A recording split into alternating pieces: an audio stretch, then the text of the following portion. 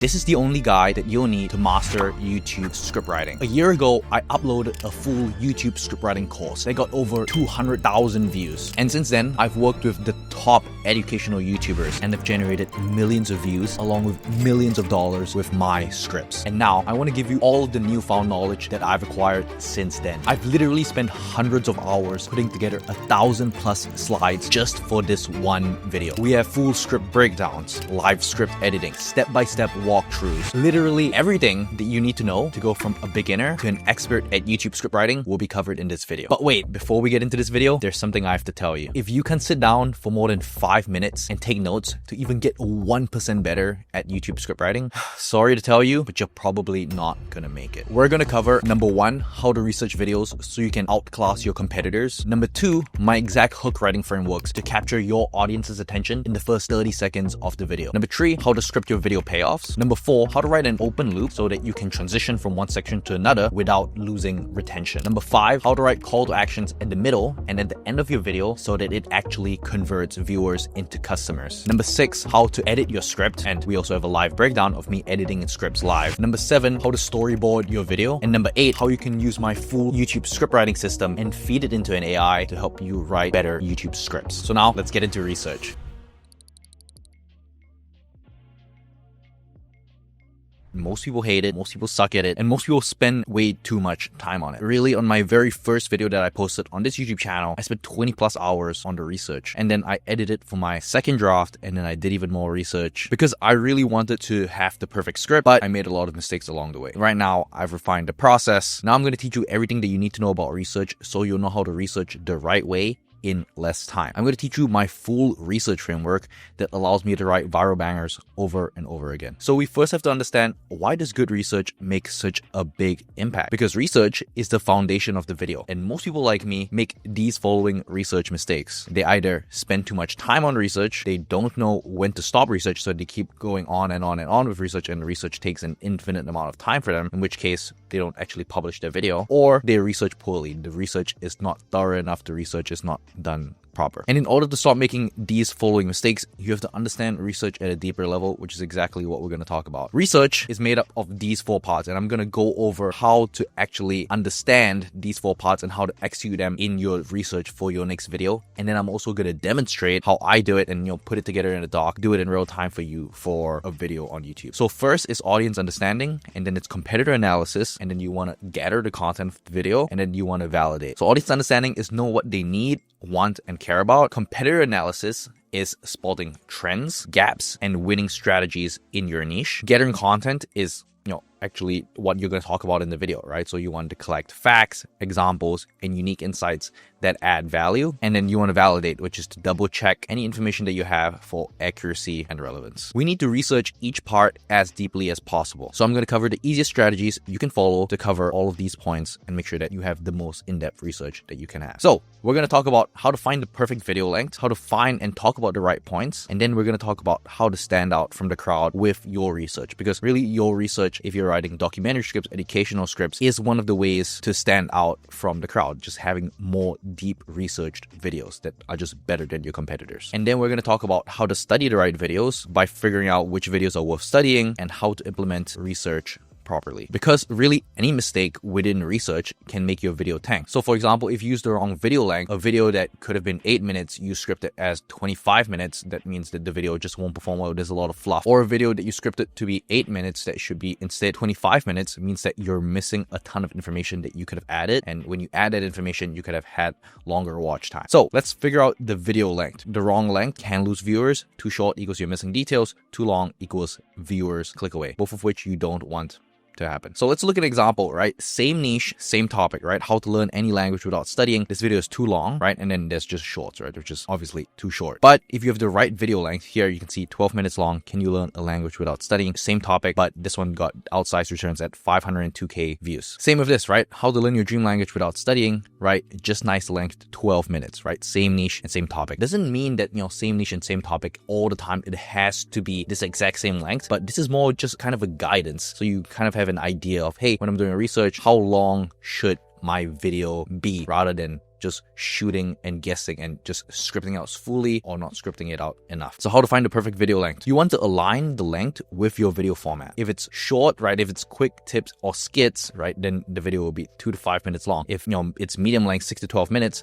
that's usually for tutorials or reviews or kind of like how-tos. And then long is if you feel like, hey, within the niche, right, deep dives, case studies are performing really well, longer videos are performing really well, then I'm gonna make slightly longer videos. So let's get a little bit more tactical. This is kind of high level thinking. Okay, we want to align the length with the specific format of the video, because the longer the video, the more info and value you need to add. So for example, a short video, you'll have quick tips, comparisons, and you won't really have any detailed instructions because you don't have the capacity to go super in depth in a short video. Whereas in a long video in the same topic, right, how to improve your pull-up strength quickly and easily, you go more in depth. You have 5 to 6 main payoffs, main points that you want to talk about, and you have detailed instructions on how to actually implement it. And then you have a medium length video with more to the point tips, has 3 to 5 main points, detailed instructions, but still fast enough to only include the most important parts. So it's really more concise, right? Really, the difference in the video length is how much information you can put in and how much in depth. But just because you have a longer video length doesn't mean that you can have fluff, and doesn't mean that you can add useless information that's not useful to the viewer, right? We want to make sure that every single piece of information that you give the viewer is useful, is actionable, and can actually add value to them. So for example, in the case of this video that you're watching, this is a much longer video than the videos that I usually post, right? This will be a full-length course where we break down a specific skill, aka YouTube scriptwriting. But the caveat is,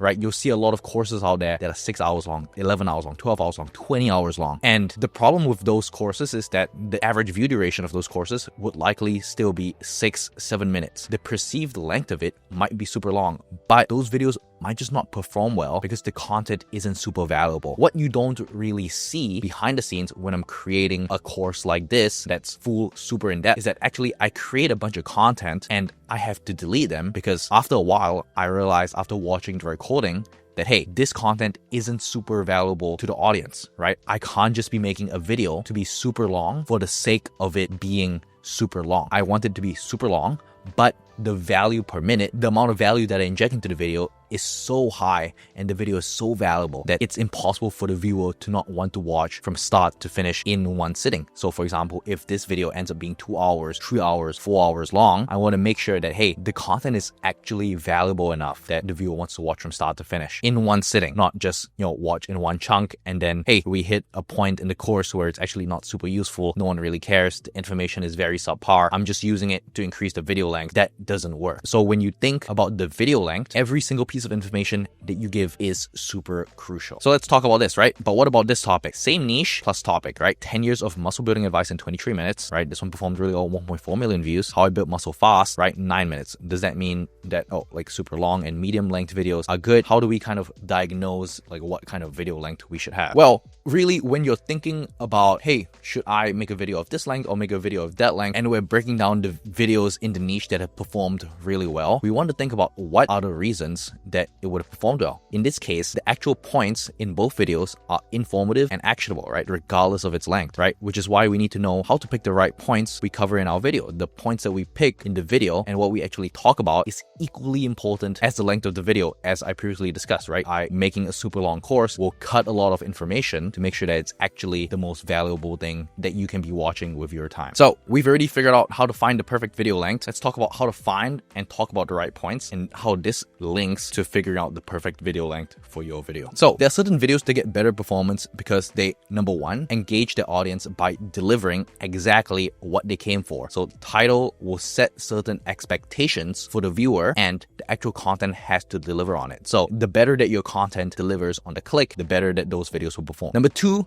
it keeps retention high by focusing on relevant and valuable insights. Once again, the research of your video needs to be focused on the value per minute. So it's how much value that you're giving to the viewer per minute that they give you, right? So if there is more insights per minute, then it's more likely that they stay, and that keeps retention high because what you're telling them is actually valuable and not just fluff. And it ensures their video stands out with unique and fresh information. So it's not just copy paste of what other people are talking about within the niche. It's using unique and fresh information that is kind of your insights, your learned experiences that no one else is really talking about. And that way, every video that you make, is a hit. So when you're looking for potential payoffs and potential points that you want to talk about in your video, you want to avoid covering too much, because when you talk about too many points, say in a 10-minute video, you talk about 8 different points, that leads to a lack of depth. So you're not able to explain each point as in depth as you'd like. And when you don't explain a point super in depth, you go very surface level. Audience that you tend to attract tends to be very surface level too. And it's also choosing points you like, but your audience doesn't really care about. So when you create content, audience is first. You always want to be thinking about, hey, how does my content serve my audience? It's usually less about, hey,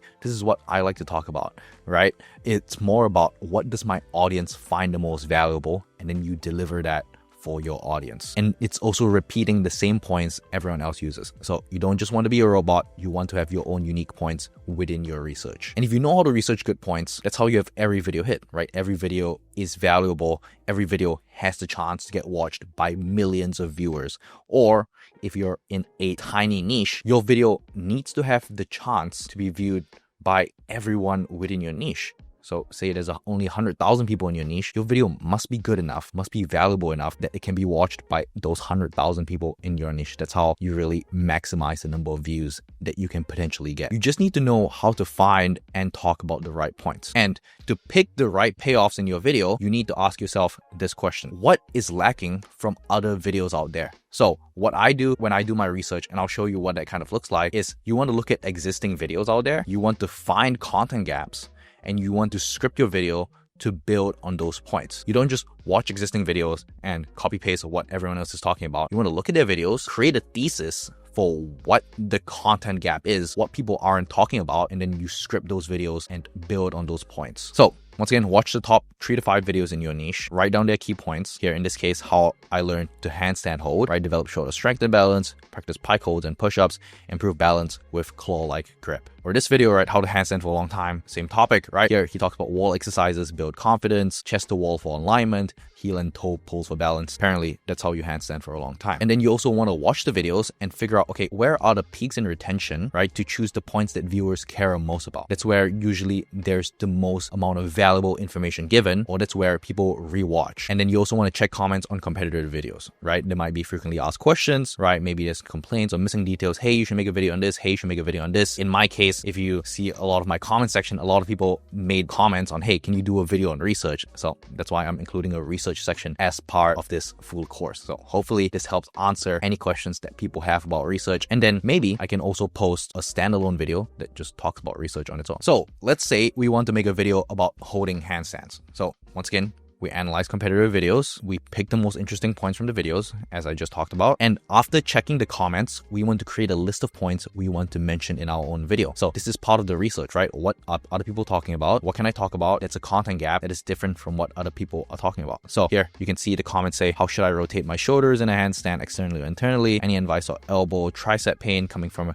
practicing HS holds, when to do handstand hold before handstand push-ups or after handstand push-ups, can we do handstand walk in ground for 15 minutes continuous one set, and can we deep breath during handstands, right? So there's a bunch of questions here. And after checking the comments, we can create a list of our own points that we want to mention in our videos, right? So we can say, hey, right, what are the common mistakes when people are doing a handstand, right? What's the importance of balance, right? Examples of exercises to build balance. Right, that's kind of the gap. You can see there are people asking questions, there are common FAQs that we can then turn into potential video ideas. And the reason why this process is so important, and the reason I follow this with every video that we make, is because it helps us improve the quality of existing videos. We don't just want to make the same quality of videos as everyone else when we're writing the script. The script, aka the content, is a great way to stand out from everyone else. If the script is better, aka the words that you say, and in the case of educational videos, the words that you say are pretty much the only important thing when it comes to standing out or giving better information, right? The words that you say dictate storytelling, it dictates the insights, it dictates what the viewer will learn from you. And then there's like the vanity stuff, which is like the lighting, the camera, the background, all of those have to be good, but the words are the most impactful. And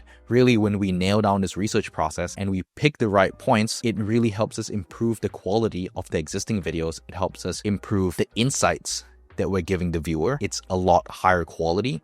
It's a lot better. So great content needs great execution, and really small improvements to the existing videos leads to big viewer retention. And there are many ways to improve the quality of your videos, and I will cover the best ways to create content that stands out from other videos. So let's talk about how to stand out from the crowd. A couple of ways to do this, right? Number one, ask for feedback, right? Use polls or ask for comments. What do you want to see next? Usually your audience will give you some sort of signal for, hey, what titles are good? Hey, what specific topics that you want to cover? Your audience can give you potential signals. They're not always accurate, but this is one of the couple data points that you can collect in order to get certain video ideas and, stand out from the crowd in terms of your script. You can also study your analytics, right? You can go to your YouTube studio and analyze retention curves, right? Where do people usually drop off? So what topics do people find boring? What topics do people not find as useful? And then you can look at your CTR, right? Are your thumbnails and titles working? What kind of stands out for your audience? And for example, if your intros lose viewers, you want to try different hooks, right? Different hook formats, right? And that way you can keep making changes until you actually see improvements. One of the things that keeps viewers from clicking away is having a killer hook, something that really stands out, because the killer hook will grab attention and set the tone for the whole video. And the easiest way to find banger hooks is to research whatever's working right now. So another big part of the research that we do is what hooks are working in the niche, right? And really, people think that with hooks, right, you need to completely change the game. You need to completely out-sophisticate what's out there, but that's not necessarily the case. You don't need to reinvent the wheel, right? One of the quotes that my friend told me the other day is that just because it's your wheel doesn't mean that you need to reinvent it, right? There's a bunch of proven winning formulas out there. And we're going to talk about how to write hooks, how to come up with your own hooks in a little bit. But once again, part of the research, figuring out what's working, find a gap, double down on it. What's working in other niches, replicate that in your niche. You don't need to change the game. That's why we do in-depth research, so that we don't have to strain our brain with all of this crazy brain power. So picking hooks in your niche, base it on your niche, right? Look at the hooks that other videos in your niche are already using. For example, in this one, becoming less addicted to YouTube is easy actually. It starts with, so if you've ever never running out of things to say is easy actually, and the easy actually niche, right? Have you ever wondered why? ... And then from there, you can test hooks, right? You can create 2 to 3 versions of your intro, track which gets better retentions in YouTube analytics over a couple videos, and then you can keep the best performing hook for similar future videos, right? Whether it's in the same format or whether it's talking about the same topic, you can do the research, figure out what hooks are working, and then you can just use those, right? That's a big part of research too. So I've been teaching you how to refine hooks, payoffs, and video length from other videos, but which videos are actually worth studying? How do you know which videos are worth studying? Because you can't always base it off the views. If you look at these 2 videos, How to Un-F Your Brain by Modern Ideas got 3 million views, and How to Force Your Brain to Crave Doing Hard Things has 2.6 million views. How do you know which do you study for success, right? They are 2 vastly very different videos, but both videos have found great success. Both of them are in the multi-million view range, but vastly different length. One is like a personal brand. The other is more of like a commentary video if you've seen these videos on YouTube. So how do you pick which one to study? You might think it's this because it has more views, but not necessarily, right? Because both videos has their strengths and weaknesses. For example, How to Un-F Your Brain, right? If you watch this video, not that great of a hook, right? Information is not new, right? It's good for beginners in self-improvement. That's why it's shorter. It's a short video and it's easier to digest. And in this video, How to Force Your Brain to Crave Doing Hard Things, it has a better hook. The information is new. It's very long, but it's harder for beginners to get into and watch all the way through because the concepts are a little bit more abstract. Really, your goal is to find the strengths and implement them in your own videos. So for this one, right, it's good for beginners in self-improvement, short video, easy to digest. This one has a better hook and the information is new, or it was new for when it was being posted. So how do you figure out the strengths and weaknesses in a specific video? I've created a system to help you study the right YouTube videos, and it's more of a grading system so that you know what to look out for in which videos, what to implement and what not to. Let's get into it, okay? So you can look at any video in your niche and find all of their strengths. And that way you can make your videos even better, right? You can have better hooks, have better storytelling, etc., etc. So we just talked about which videos are worth studying. Let's talk about how to implement your research properly and some actionable tips here. So I've created a grading system to help us find the best videos to study. Let's look at it. Just watch your target videos once and grade them, and it'll only take 15 minutes. So when you grade a YouTube video, and you take a screenshot of this page, you want to have insight. You want to rate it on its insight. How original and actionable is the information? Then you want to rate it on hooks, right? How well does the hook grab attention? The pacing. Is the video engaging or is it dragging? Is it way too slow? So that's kind of seeing the emotion that you feel when you're watching the video, or it's kind of noticing yourself, hey, when do I feel like clicking off? Or like, is this video going too fast? Is it going too slow? Is this guy speaking way too fast? He's speaking way too slow. Which one is it? And then it's tonality, right? Does the tone match the content and the audience? The storytelling, right? Are the narratives clear and compelling, or can the storytelling be improved? And then it's looking at the editing, right? Are the visuals and audio seamless and professional? So You want to grade the depth and originality of information presented, aka the insights, the value to the target audience, whether what you're actually talking about is practical, actionable, or thought-provoking. And within that, is it basic knowledge? Is it competent knowledge? Or is it exceptional knowledge, right? Basic, it's, it repeats common knowledge, right? Lacks depth, no unique perspective. The video usually won't perform well if it's super duper common knowledge that everyone has heard of. But if it's exceptional, right, it's unique, actionable insights that surprise or challenges the audience's expectations. So that's grading the video on insights. Really, you want to identify the 3 to 5 main points in the video, as we would have in the previous part of research, such similar content, and compare uniqueness and detail, and score high if the video adds a new perspective or introduces new fresh ideas. So once again, this is what we graded on, right? Is it basic, competent, or exceptional? So let's grade this video's insight, right? The most underrated social skill, and how I use it. It's got 1.6 million views, right? If you look at the level of insight, it's not anything super crazy, right? I would consider it grade 2, which is competent. And why this grade? It's because the video shares helpful tips, but the ideas are basic and not unique. You can go watch the video yourself if you like. And if you would actually improve the content of the video, you can add data or studies about active listening, right? Share rare insights about Carl Rogers methods, or use examples from different areas like business or leadership. This is just stuff that you can come up with, right, when you're watching the video, right? And eventually, if you use this grading system whenever you're watching a YouTube video, it's like if you're a film student watching a movie. You understand film, and when you watch a movie, you're like thinking, okay, how did they do this like VFX, right? How do I feel about the storytelling? It's the exact same thing. When you're watching a YouTube video or when you're watching a YouTube script, you'll be able to ask yourself, hey, how would I improve this video? And almost automatically, if you ask yourself, hey, how would I improve this video? Is the information basic? How do I feel when I'm watching the video? Eventually, you'll have a good feel when you're watching a YouTube video, right? What you'd improve. And then when you write your own script, that will give you more of a baseline in order to compare the content itself. And then you'll notice how you can sophisticate on what's already happening in your niche. How can you create better content than what's already being created in your niche? And then you want to grade the hooks, right? So you want to look at effectiveness of the opening seconds in grabbing attention, emotional or curiosity based triggers. You want to grade on that. So once again, grading hooks, right? Basics, generic opening doesn't really stand out, like welcome to my channel. And exceptional is instantly grabs attention with an emotional, shocking, highly relatable statement. I wasted $50,000 before learning the secret. So it's looking at the hooks, looking at the first lines, looking at the first 30 seconds. So watch the first 15 seconds, 15 to 30 seconds. Ask, would I keep watching? Score high if the hook creates emotional engagement or curiosity immediately. All of this, once again, is part of your research. It's figuring out what's working in your niche. And really, if you're looking at, okay, the hooks is graded a little bit lower, I can improve on the hooks. That's a way to improve on the script, right? And then I'll note that. So within my actual writing the script, I'll note, hey, the hooks need to be graded above what is currently out there. And then I'll write a hook that's above the grade. Or if the storytelling isn't as good, I'm gonna, index above the storytelling that's happening in the niche. So once again, these 3 criteria. So once again, if you look at this video, you grade the hooks, right? Grade 2, right? The hook is interesting, but doesn't clearly show why the viewers would care. So I would literally write this down when I am creating a video for the first time. So improvement steps, right? You want to promise value in the first line, like want better relationships. This method will transform how you connect. And then you want to test 2 to 3 hook styles to see what works best. And then afterwards, you want to grade pacing, right? That's the next criteria, right? The rhythm and flow of the video. Does it maintain viewer interest, or are there overly long or rushed segments? So basic is slow, drawn out, disorganized. And exceptional is consistently engaging with a balance between quick delivery and well-timed pauses for emphasis. So not too fast, not too slow, that's exceptional. So how to grade, right? Use timestamps to note any sections that feel too slow or too rushed. And it's looking for transitions that keep the viewer hooked between points. It's also generally how you feel, right, when you are watching a video and gauging the pacing based on that. So once again, watch this video, maybe the grading will be 2. Some sections move too fast, making it hard to process key points. In which case, if the pacing feels a little bit too fast, then maybe an improvement of the video is that, I could make the video longer instead of having such a short video. So improvement steps will be to break ideas into smaller parts, right? Pause after key points to let them sink in, and use visuals to slow things down and clarify. So next thing that we want to grade is tonality.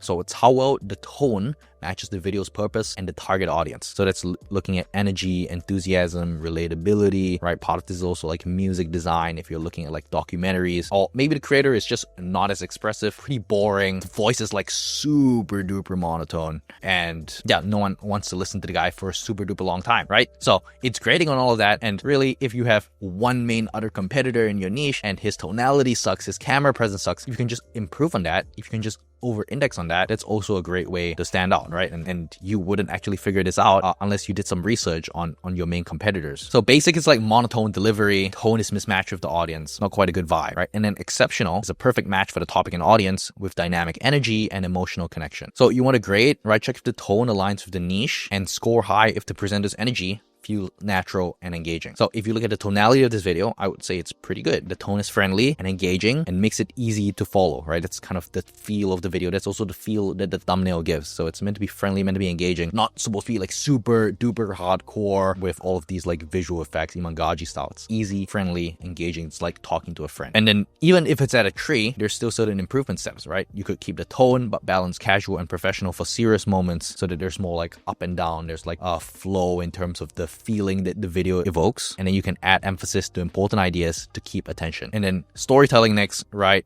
You want to grade clarity and structure of the narrative, emotional or logical connection through personal anecdotes and examples. So what is the level of storytelling? And you grade it, once again, basic, exceptional, no clear narrative versus masterful storytelling. And then look for beginning, middle to end is how you grade it. And then score high if the personal stories or analogies enhance understanding or relatability.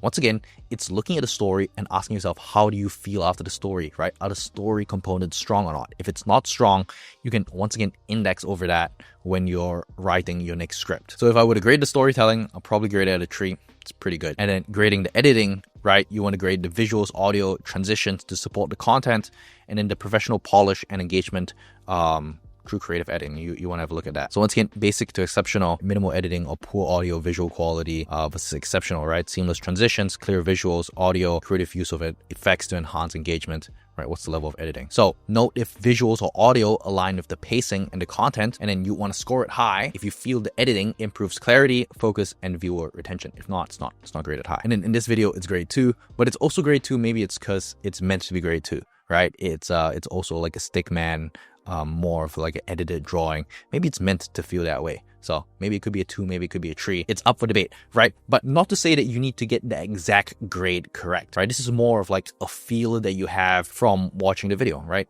Other people would grade it a little bit differently. Other people would grade it similarly to you. So it's not about getting the grading exactly right, but it's having an index to, hey, right, this is where I think the video can be improved. Maybe the storytelling is actually really objectively really strong, just that you don't think it's that strong because you don't have a great understanding of storytelling yet. And then in your next video, you try to index above on the storytelling and it doesn't work out. But that's totally fine because really we do this deep research so that we can understand, hey, how can we get an edge over a competitor's videos? How can we make videos better than the competitor? How can we make videos that is better than what's existing out there? It's having that understanding that allows us to, hey, right, we can improve on this. Sometimes are we wrong? Yes. Does the video perform worse because we're wrong? Yeah, sometimes that happens.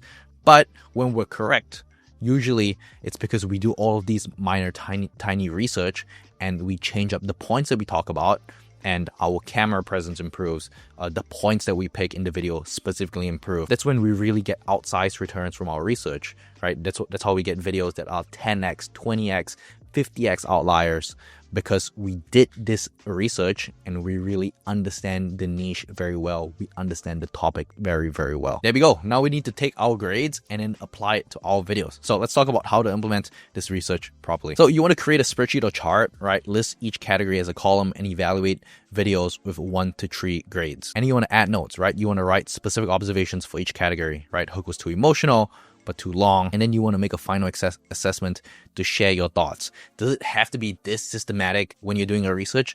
No, not necessarily.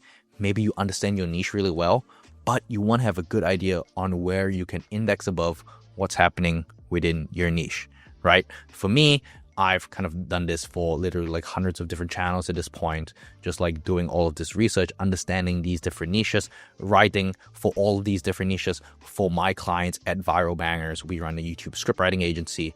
So I can do this in my head, but if you are new to the system and you're really trying to figure out, okay, how can I grade? How can I over-index over certain videos right now? How do I decide what points to pick from this whole sea of payoffs that I can possibly take from all these books that I've researched? This is a pretty good system, right? So then you want to write this down specifically. And if you click the link in the description, I have a workbook for you to follow these exact steps where you can have all of my templates. So you can just click the link in the description and get access to that workbook directly. And then number 3 is actionable takeaways, right? Highlight what worked well and how it can be applied to your videos, because there's no point in having all of these learnings if you don't apply it to your video. Make sense? There you go. Overall grade 2.5, good, but for room for improvement. for the previous video we talked about, right? Video's engaging, but could be elevated with clearer hooks, better pacing, and more effective visual editing. So there you go. Now you have the right tools to research effectively, to avoid common mistakes, and to create content that stands out. Next step, go apply this framework to your next video. Test, tweak, repeat. Success comes with action.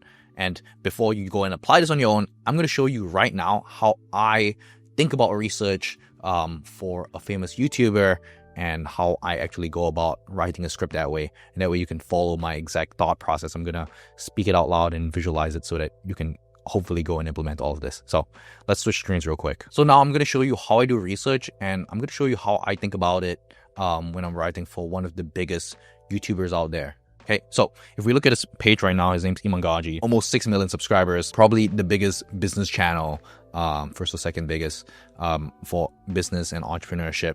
He has this video that he just posted, right? How to escape the rat race without quitting your 9 to 5. So I want to show you how I think about writing the script for this. So if you watch this video, a couple characteristics that comes to mind, right? If you look at view stats here, if you look at the ranking, this video isn't performing insanely well. So I think the script could use a little bit more help, a little bit of like dialing in. So how to escape the rat race without quitting your 9 to 5, right? If we look at it from a title standpoint, it's actually like pretty good. So what I want to do, if Iman Gaji were to hand me this specific video, right? Okay, how to escape the rat race. I would just search here. Number 1, how to escape the rat race. And I want to see what immediately pops up. And then this would pretty much be looking at competitors within the same topic, right? Because how to escape the rat race isn't like a super new concept. I want to see what other people are talking about, what points they have. And then from there, I can kind of evaluate, okay, what's a good video length?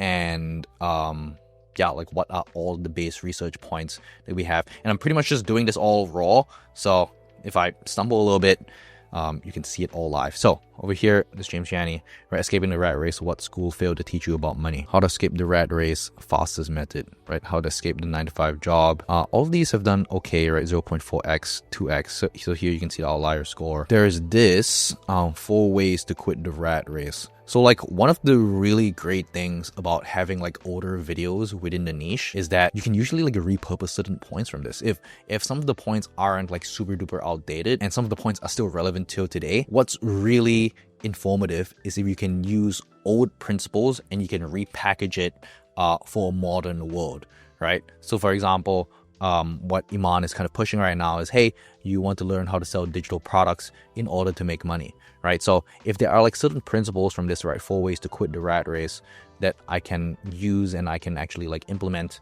in my script, that would be super ideal. So here, escape the rat race, how I did it. Here, the psychology of money, that's not quite it. Right, so there's this 318x, right? What's this? This is a neuroscientist. So a couple ideas here already, right? So I like a couple videos that I just want to look at. So I'm going to take this, I'm going to start a new doc, and I'm just going to paste videos of like competitors that I kind of want to look at. So I want to look at this too, just so I have like certain parameters for what I'm looking at. This one, I'm picking this channel because this is also like a financial channel. It's also like talking head. It's more like her style, more like friendly, Iman Gaji style. But this video performed pretty well, 531k.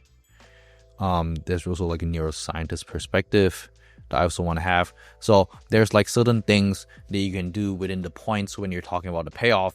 Is you can be like, hey, this is a neuroscientist perspective on how to escape the rat race. And then that could be a different angle for the points that you talk about. So I want to take a couple other points here, right? How I escaped the rat race at 24. This is more of a personal angle. I mean, this one is pretty recent, a year ago. So I'm also going to take this. I mean, why not? Let's see what happens. Alan Watts, 146k views. Nothing too crazy. Let's see here. How to escape wage slavery. So there's also this. This one also did pretty well, right? Carlton Dennis. So let me just put this over here. Okay, so maybe these are like the main ones that we want to look at. And then what I want to do from this is I want to determine a couple things.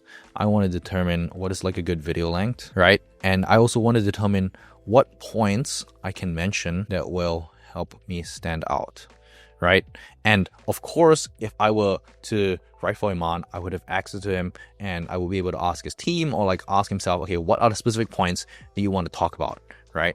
And then from there, I will be able to package it in terms of what I see is working, or like kind of like the pros within all of these other video ideas. But I don't have access to him, so let's just come up with a couple points that we think could be pretty interesting, right? Just based on watching these. So a great way to ideally you have the time to like sit down and watch all of these videos, but sometimes you just don't have, like, let me just take this, I'll skip the rat race. But if you're like me and you're making a video right now and you're doing a live walkthrough, sometimes you just don't have the time to watch through all of these videos. So what you can do is you can go here, you can just take the transcript, and then you can ask Claude to summarize what the main points are. So I'm just going to take this, I'm going to copy transcript, I'm going to go here, I'm going to go to Claude, and then here, summarize the main points. So here it can very easily like give you like what the main strategies are, and then from here you can also pick,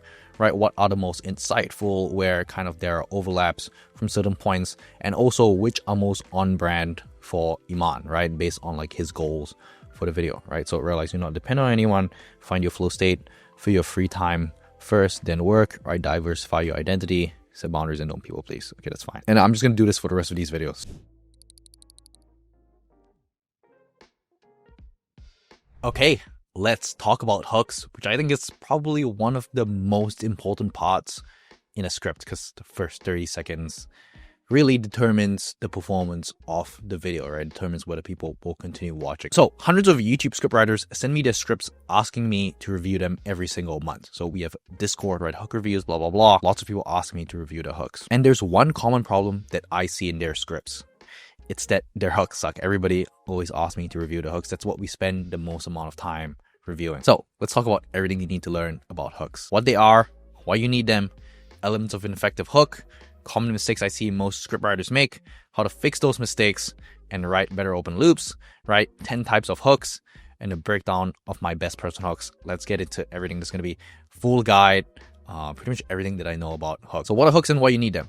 The hook is the very first line to reel the viewer in. You have less than 30 seconds before the viewer decides to watch the rest of the video or continue watching till the end. So for YouTube specifically, the first 30 seconds is where the drop off is the most, right? Average attention span shrunk from 12 seconds in the year 2000 to just 8 seconds today. Just less than a little goldfish. It's pretty bad stuff going on. So the job of the hook is to do two things, right? Validate the click on the video and create intrigue so that they want to watch the rest of the video. And if you nail the hook, your retention in the first 30 seconds will be upwards of 40 to 50%, right? Average view duration gets higher. Obviously, retention in the first 30 seconds kind of varies across niches. So let's talk about what makes a good hook, because strong hooks equals more retention, equals higher retention, and higher average view duration. So the goal of the hook is to do one thing, right? It's to reel the viewer in to watch the rest of the video. And in order to do that, the hook needs the following elements. It needs to be clear, it needs to avoid any jargon, and it needs to engage the viewer directly. So be clear. For example, of a clear hook is in this video, we're going to talk about digital products, right? It's very clear. It tells you exactly what you're going to talk about. So it needs to be clear. Being clear is one of the pillars of effective writing in general, effective copywriting, effective script writing. So you need to be clear in your hook, especially if you want to reel the viewer in. Cannot be complex, cannot be filled with jargon. Example of an unclear hook is, right, digital products can make you a lot of money. Like, what does a lot of money mean, right? You don't want to be vague. And part of being clear is avoiding jargon, right? So example of no jargon is that you need thousands of sales to make a profit. It's just not true. Your profit is going to rely on your A/B testing scales, CTR, and more. Also jargon, that means like niche specific words, right? Kind of depends, right? If you are really going for a niche specific audience, then yes. But for the most part, no one's really going to know what CTR is or A/B testing scales. You want to keep it, the hook, as broad as possible so that as many people can watch it as possible. And then you niche down from there. So keep it simple. And then you want to engage directly, right? So example of engaging directly is that you need to get good at ads if you want to see your business succeed. So tell the viewer directly, right? Or just saying people need to get good at ads. So that means addressing the viewer directly rather than beating around the bush and kind of going in circles. You don't want to do that. So once again, right, you want to avoid jargon. You want to avoid over explaining. So that's like selling the viewer too hard. And you want to avoid excessive credentials, right? It means credentials were not necessary. It's just like telling the viewer too many things, right? So it's elements of an effective hook. And literally, I've seen hundreds of scriptwriters repeat these mistakes over and over again.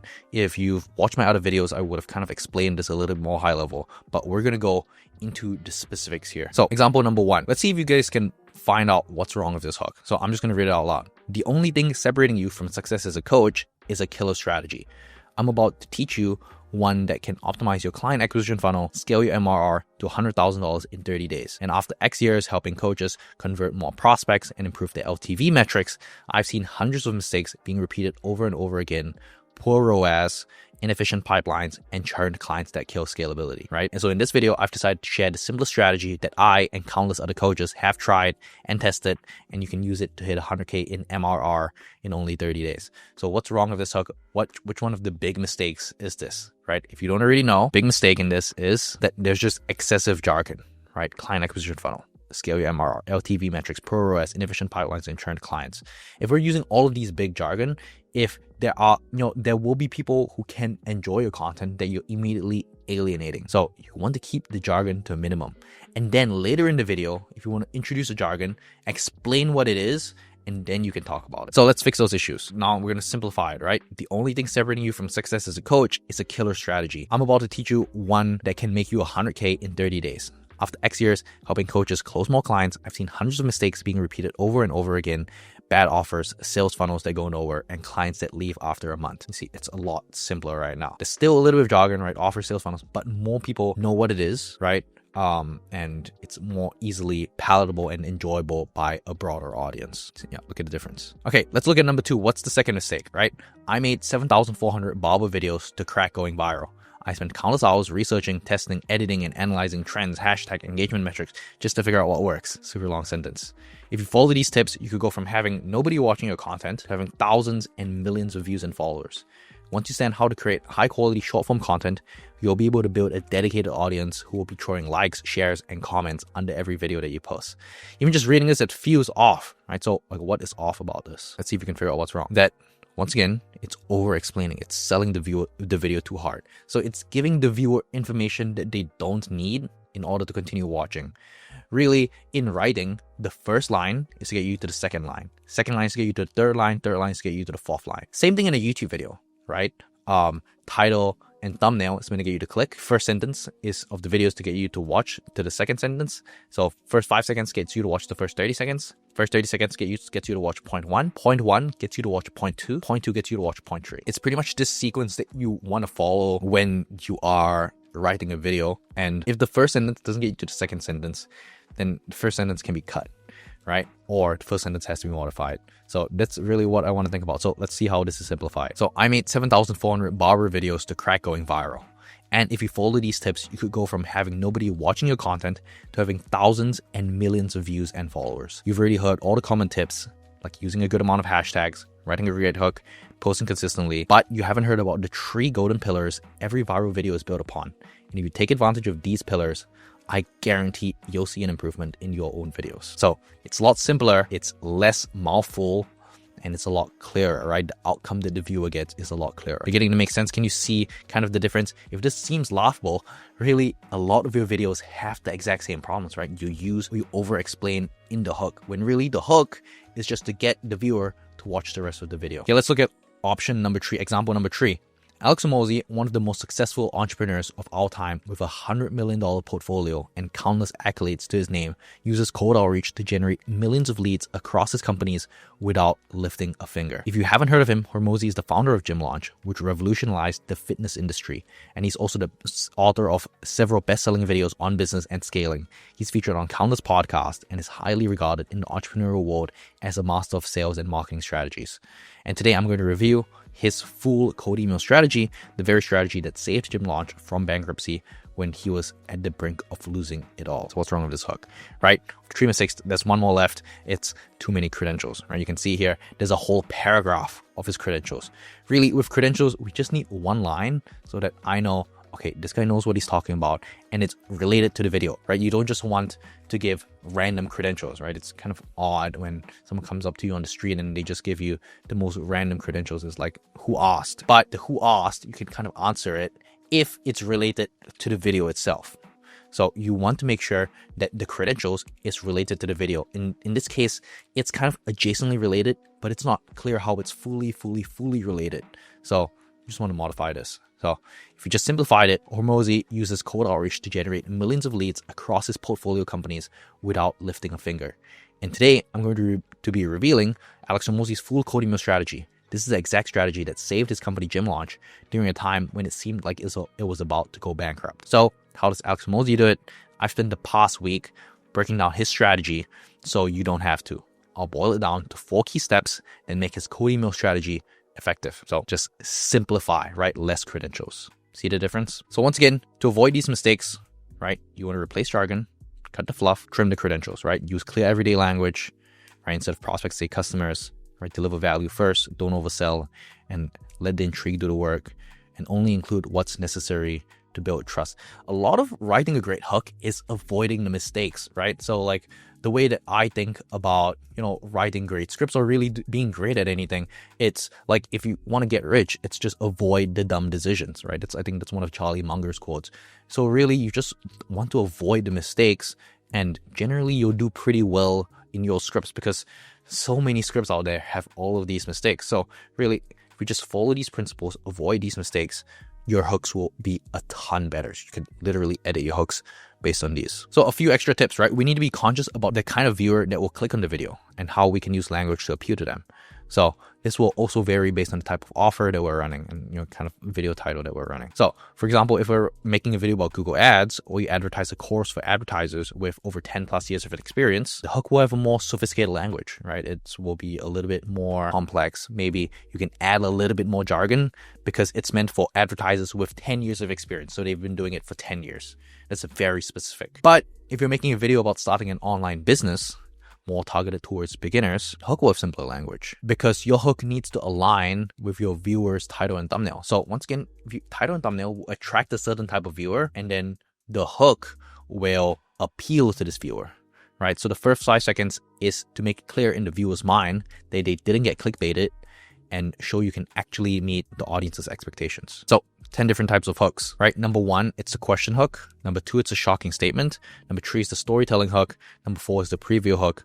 Number 5, it's the personal connection. Number 6 is the statistic or fact hook. Number 7 is the challenge hook.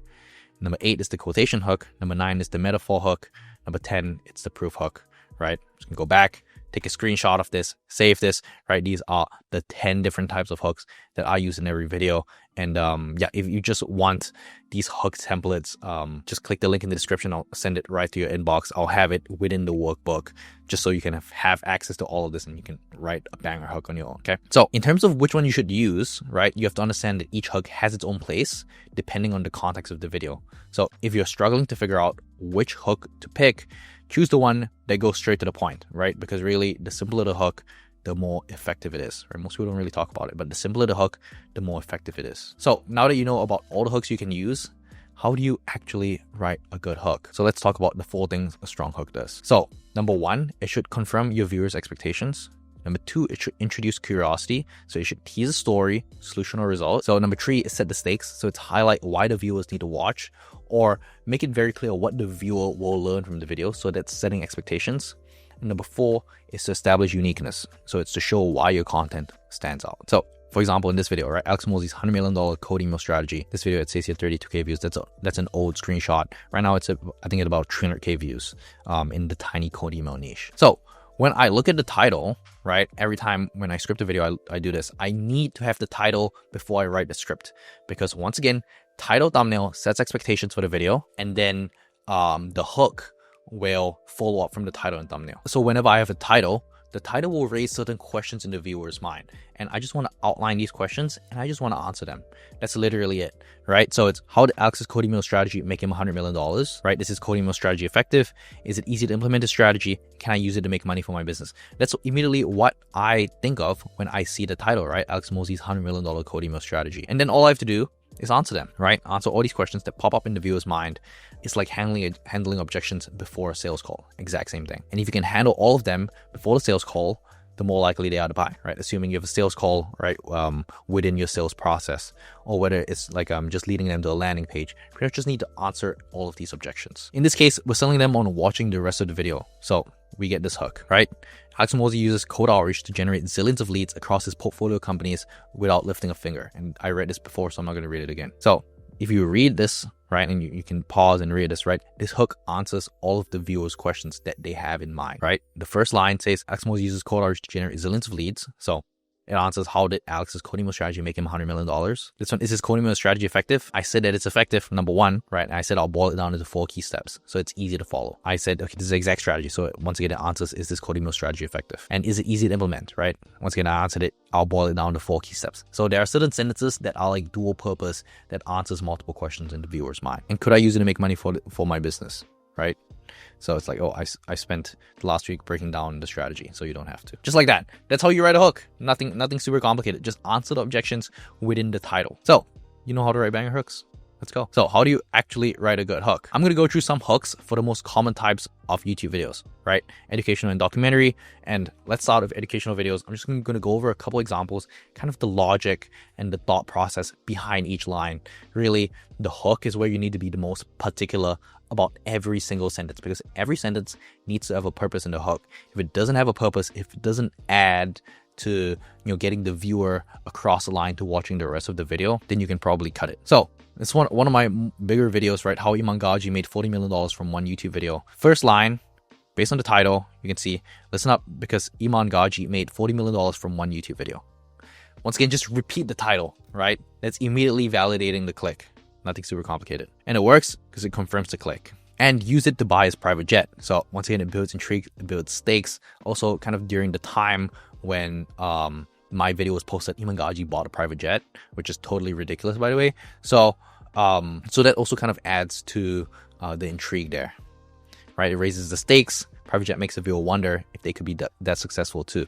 And it's also kind of like a commentary or kind of like a trending topic that I leveraged within the hook. And then the 6th line, and because I want the private jet too, I spent 3 weeks slaving away at my computer to figure out how he did it. So there's also like credentials here. Okay, I spent all this time learning about it. It's also kind of a joke, oh, because I want a private jet too.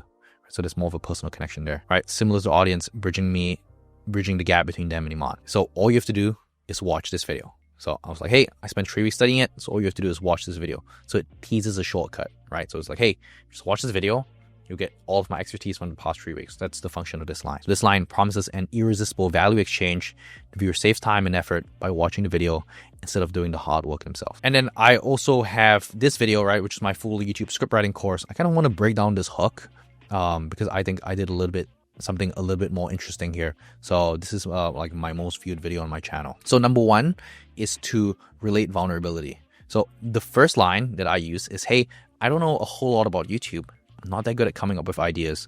My thumbnails are okay, right? It's like, hey, admit my weaknesses, right? Because most people who kind of start a course, like, oh, I kind of know everything. But I'm like, hey, I don't know a whole lot about everything. I'm not that good at ideas, not good at thumbnails, right? So I admit my weaknesses, right? And I'm like, hey, but if there's one thing that I'm good at, it's how to write a great YouTube script. Because I'm a YouTube scriptwriter. So it's like kind of the thought process with this is like, hey, if you talk to a chef, you're not going to ask a chef how to fix your fridge, right? The chef probably doesn't know how to fix the fridge, but you probably know how to cook a good steak, right? So it's kind of the same idea. Hey, I'm not that good at all these other things, but I'm actually pretty good at this, right? So yeah, I quickly establish credibility, right? Go from vulnerability to authority, establish myself as an expert. And really that's the first sentence. So it's like, hey, I want to mention script writing within the very first line to immediately validate the click. And then I have more credibility here, right? In the past 9 months, I've written YouTube scripts for 40+ educational channels and helped them gain millions of views and generate millions of dollars in revenue, right? Quantifiable results, builds trust, give the viewer a reason to keep watching. Worked with channels like Instantly AI, Hype Theory, Davey Fogarty, and other channels with millions of subscribers, right? Credibility, again, clear and aspirational payoff, right? You have everything that you need to write a script from start to finish in half the time and have your video perform better. Yep, once again, specific promise for what the audience will gain by watching the video and gives the viewers a strong reason to stick around.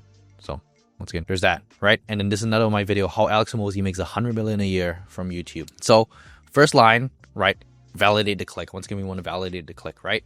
Alex Hormozi has become one of the biggest creators in the business niche on YouTube, going from 0 to 2 million subscribers in just 4 years. So, credible figure, why you should listen to this guy. But what is it that makes his videos go viral over and over again? So here we want to create an open loop, create a question in the viewer's mind, right? So this line builds curiosity. It's like, hey, rhetorical question, right? Positions us as someone who has done the research. I spent the past 6 months watching all of Alex Hormozi's content, long form and short form, to figure out what he's doing differently. So authority through effort, right? So this is called input bias, right? Where I've put in a large amount of time, and in exchange, you just have to watch the short video to really understand it. So we emphasize the effort and time we spent on research. Most viewers wouldn't have time to do this, so I position myself as an expert with that very first line. If you just want to learn all of Hormozi's things, you just have to watch this video. Once again, input bias, like, this is also a great way of establishing credibility if the specific topic you haven't generated insane outsized results for, right? If you actually spend the time to like research, you can say it. And the big payoff is that it turns out he cracked the YouTube algorithm. So it's like, this is more of like a benefit to the viewer. Okay, so if he cracked the YouTube algorithm, if you watch this, you can also learn how to do that. So this means that our video includes Alex's secret that can transform the viewer's approach to YouTube. There you go. Okay. One more video, right? This is another of my video, how to make a killer YouTube video for the 2024 algorithm. So this is the very first video that I published, and this video got like 20K views within the first, I think, like 10 days or like 2 weeks. And it's what helped take my channel off, right? Helped it gain its first 1,000 subscribers. And it might be the first video that you ever watched of me. So really, the very first line, right? One killer YouTube video could completely change your life. Yes, this is an aspirational opening, but it also validates the click, right? The title says make a killer YouTube video, and here immediately I want to say, hey, killer YouTube video, I say it in the first line, and completely change your life is also a benefit, right? Taps into what the audience wants, broad enough to appeal to anyone interested in growing on YouTube, right? So super broad hook. It can give you the momentum to go from 0 to 100K subscribers in record-breaking time, just like many other favorite creators, right? And once again, there's relatable examples, yes, but it's also the benefit, right? If you make a killer YouTube video and the logic follows, right? I say it completely change your life.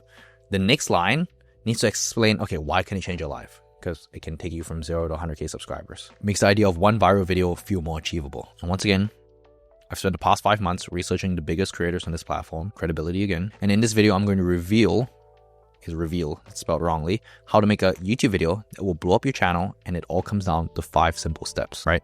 That's setting clear expectations for what the viewer will get, right? So it's having a clear value proposition. And yeah, those are my best hooks, kind of like broken down, and pretty much that's everything that you need to know about hooks, and also kind of showed you, mistakes that people make in their hooks.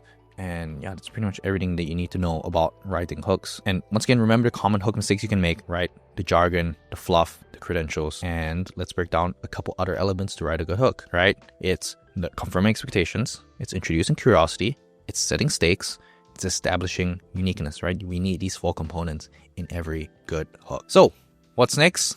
Start practicing, write as much as you can, study what works, and yeah, eventually you'll be able to write great hooks. So also like a great way of writing hooks. So once again, when I explained in the research module, it's modeling hooks that have worked, right?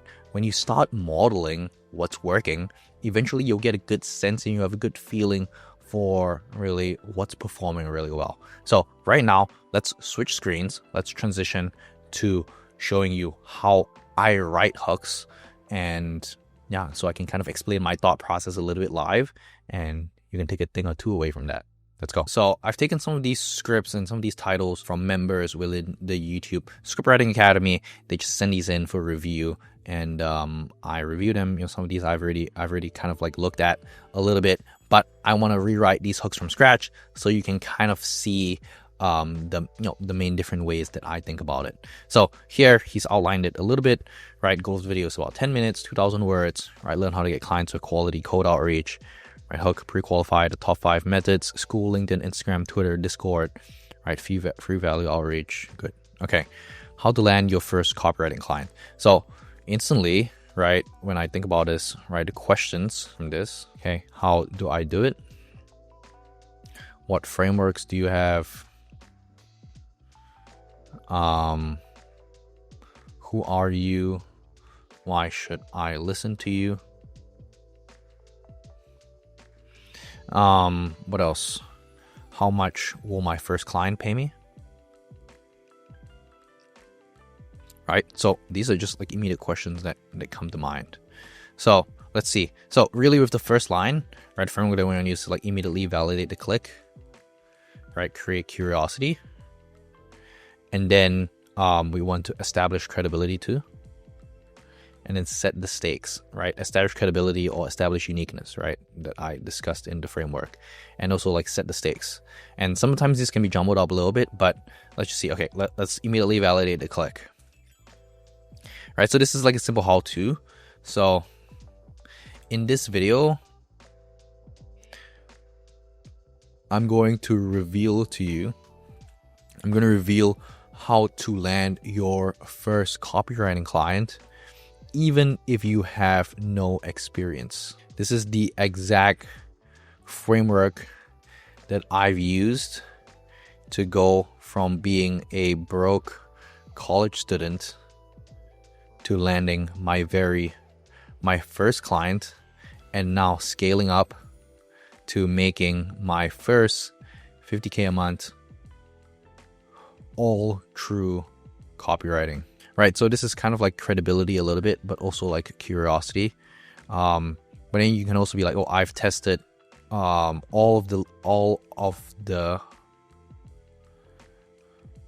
tested every client acquisition method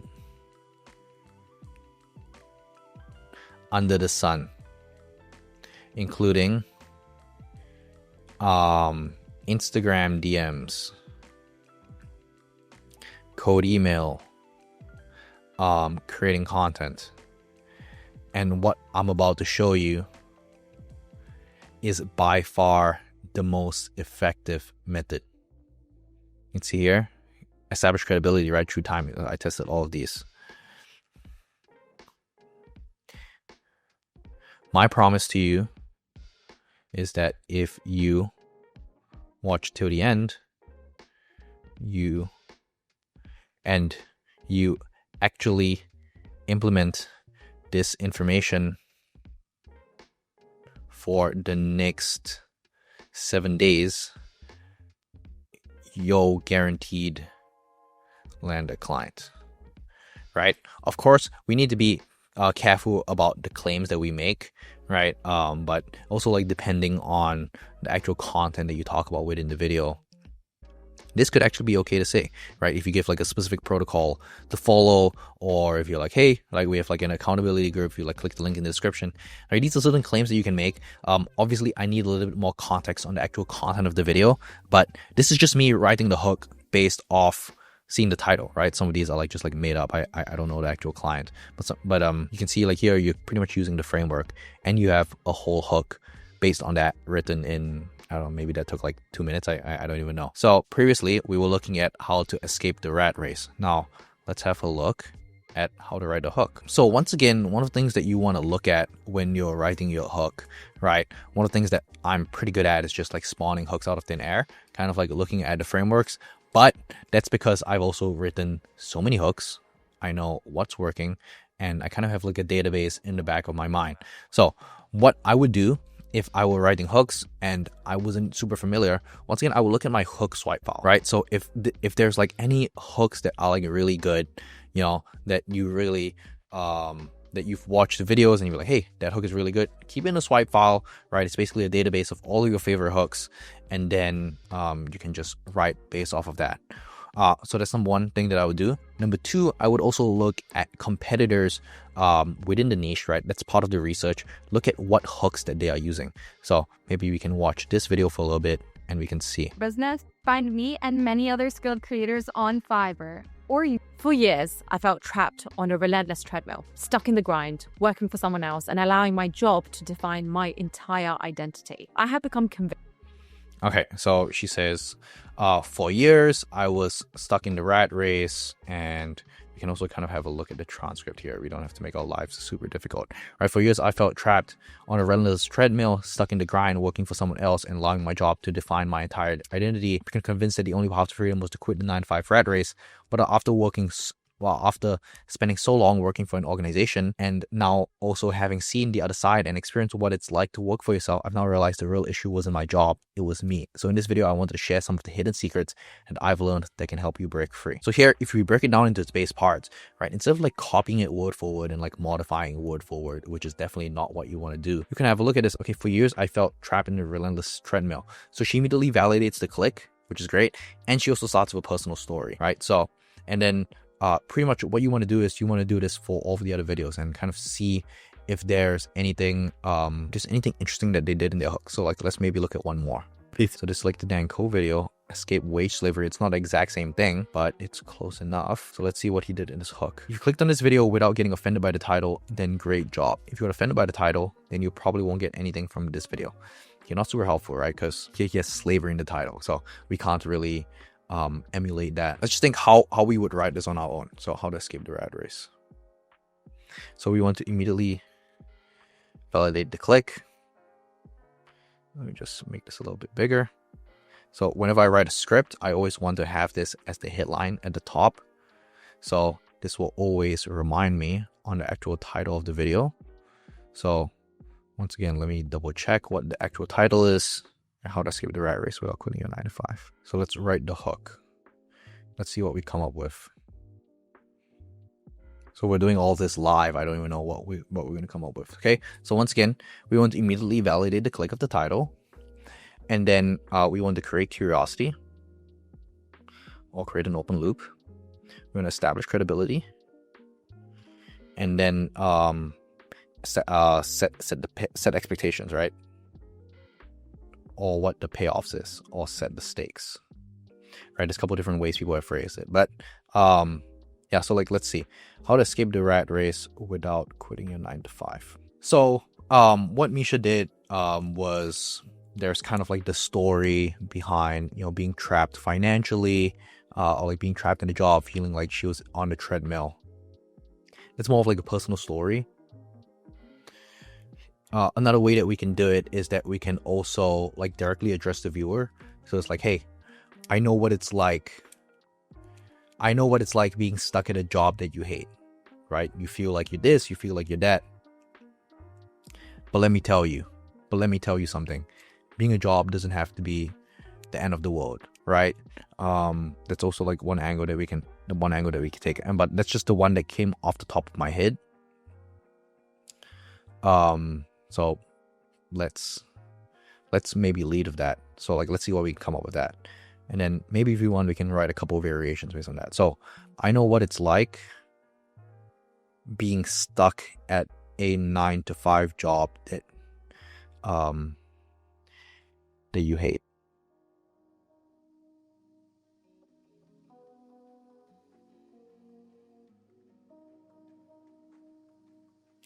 Feels like you're stuck.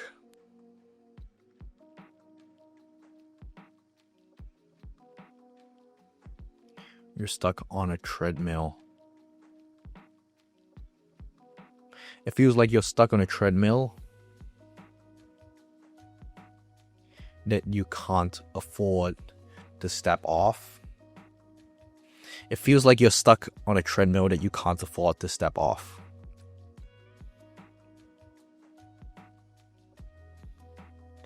And if you do, you get judged by your friends and family. Or even worse, you may lose your house. That's not super strong. And if you do, you get judged by your friends and family.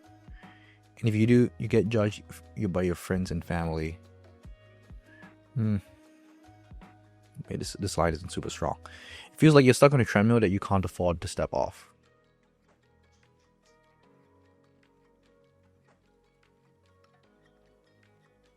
And if you're watching this video,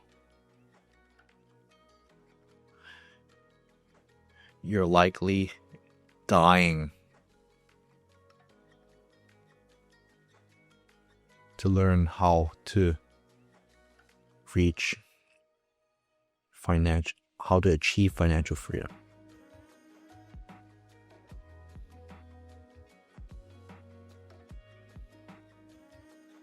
I've personally started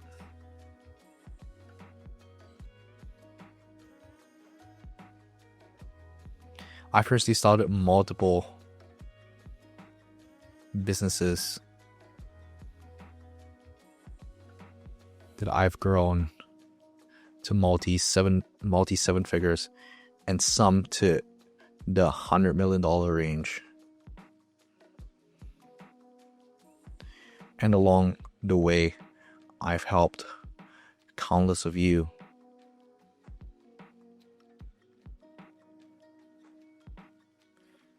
escape the rat race too.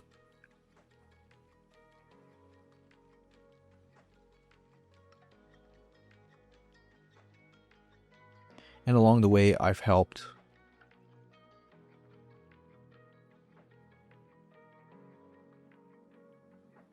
tens of thousands of people escape, quit their 9-to-5 the right way. And yes, it's not about quitting their 9-to-5.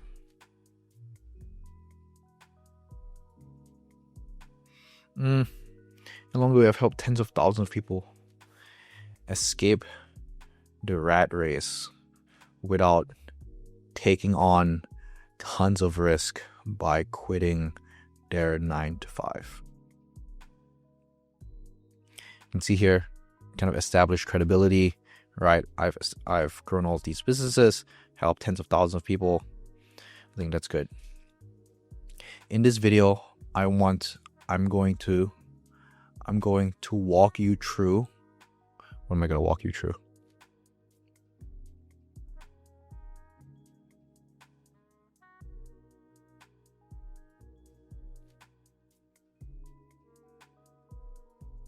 The 4 principles that once you understand, that once you internalize and implement into your life daily, will help you finally achieve financial freedom. Now, this is a little bit long, right? I know what it's like being stuck in a 9-to-5 job you hate. It feels like you're stuck on a treadmill that you can't afford to step off. And everyone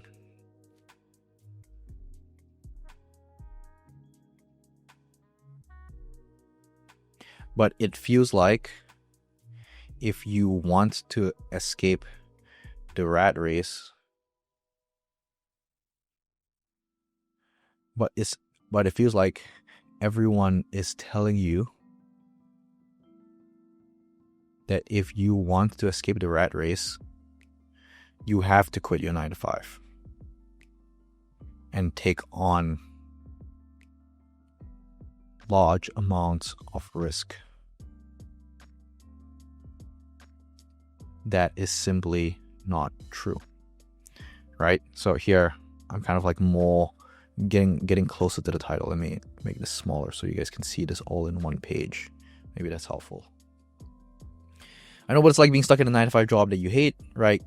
It feels like you're stuck on a treadmill that you can't afford to step off, but it feels like you're stuck on a treadmill that you can't afford to step off, but it feels like everyone is telling you that if you want to escape the rat race, you have to quit your 9-to-5, take on large amounts of risk. That is simply not true.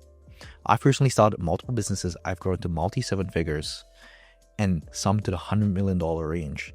And along the way, I've helped tens of thousands of people escape the rat race without taking on, here we repeat, tons of risk. So I don't want to do that. So now I'm kind of in the stage of just refining it, right? And as you can see, I'm not just like quietly sitting here. This is actually what I do. I actually read out the script, and you can see when I'm reading out the script, it's a lot more obvious what the mistakes are. So here I say risk twice in the same sentence, which isn't super great. So we really just want to edit and like refine this. I've helped tens of thousands of people escape the rat race. And yes, there is a right way to do it and a wrong way to do it.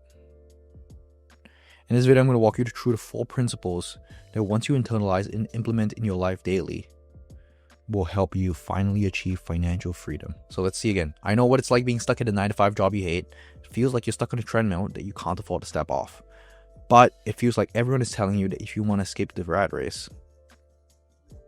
So it's like here, I say, like, I know what it's like being stuck at a 9-to-5 job. It feels like you're stuck on a treadmill you can't afford to step off. It sucks. But if you want to escape the rat race, so here I'm just going to trim it a lot. If you want to escape the rat race, you don't have to quit your 9-to-5. Contrary to popular belief, you have to quit your 9-to-5 and take on large amounts of risk. I've really started multiple businesses that I've grown to multi-7 figures and some to the $100 million range. And along the way, I've helped tens of thousands of people escape the rat race the right way. And yes, there is a right way to do it and a wrong way to do it. All right, in this video, I'm going to walk you through the 4 principles that once you internalize and implement into your life daily, will help you finally achieve financial freedom. And here we have the transition. There you go. So that's a hook. Kind of like spawned it out of thin air. Let me know what you guys think. I think this is like a pretty good base to start off. But really, when you're writing a hook, you want to spend a lot more time on it. You want to write a couple variations of it, right? But this is just like the first line that I came up with, that came off the top of my head. And here you can kind of see like me refining it, me reading it, me editing it, and this is pretty much the attention to detail that you need and that it takes to write a great hook. So hopefully this was helpful. And yeah, now that we've written a great hook, next step is we want to learn how to write the payoff, so the actual meat and body of the content. So in the research stage, we talked about how to pick the payoffs, and now we're going to talk about how to actually write the payoffs and bring it to life. So let's get into that.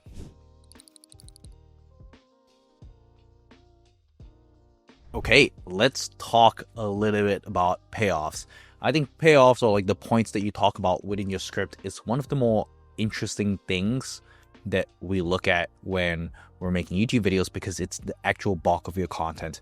And I almost find it pretty interesting that, you know, everyone focuses on the hook, everyone focuses on the call to action, really everything around making great content, but no one actually talks about how to create strong payoffs and how to create emotional payoffs, like payoffs that bring out emotion, or payoffs that's actually valuable to the viewer.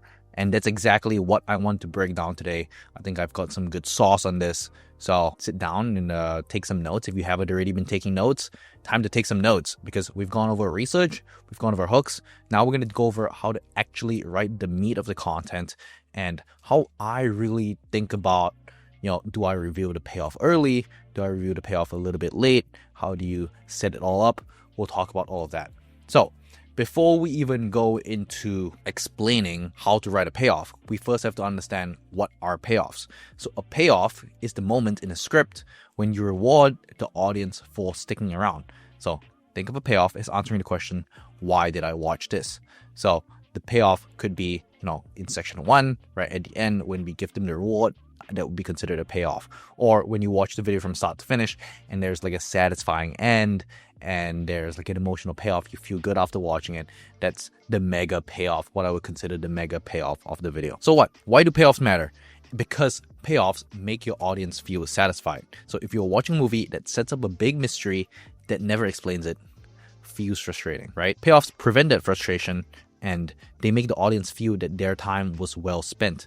Or, you know, in this case, it would be like a dopamine hit, right? For example, in a murder mystery, the payoff is to find out who the killer is. And without answering who the killer is, the story feels incomplete. It feels like you're being cheated because there's no dopamine payoff. Payoffs can be emotional or informational, right? It can be either of the two. It doesn't really matter. And you have to make the audience feel that everything they've watched so far was building up to this moment. So what? Because that keeps them watching. And when your viewers watch, right, watch time goes up, retention goes up, and views and revenue go up, which is all good for you. In this guide, we're going to break down how to set up, build, and deliver payoffs step by step. And by the end, you'll know how to use payoffs to keep your audience hooked from start to finish. So let's get into it. Right, we're going to cover payoffs and setups, the 2 different types of payoffs, earning a payoff, timing your payoff, avoiding common mistakes when you're scripting out your payoff, and then testing your payoff. So making sure that the payoff is actually good. We're going to go over these 6 things. So payoffs and setups. Every payoff needs a setup, and a setup is a clue, hint, or a piece of information that prepares the audience for what's coming. Without a setup, a payoff simply feels random. So if a magician pulled a rabbit out of a hat without showing the hat first, it feels confusing. The magician needs to set up the expectation by showing the empty hat first.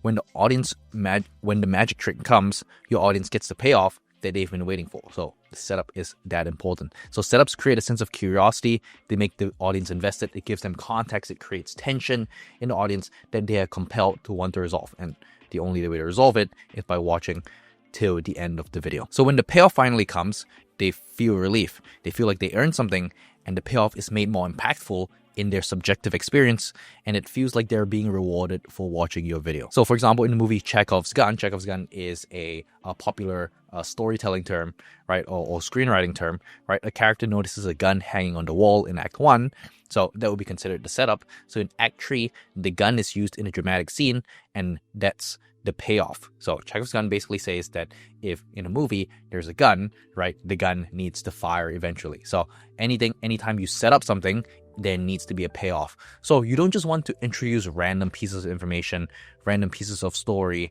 that isn't super relevant. Every piece of the story that you have needs to get paid off, right? If kind of you're making a storytelling video, there must be a reason that you set the story up in Brazil versus the US, right? There's a certain feel that you want to have. You don't just randomly pick a country that you want to set up the story in. There must be a reason why you create a certain form of setup. There's a reason why you give something a certain context, right? So that's the idea of Chekhov's gun. And this is applicable for YouTube too, right? You don't just want to set up a random point that you're going to talk about and then you never fully explain it. Everything in your script serves a purpose, right? In your hook, we discussed it. Every line serves a purpose. Within the script, if we were to script the script super strictly and be super specific of what words we use and how the viewer interprets it, then every single word we speak matters. Everything that we set up matters. Every Chekhov's gun we decide to set up matters in delivering the most amount value per minute. So you can use this exact same principle in a YouTube video. So let's look at an example. So in this video, right, the terrifying ghost towns of deep Appalachia. This is how the video starts. Appalachia, ... the land that the internet has made famous for its legends, its entities, and its lore. So I would consider this the setup, right? So it instantly sets up Appalachia's ghost towns as something mysterious. So once again, the internet has made famous for its legends, its entities, and its lore. It makes the viewer slowly grow more and more curious because we created the setup. So the payoff all the way at the end is follow me as I journey through these places with nothing but myself and the camera and explore these empty ghost towns. You'll get the full behind the scenes view of what they look like in the modern day. And then you want to make sure that in the video you actually show that. So the setup is I'm curious about Appalachian ghost towns, and the payoff is I will continue watching the video to learn more about Appalachian ghost towns. So like the payoff is like the entire video basically. So your goal with every payoff is to keep the viewer watching until the end. Like that's kind of the point of every single video, right? And you can do that by understanding the different payoffs that you can use, right? And really there are 2 main payoffs, right? Different types of payoffs you'll choose depending on the goal of your scripts. So here are the most common. Number 1 is the emotional payoff. So you want to make the audience feel something like joy, sadness, relief, fear. And this is the best payoff that you can use in emotional or documentary videos. So for example, this video by Gaji, right, surprising my mom with a $4 million dream house. The entire video setup is how he built a successful business. And at the end, the payoff is the clip where he finally brings his mom to her new dream house. So that's the emotional payoff. And then there's the informational payoff, which reviews something that the audience wanted to know. So this works for both documentary and educational videos. So this is a pretty standard educational video, 5 steps to make $10,000 a month writing online. This talking head video, right? This video has 5 setups, and for each step, the goal of each setup is to keep the viewer watching until the end of the step. And from there, the payoff will transition into the next step's payoff, building on the information that's shared with every step. So very clearly from the title, you can see it's 5 steps. And so there's 5 different payoffs, and every single payoff needs to build on the next. So that way there's a reason for the viewer to watch payoff 1, go to payoff 2, goes to payoff 3, goes to payoff 4, goes to payoff 5. It needs to be a build up in terms of the importance of the payoff. And then kind of the whole mega payoff of the video is how to make 10K a month writing online. So each type serves a different purpose, but all payoffs need to feel earned.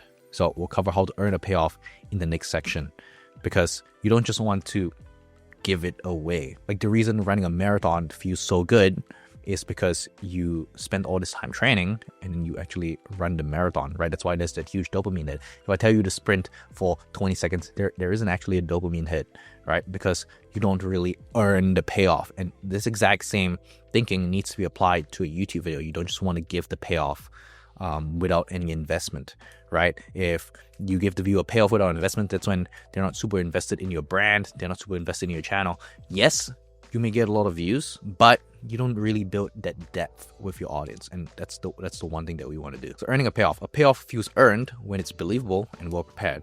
If a payoff comes out of nowhere, the audience feels either confused, so they don't understand why they should care about the payoff. So more important than the payoff is the setup, right? Because the setup will tell the viewer, hey, this is why you should care about the payoff. They don't really know why they care, then they won't really care. Unsatisfied, so they don't care about the payoff, so it doesn't matter to them.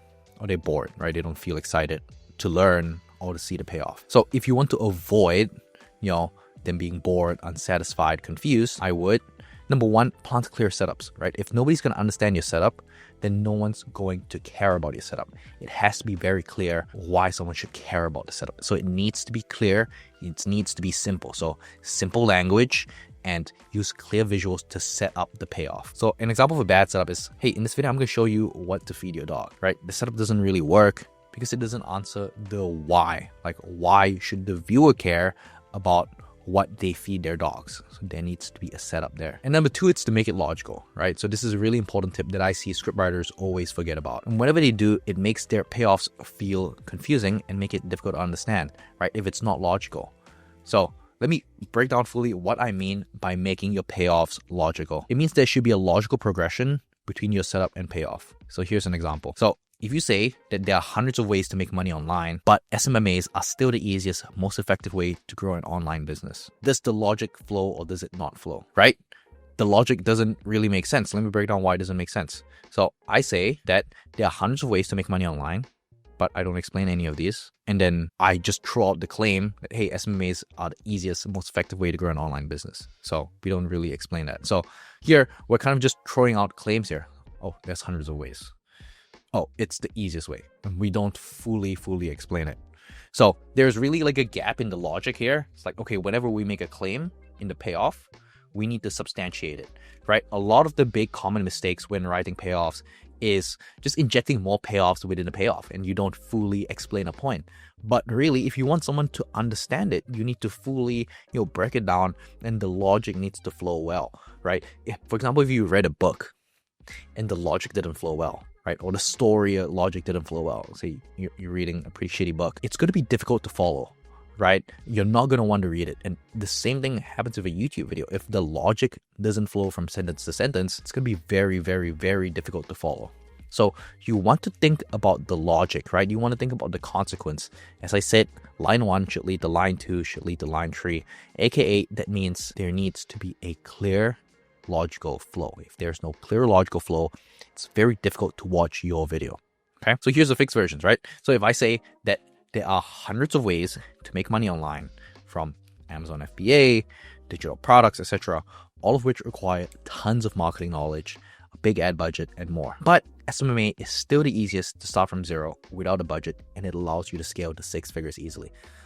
So there's context. Okay, there's hundreds of ways to do it, right? There's hundreds of ways to do it, but there's all of these problems with it. But with SMMA, you can do this. SMMA is a social media marketing agency. It's a business model, just for some context. So you can see here, the logic is already much smoother. The viewer's flow of logic will be, okay, you go from the setup, right? Other business models have all these downsides, to the payoff, which I can start an SMMA. It won't have any of those downsides. And yeah, we can easily transition to a new setup after setup 1, right? Which is, hey, SMMA is the best business model. So how do you start as an SMMA? So really transition from payoff 1 to payoff 2, setup 1 to setup 2. So the more effort you put into earning a payoff, the more impactful it will be. And in order to write impactful payoffs, you need to understand timing. because timing is everything, right? When you deliver a payoff too early, it loses impact. But if you deliver it too late and you set up, and actually the setup's kind of boring, then the audience will lose interest. So really, when you're writing a script, you need to time the payoff perfectly. A good rule of thumb is to build up to the payoff gradually. So you want to use smaller moments to keep the audience engaged, or they wait for the big payoff, which is the mega payoff. So if we go back to our SMMA example, right, the payoff saying that SMMAs are the best business model, right? You can say that SMMAs have fewer downsides, and then you can transition to SMMAs can be set up easily, which is the second payoff. And then finally, you pay off common mistakes in SMMA. So you can cover all of these different points. These are all considered payoffs. So we slowly build out our payoffs to, kind of the mega payoff being SMMAs are the best business model until your audience understands the main, or what I call the mega payoff. Spacing out these moments keeps the audience interested while building anticipation for the final reveal. So you can see here is a build up. See, kind of like the circle is like the importance of each payoff. So there's like a build up saying that, hey, one is more important than the other, which is exactly what you want to achieve in your script. But timing your payoffs wrong are one of the most common mistakes I see scriptwriters make, right? Alongside that, there are a few more mistakes that you need to avoid when writing your payoff. So let's look at a couple common mistakes, right? Avoiding mistakes with payoffs can save your script from feeling confusing or unsatisfying. So let's break down the common pitfalls and how to specifically avoid it. Overloading the script, right? When you include too many payoffs in your script, it might sound exciting, but it can leave your audience overwhelmed. You definitely don't want to leave your audience overwhelmed. So each payoff needs time to breathe. And if you stack too many, they'll start to blur together. So a good example of overloading your audience is when you introduce 2 payoffs within 5 minutes. That is simply too much information to process, right? Especially if it's a highly educational video, you need to give your audience time to breathe, right? You need to give your audience time to process your information. That's where your speaking speed comes in. If you speak way too fast and you go blah, blah, blah, blah, blah, very difficult to understand what you're actually trying to say. So that will also impact your payoff delivery. So that's kind of like the delivery of the script, right? Or, especially if you try to chunk down, say too many things in a short amount of time, very difficult to follow because you won't have time to fully explain it, right? So the solution is to focus on a few key payoffs and spread them out logically throughout the video. And then underwhelming payoffs. An underwhelming payoff happens when the result doesn't live up to the build-up. If you spend half your script building suspense, but deliver a predictable or weak conclusion, the audience feels let down. Example of underwhelming. So a long explanation on the best email writing framework that ends in a 5-second tutorial. So if you explain the full framework, long explanation, and the tutorial short, 5 seconds is kind of exaggerated, but let's say it's like 20-30 seconds, and you don't fully pay off the setup, right? So you build up all this dopamine and then there's like a big crash that leads to terrible viewer satisfaction. So your video may get a huge bump in initial views because people watch the first part, but then there's a huge crash because your advice is terrible. So there's like no point in that. The retention, you'll see very clearly, you'll go like this and then there's a huge dip and then you're kind of screwed from there. Like what's the reason for doing that? No reason to not pay something off properly. So you want to match the payoff scale to the setup. So if the buildup is intense, make the payoff equally impactful. Another mistake is forgetting the setup, right? So a payoff without a setup feels random and out of place. The audience will think, where did that come from? So if you just randomly bring up a point, aka you break the logic chain, you introduce too many payoffs, right? All of these problems are kind of interconnected. That's when you really confuse the audience and the payoff isn't super strong because you randomly bring out a payoff that's not connected to the logic of the other payoffs. So that's one of the things you want to think about too. So we already explained this early in the logic section. You always remember to refer to the setup when you're writing the payoff. Most of the time, you can easily avoid these mistakes by testing your payoffs after you write them. So here's how you can start testing your payoffs to know if they're bangers. So this is how I kind of think about testing payoff. So number one, you want to read it out loud. So sometimes just hearing your words can reveal if your payoff is working. So you want to read the setup and the payoff together out loud. And then when you're reading out loud, ask yourself, does the payoff logically follow the setup?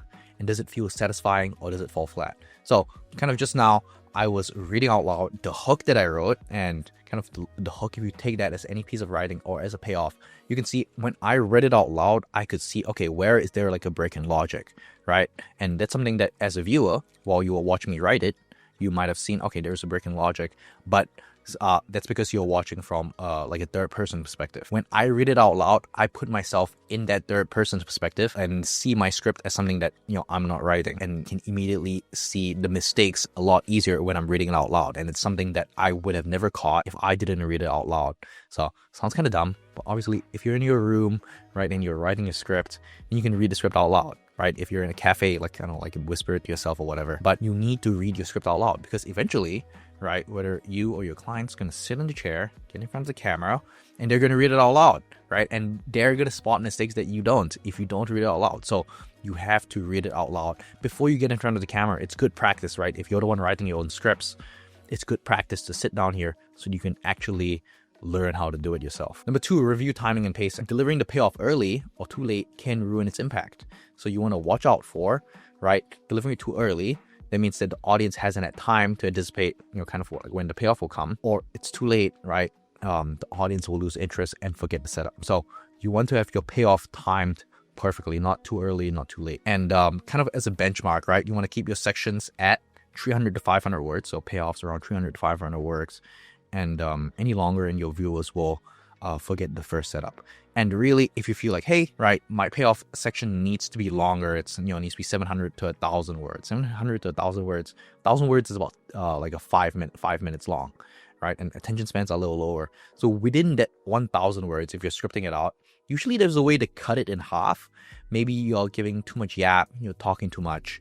Or within that, there's a mini payoff that you can have, right? So you want to identify that and also add a setup there, if that makes sense. And number 3, revise the payoffs based on feedback.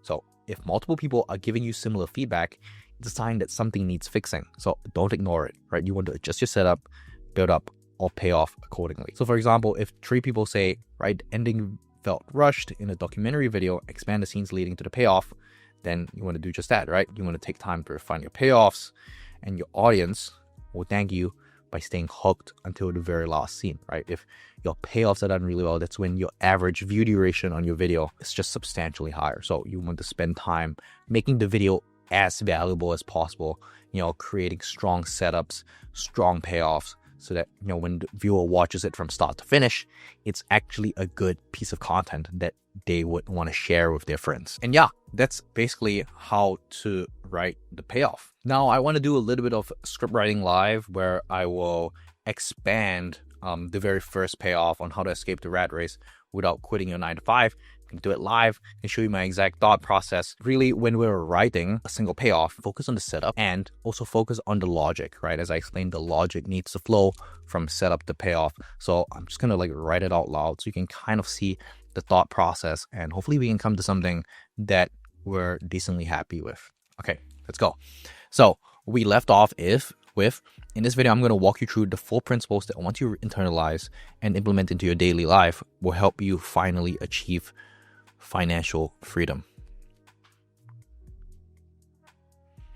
And then we have a transition here, right? So the problem that most people face is that they think, but before you even think about quitting the rat race, you need to completely shift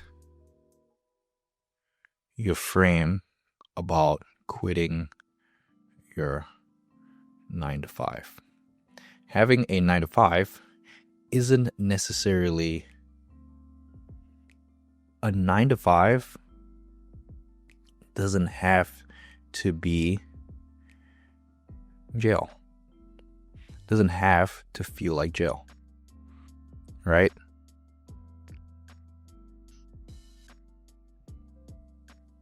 In fact, some of the biggest entrepreneurs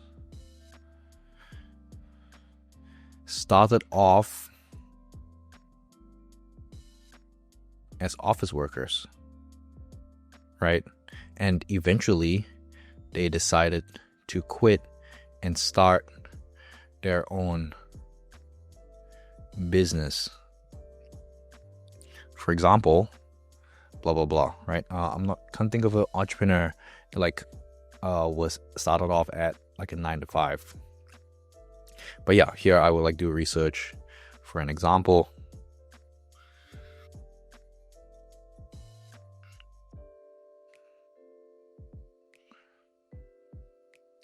But that doesn't mean that you can sit comfortably at your 9 to 5 and hope that some miracle happens to you. You need to be intentional about why you're in your 9 to 5 in the first place. Your 9 to 5 could be a job that is a stepping stone for you starting your business. So that could mean that you are learning high-paying, high-value skills while you're at your job. Or the job could, or you could just have the job, or if you're not learning any skills, at the very least, you should set the intention of being at the job to stack up your bankroll so that when you eventually quit, you have money to lean back on. So you can kind of see the logic here, right? You don't want to sit comfortably at your 9 to 5. You need to be intentional, right? That's kind of like the idea that I'm setting up here. You have money to, it's not money to lean back on. It's so that you have runway until you make enough money to pay your bills from your own business. Either ways, you must think of your 9 to 5 as an opportunity rather than a trap. Because when you think about your job as an opportunity to learn new skills or to make money in the meantime, that will help you make better decisions at your job and still keep the option for you, and will help you make better decisions at your job and play the long game. So here we want to give it. So if at your job you're learning how to run Facebook ads for businesses, so that you can eventually go out on your own and run ads, and so you can go on your own and start an agency, that is a great reason to stick to your job. That is a great reason to stick to your job.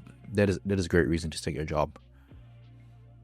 But if you're just coasting, if you're just going to your job, doing mundane tasks as an accountant, and you're not learning anything high value, you need to spend your time outside of the office in between breaks or when your boss isn't watching to learn, to pick up a high income skill. And here, I wrote this here, right? Because the only thing that differentiates those in the rat race and entrepreneurs and successful entrepreneurs is the skills that they have. If Elon Musk went bankrupt tomorrow, he would have $1 million within a week. So that's why I want to give you the skills. That's why I want to give you the tools to learn the skills. That, number one, is something I want to give you the tools to learn the skills that solves real world problems so that one day when you so choose, you can quit your job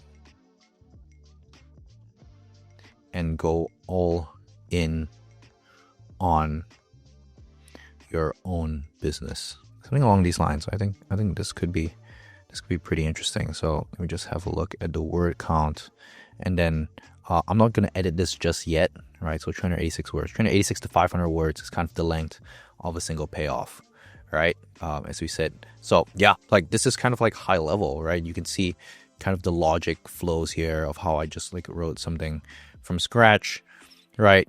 You need to completely shift your frame. So this is kind of open loop. We'll talk about that next, how to write transitions, right? But it doesn't have to feel like jail, right? Most start off as entrepreneurs, start off as office workers. So here, if I need an example, right, I can go here and ask Claude, what successful entrepreneurs started off as 9-to-5 workers? I am making a video on how to escape the rat race without quitting your 9-to-5. So really, if you don't have examples off the top of your head, use Claude, use ChatGPT. No one really uses Google anymore, but these are all like pretty easy ways. So here, Miss Sarah Blakely. Here, can you give me billionaires who are popular, right? So the reason I say, can you give me billionaires who are popular, is because if you watch Imangaji's videos, right, you'll notice that a lot of the examples that he uses is actually like billionaires. So you can see here, there you go, right? Here, there's a bunch of examples, right? Like, you don't have to pick one. Maybe like Jeff Bezos would probably be the easiest example. But yeah, like let's just use Jeff Bezos, right? For example, Jeff Bezos worked as a financial analyst. He was the youngest VP before leaving to start Amazon in his garage in 1994. But what Bezos didn't do is sit on his ass waiting for a miracle to happen to him, and neither should you, right? So you can kind of see here, I'm connecting the dots here. And yeah, you read through this again, go through rounds of editing until you actually like come up with something good. But like this is like a pretty good first draft that you're able to write, right? If you like really follow the logic, and you can kind of see me editing it. Here we can expand on like, this is like more of like the how to do it, right? You can expand on this a little bit more, but I think this is like a pretty damn good start. But yeah, this is how to write a payoff. But once you have the payoff, the next important part is how to write an open loop. AKA, once you have payoff 1, 2, 3, you need to connect these in some way, right? There needs to be a transition, and the transition is the open loop. And the open loop is also a big part of the setup, right? It's where you like build up, hey, right, this is the payoff, and this is like really big, this is really important. So that's the next thing that I want to cover. It's how to write an open loop. And let's go back to the slides.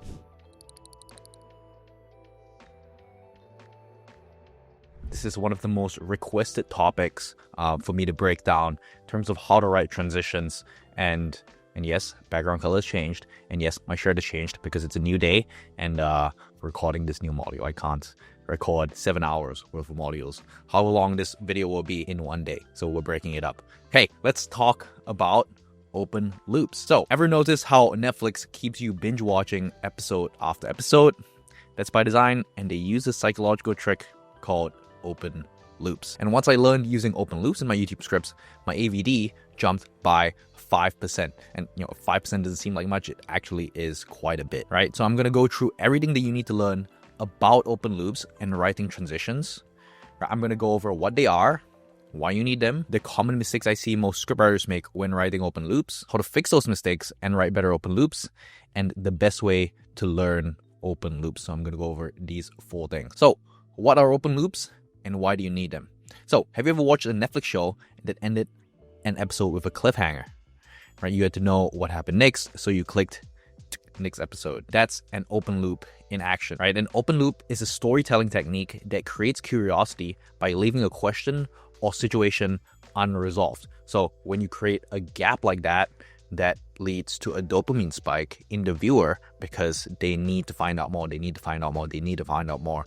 It's kind of like if your friend told you, hey, did you know what happened to Becky?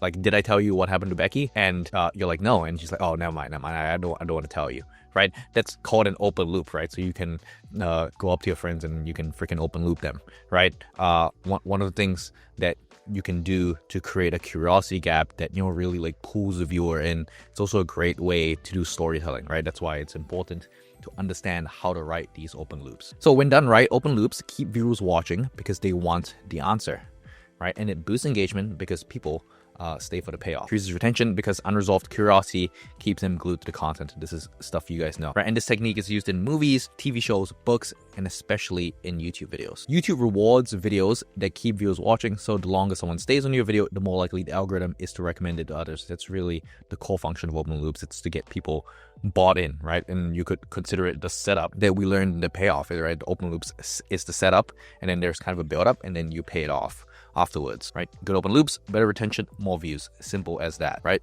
And because open loops create anticipation, viewers don't click away, right? They give viewers a reason to stay until the end. And they make your video feel structured and engaging, which improves the overall perceived quality, right? Because really, when you follow, you know, like a script structure, open loop and payoff, open loop, payoff, open loop, payoff, I think that makes your video a lot more easily digestible. And without open loops, your audience has no reason to stay watching. But really, when I first started writing scripts, I made tons of mistakes when I was writing open loops. So I'm going to go over a couple of these mistakes. And I see literally a bunch of new script writers, a bunch of business owners, a bunch of YouTube creators doing the exact same mistake with these open loops. So yeah, I'm going to go over every single mistake so that you can avoid them or you can fix them. Mistake number one is being too vague. When your open loop is unclear, your audience won't know what they're waiting for. So this creates confusion, not curiosity, right? Your open loop needs to be written super clearly. So an example of a bad open loop is, hey, you won't believe what happens next. This is massively overused, right? Viewers have seen this generic open loop 1,000 times. It's too generic, and it doesn't give the viewer a reason to care. So what's the point of saying you won't believe what happens next? Right? It's kind of a lame way. It's a lazy way of writing an open loop. So you really want to be specific enough to hint at what's coming, but don't reveal too much information. Really, that's the key of an open loop. So if you can say, hey, this one mistake cost me $10,000 and here's how you can avoid it, right? So the viewer wants to learn what this specific mistake is, and it creates curiosity because they want to avoid making the same mistake. Mistake number two is resolving the open loop too soon. So if you answer your open loop immediately, there's no tension being built up, right? So the viewer gets the payoff without having to watch the rest of the video. So when you create an open loop, right, that you create this anticipation for the payoff, right? And if you pay that off way too early, so the gap between your open loop and the payoff is very short, then it's like, okay, they already got their dopamine hit and then they're just going to leave, right? So you don't want to resolve the open loop too soon. It kind of just has to be just nice. So an example of a bad open loop is, hey, in this video, I'll tell you how I doubled my income by raising my prices, right? So it's like, this is literally like one sentence, but usually people do it gaps in between a couple of sentences, which isn't good enough, right? So resolution comes way too quickly. There's no reason to keep watching. So how to fix it, right? You want to delay the payoff and stretch it out across the video, right? So maybe instead of paying it off within the first minute of opening the loop, you want to do it 3 to 4 minutes later before you create another open loop. So an example of a good open loop, right? This is more like setting expectations, but in this video, I'll show you how I doubled my income in 30 days, but the way I did it might surprise you. More on that in a minute, right? So it's like, okay, why would it surprise you, right? So you delay the answer, you build anticipation with this open loop. And mistake 3 is to forgetting to close the open loop, right? So an unresolved open loop feels like a broken promise, right? Viewers will feel frustrated and they'll be less likely to trust your future content.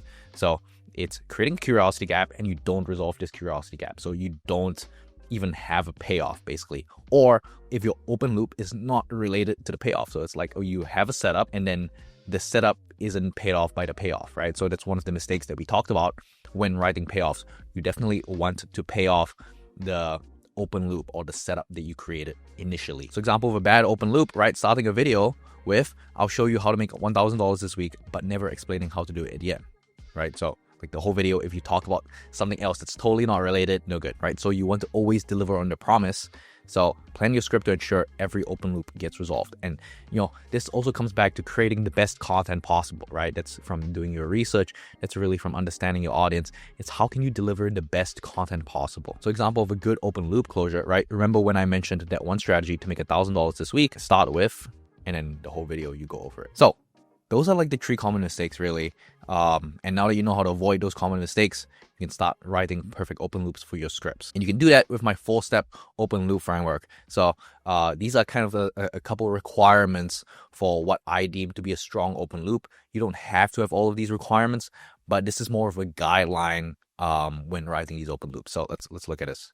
Right, number 1, start with curiosity. Right, ask yourself, what unresolved question will keep my audience watching? So how did I double my income in 30 days? What's the number 1 mistake every beginner makes on YouTube? Why did my most expensive video completely tank? Right, if you can create open loops around these questions that lead to your next point, that acts as a setup, I think that is super powerful. Right, so the question should directly appeal to your audience's interests and pain points. So interest is what your audience likes, and pain points are problems that your audience wants to solve. So your open loops need to appeal to either of them to be considered a strong open loop. Step 2 in writing an open loop is to build tension. So you want to create enough tension to hook the viewer, but don't resolve it too soon, right? As I said, one of the mistakes is resolving it too soon. So you want to build tension. So like tension is kind of like when there's stress, right? The viewer really wants to know what it is, but you don't release tension too early. So this one mistake cost me $10,000, right? Stay tuned to find out what it was, right? I found a way to double retention rates, but it's something most creators overlook, right? The second one especially is pretty strong, right? It's something most creators overlook. Why do most creators overlook it, right? And this creates a bunch of questions that you'll later want to resolve. I'll share more about that later, right? You'll see exactly how I did it in a minute. Number 3 is a strategic delay, right? So it's not just rely on one open loop, it's to introduce new loops throughout the video to maintain engagement, right? So you really want to layer your open loop. So you say you start with, hey, this strategy doubled my revenue in 30 days, and I'm going to talk about that later. And then midway, you'd be like, hey, but before I show you that, let me tell you about the mistake that held me back for years, right? So kind of like when you're watching a movie, there's like multiple story plots, right? You kind of have the A plot and the B plot going on. So like the A plot is like maybe say the main plot for the character, and there's a B plot going on. So usually these 2 plots are moving in conjunction, and sometimes you switch between the 2, right? But the A plot really is like the main video timeline, or like the main thing that's happening in the video. But you also want to have a B plot, and kind of the B plot is like, hey, let me tell you about this other thing that's also adjacently related to the plot A, right? Which is like the main content of the video. You can create a secondary open loop within your video that makes this super strong and improves your retention that way. That's one of the ways that I think about it too. Another example, right? The main loop is, hey, this one strategy doubled my income. Secondary loop was first, let me show you the mistake that cost me $10,000. And the supporting loop is the reason this works is fascinating. So here you're really like layering your open loops. It's not just like one sentence, right? That the open loop is. You don't just say one sentence and just hope that, okay, they get hooked by it, right? You can layer it, right? So you can create curiosity. It's like, hey, if you continue watching, you'll get this benefit, and then we'll alleviate this pain. So there's multiple different layers you can do to it to really build up that curiosity and really hype up the point that you're talking about. And once again, the thing is, when you really want to hype up the point, like, hey, you're going to get all of this, you're going to get all of this, you're going to get all of this when you continue watching, you need to pay it off, right? The actual content that you deliver really needs to deliver on the promise that you made. And if you don't deliver on the promise, that really limits the viewer satisfaction, that really limits the strength of your video, how actually good the content is. So you really want to pay off when you have massive open loops, when you create this massive curiosity. I want to emphasize that over and over again, because it's really easy to just write these open loops to improve retention and never deliver on it. And if you don't ever deliver on it, that's when your audience, isn't as loyal, isn't as strong. So step 4 is to always close the loop, right? Once again, when you create a loop, make sure to resolve it by the end of the video. So I'll show you the number 1 strategy. I used to double my income, right? Build up the tension, explaining the mistakes you made before finding the strategy, and then deliver on the payoff, right? Now here's the strategy. I promise. Raise my prices and simplify my offer. So when you write open loops, you can ask yourself these questions to make sure that your open loops are always a hit, right? Number 1, does your open loop spark curiosity, right? Are you creating a need to know feeling for the viewer, right? Does the viewer like feel the need to know, feel the need to want to continue watching, right? Does your open loop connect to the audience's interests? So is it relevant to their pain points and their interests? Does it fit naturally into the video, right? So if the open loops kind of feel like it's disjointed or it's coming out of nowhere, that's no good, right? It should feel like a seamless part of the narrative.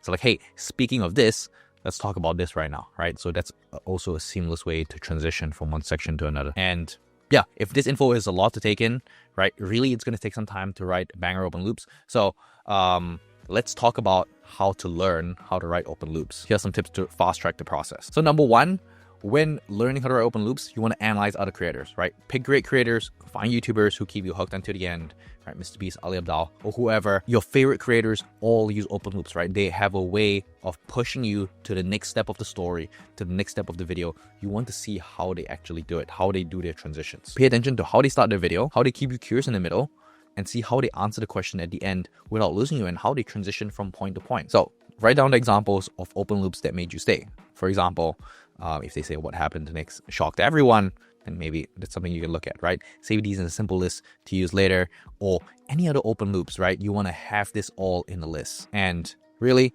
you can use simple formulas, right? Curiosity, right? What happened next might surprise you, right? If there are certain strong open loops that really stand out, you want to take all of that down, and you start with certain simple formulas, and then over time you can use more complex open loops, right? Here's how I fixed it and what you can learn, right? Everything was great until it falls apart. Everything was great until it all fell apart, right? So that's for conflict. And then when you're writing open loops, aka transitions from one point to another, right? Write 3 versions, take one topic, write 3 open loops, and yeah. So for this video, how I got 1 million views, right? I found one trick that got me 1 million views. You won't believe it. Maybe that one, maybe not super strong, right? This simple change got me 1 million views. Maybe this is a little bit better, right? Here's how I hit 1 million views in a month, and it's not what you think, right? A couple versions of open loops. And then you want to layer open loops into your script, right? Start with a big question, right? Add more curiosity halfway through the video, right? Make sure to answer everything at the end. Make sure to resolve the open loop is what I'm trying to say here. And yeah, write every day, right? Spend 15 minutes a day writing open loops, right? Probably within 7 days, you'll get really good at it. What I found changed everything, but no one told me about it. It made a huge mistake, right? This one hack saved me hours, and I'll show you how. Once again, when you see a great open loop, write it down, and then try rewriting it, adapting it for your own script, right? Does it make people curious? Is it clear enough to understand? Would you keep watching?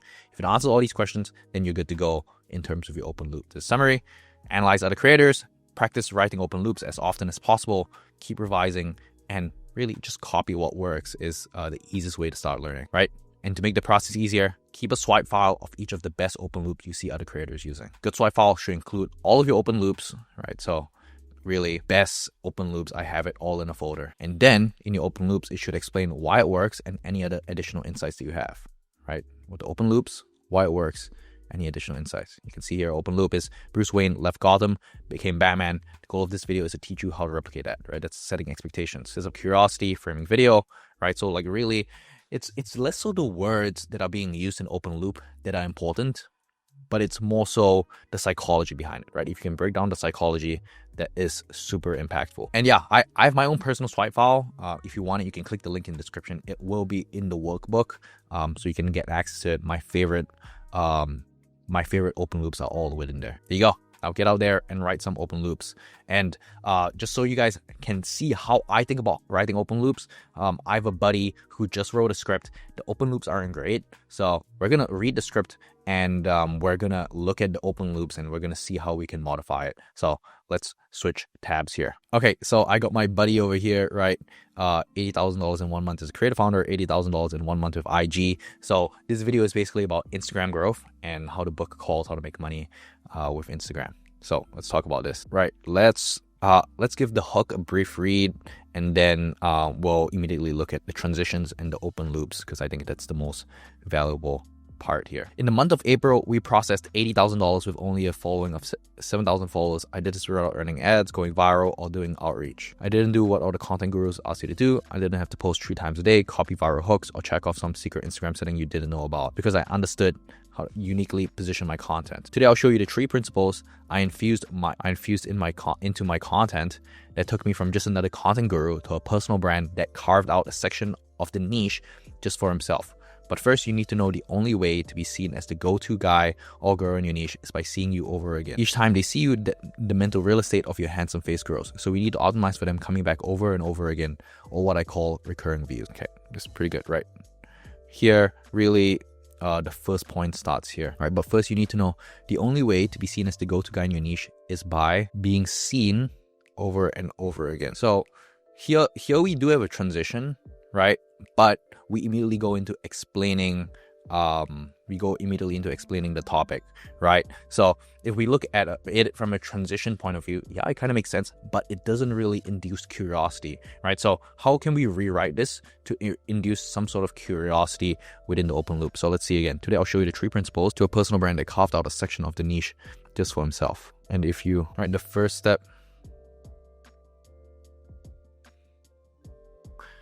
principle has to do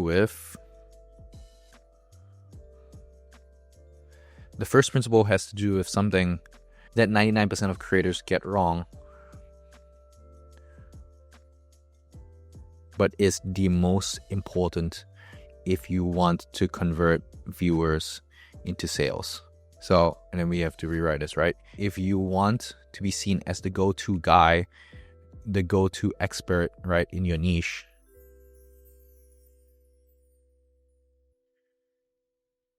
you need to be seen over and over again, because each time, so we add transition here, right? Because each time they see you, the mental real estate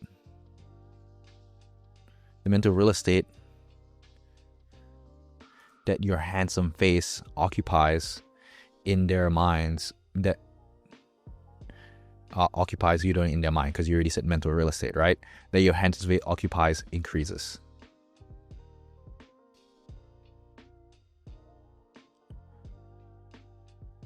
Most creators optimize for views for non-followers, but we also want to optimize for them coming back over and over again, or what I call recurring views, right? So the first principle has to do with something that 99% of creators get wrong, but it's the most important if you want to convert viewers into sales, right? So this is an easy open loop framework. Hey, most people get this wrong, but it's super duper important, right? So you can create a contrast. Creating a contrast is a great way of creating an open loop, because they're like, hey, what is this contrast? Like, why do I need this, right? So here we create an open loop. So here he goes into the value, right? There are two main types of value, blah, blah, blah.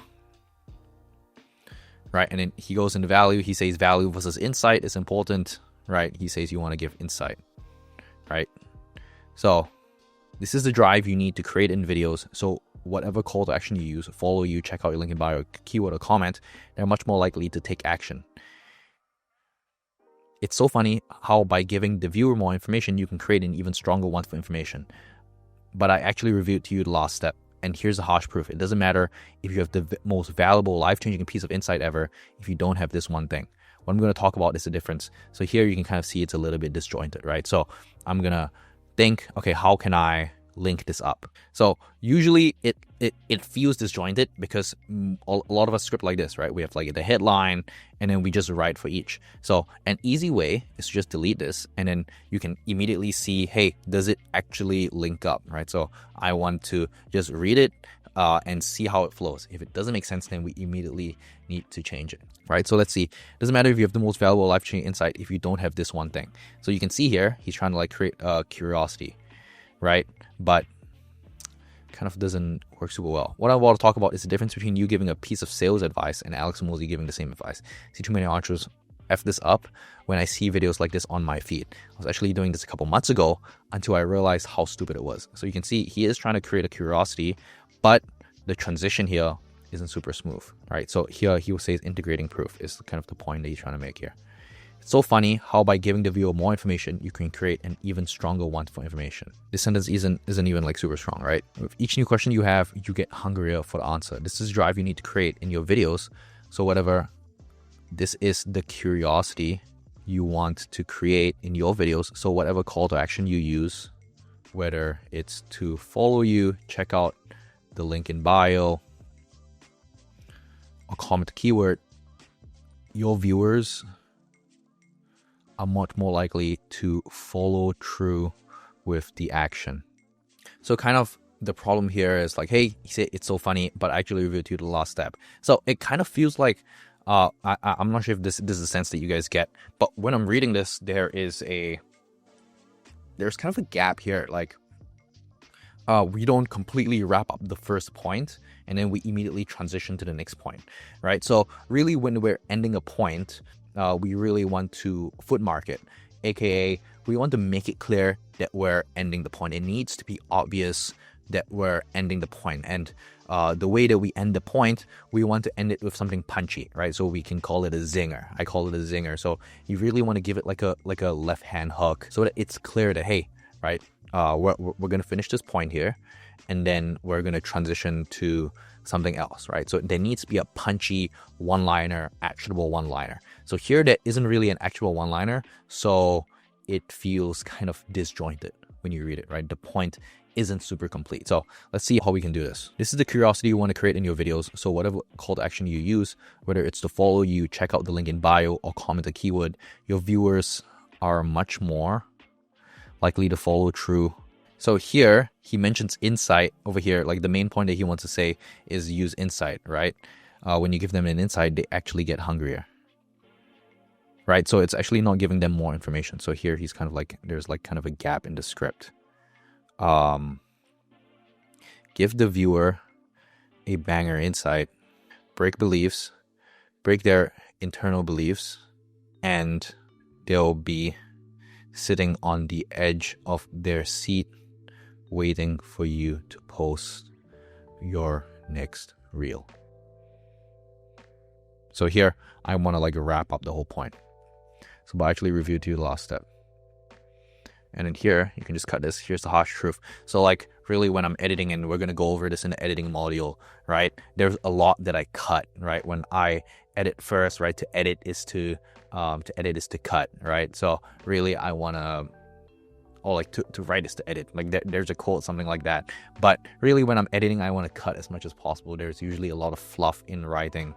So here, but it doesn't matter if you have the most life-changing piece of insight ever, if you don't supplement it with this next thing I'm going to talk about, right? Thing I'm not a super fan of, right? But maybe let's just make a comment, right? Not a fan of thing. What I'm about to share, is the difference between you giving a piece of sales advice and Alex Mosey, and I see it frustrates me, right? I see so many entrepreneurs F this up. When I see videos like this on my feed, it frustrates me.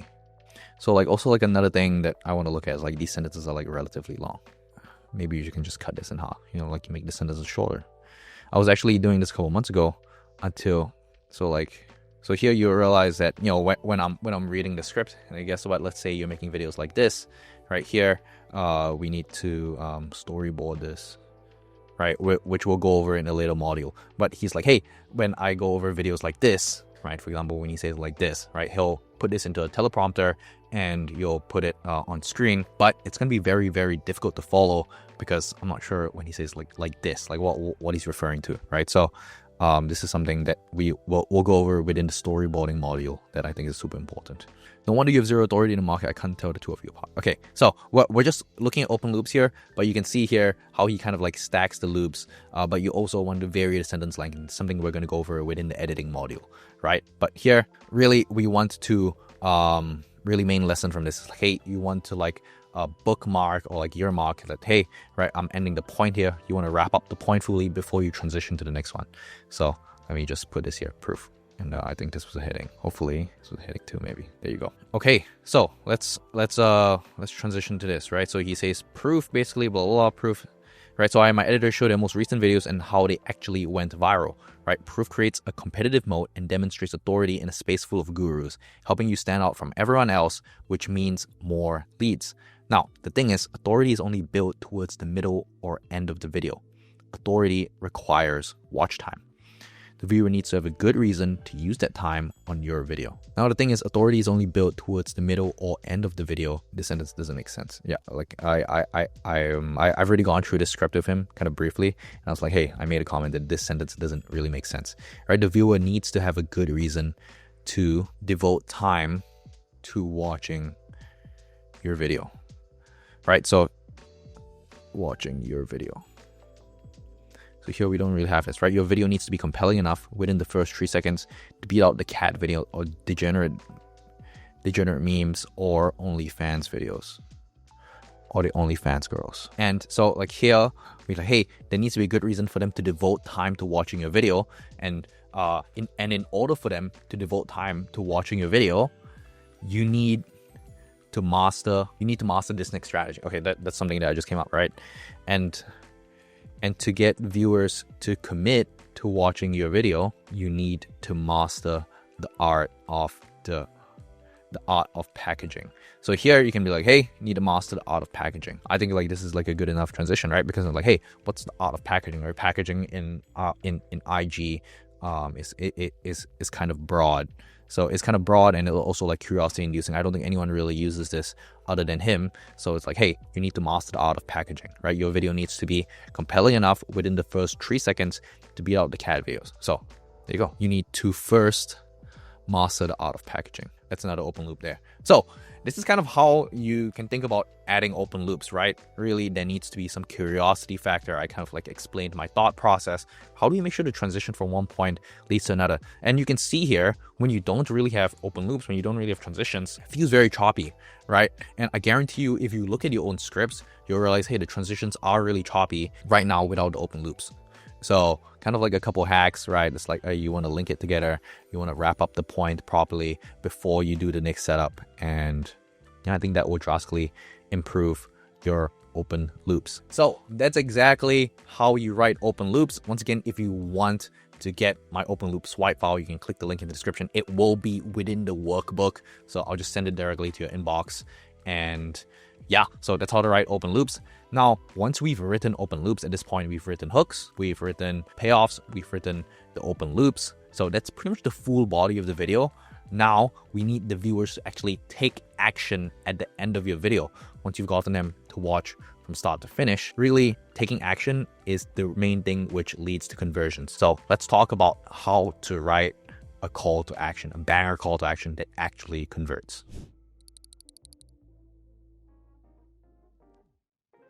Call to action, CTA, is basically a prompt at the end of your video to get the viewer to take what action you want them to take, right? Here, just an example of a simple call to action. So there are 3 types of call to actions, right? One is to sell them on watching another video on your channel. So that's with an end screen element, show you what it looks like, selling them on liking and subscribing, rather than selling them on your offer or product or product pitch. And you usually use an end screen to accomplish this, right? An end screen is what you add as a clickable element in your video. So you can see here at the end of my 33-minute video, it's like, hey, click on this video over here on the screen. It's an end screen element. But I bet you're asking yourself, why don't you say, if you like the video, make sure to like and subscribe, right? Lots of business owners to this day still do this. Hey, make sure to like and subscribe, or like leave a comment, blah, blah, blah. All of that doesn't really matter, right? Because if the content is valuable enough, the viewers will like and subscribe on their own. And kind of there's this thing on YouTube right now where like subscribers don't really matter. There are channels with millions of subscribers that can barely get 1,000 views on their videos.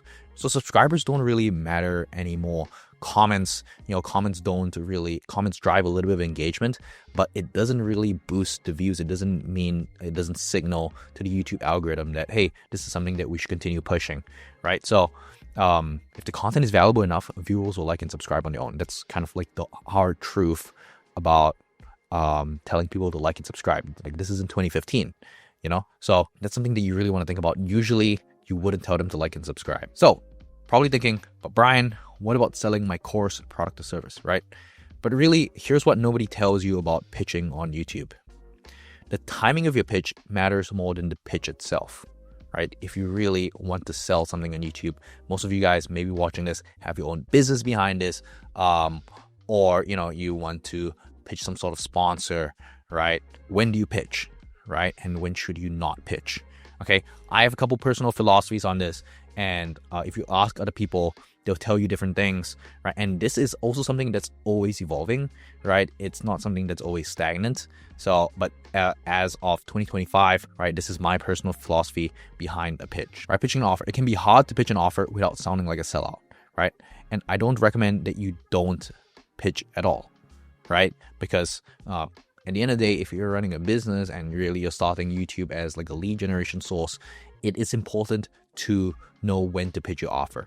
But if you pitch your offer too many times, right, in your videos, your core audience will eventually think that you're a sellout and, won't come back to watching your channel. So you need to do it very smart. In general, my philosophy is that you only pitch an offer in a 40-minute plus videos, because that's when the viewer has gotten massive amounts of value from your video. And I feel that's the only time that you have permission to pitch. Other than that, generally wouldn't pitch to the viewer, because if your video is 10 to 20 minutes long, there just isn't enough information transferred to justify a pitch. So really, just don't pitch unless you have a 40-minute plus video, because after a 40-minute plus video, right, if you tell them to book a call, if you tell them to buy whatever product or whatever course that you have, I think it makes sense. After they've watched from start to finish, they really understand all of the sales arguments, really their beliefs has been broken, and they trust you because they've learned a lot from watching your videos. Then does it really, really, really make sense to do a pitch at the end of the video? Otherwise, I personally wouldn't hard pitch anything. I wouldn't do anything too crazy with regards to pitch, especially not in a 10 to 20 minute video. So that's something that you definitely want to be conscious of. So what do you pitch, right? Instead of in a 10 to 20 minute video just pitching people to buy a product at the end of every video, you should pitch another video, right? So when you do a call to action at the end of your video to another, the end screen click-through rate will increase, right? So when viewers go from one video to another on your channel to another on your channel, it creates a sort of spider web that will solve all of your prospects' problems at one time. So really, you want to think of your YouTube channel kind of as a spider web. And when someone gets caught in one of your videos and they watch it to the end because it's a good video, they'll watch another video. And then this video will end screen call to action to this other video, to this other video, to this other video, to this other video, to this other video. So eventually it becomes like a spider web. As long as someone gets caught in it and watches your high quality video all the way to the end, they'll start watching more videos on your channel, and that really increases the session time. That really increases kind of the viewer satisfaction from watching your video. So this is a big reason of why I really like pitching to another video, because it gets people to watch even more, right? Increases the watch time on your channel, as I said, right? Which leads to a boost in the algorithm. So really, for example, if you post a video that's a 1 of 10, right? This video is kind of like about ideation, about storytelling a little bit, and kind of like there's different stuff that we talk about within that, right? And at the end of this video, my call to action was, hey, if you want to learn how to write hooks, call to actions, and a body, how to research your time in half, I highly recommend that you watch my full script writing guide. I go through everything that you need to know about how to write a great YouTube script. It's about an hour and it's 30 minutes long, but I guarantee it's the best video that you will watch today. All right, click over here to watch it, and I'll see you in the next one. Right, and then you add end screen elements at the end of it, taking them to the full 1 hour course. Guess what happened, right? Really, you can see a spike, right? You can see that there's a big spike just because I did a call to action at the end of the video, right? With one video popping off. So kind of when you have one video that performs well, that gets people to watch till the end, that is an incentive for them to come back and watch another of your video that you did an end screen click-through rate on. And because I did this with like a lot of my videos, right? My full script writing course, that was me with my glasses, continues to get views. It's at about 220K views right now. All this you can do by writing a strong call to action. So here's how you can do the same thing. I'm going to give you my framework for writing end screen call to actions. It's nothing super duper complicated.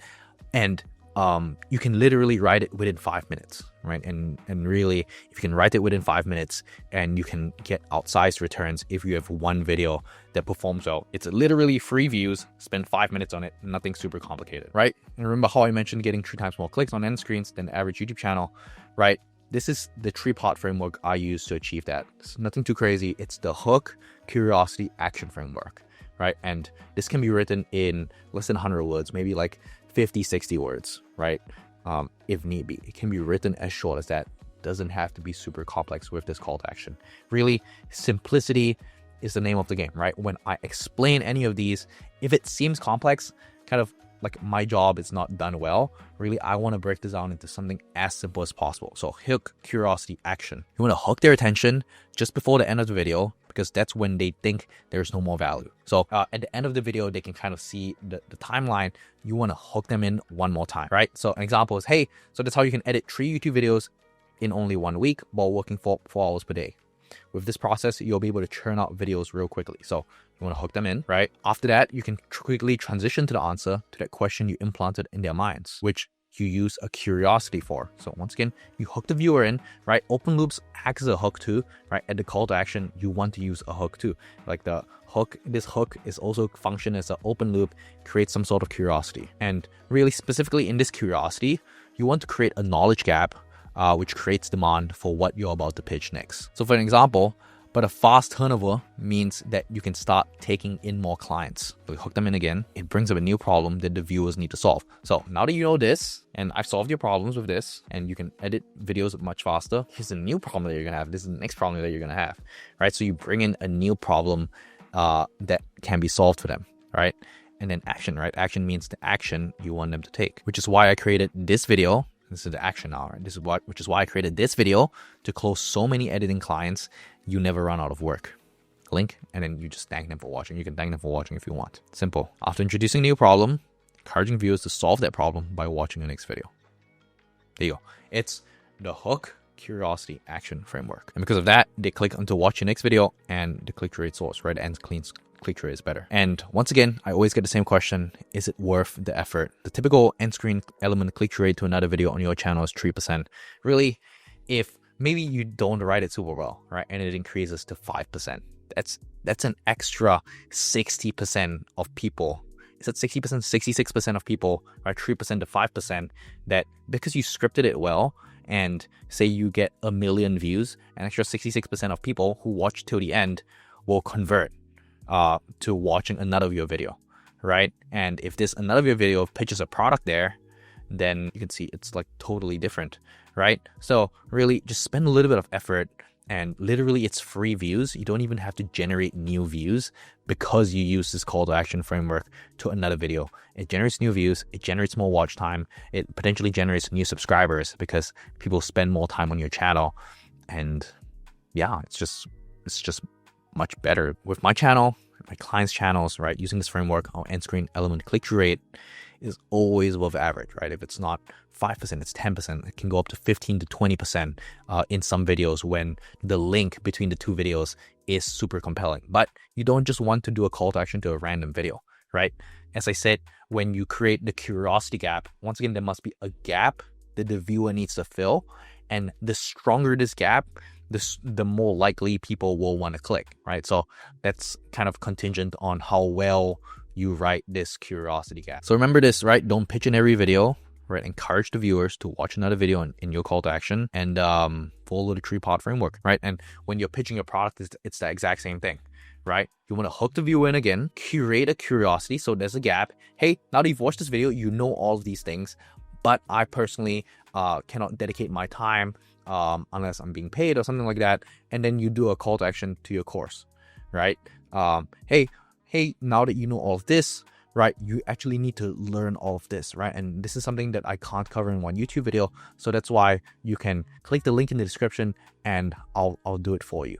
Even the call to actions that I have had throughout this video, right? It's like, hey, click the workbook. I'll send it directly to your inbox. It solves a specific problem for them, right? It solves a specific problem for you, right? If you click the link in the description, get the workbook, it will make your life a ton easier, right? Because you don't have to scroll over this video, rewatch it, right? You can actually just take those pieces of information, right, within the workbook and go apply it within your channel and immediately get results. Because really the goal of getting the viewer to take action isn't just to grow your channel, right? It's so that your viewer gets results.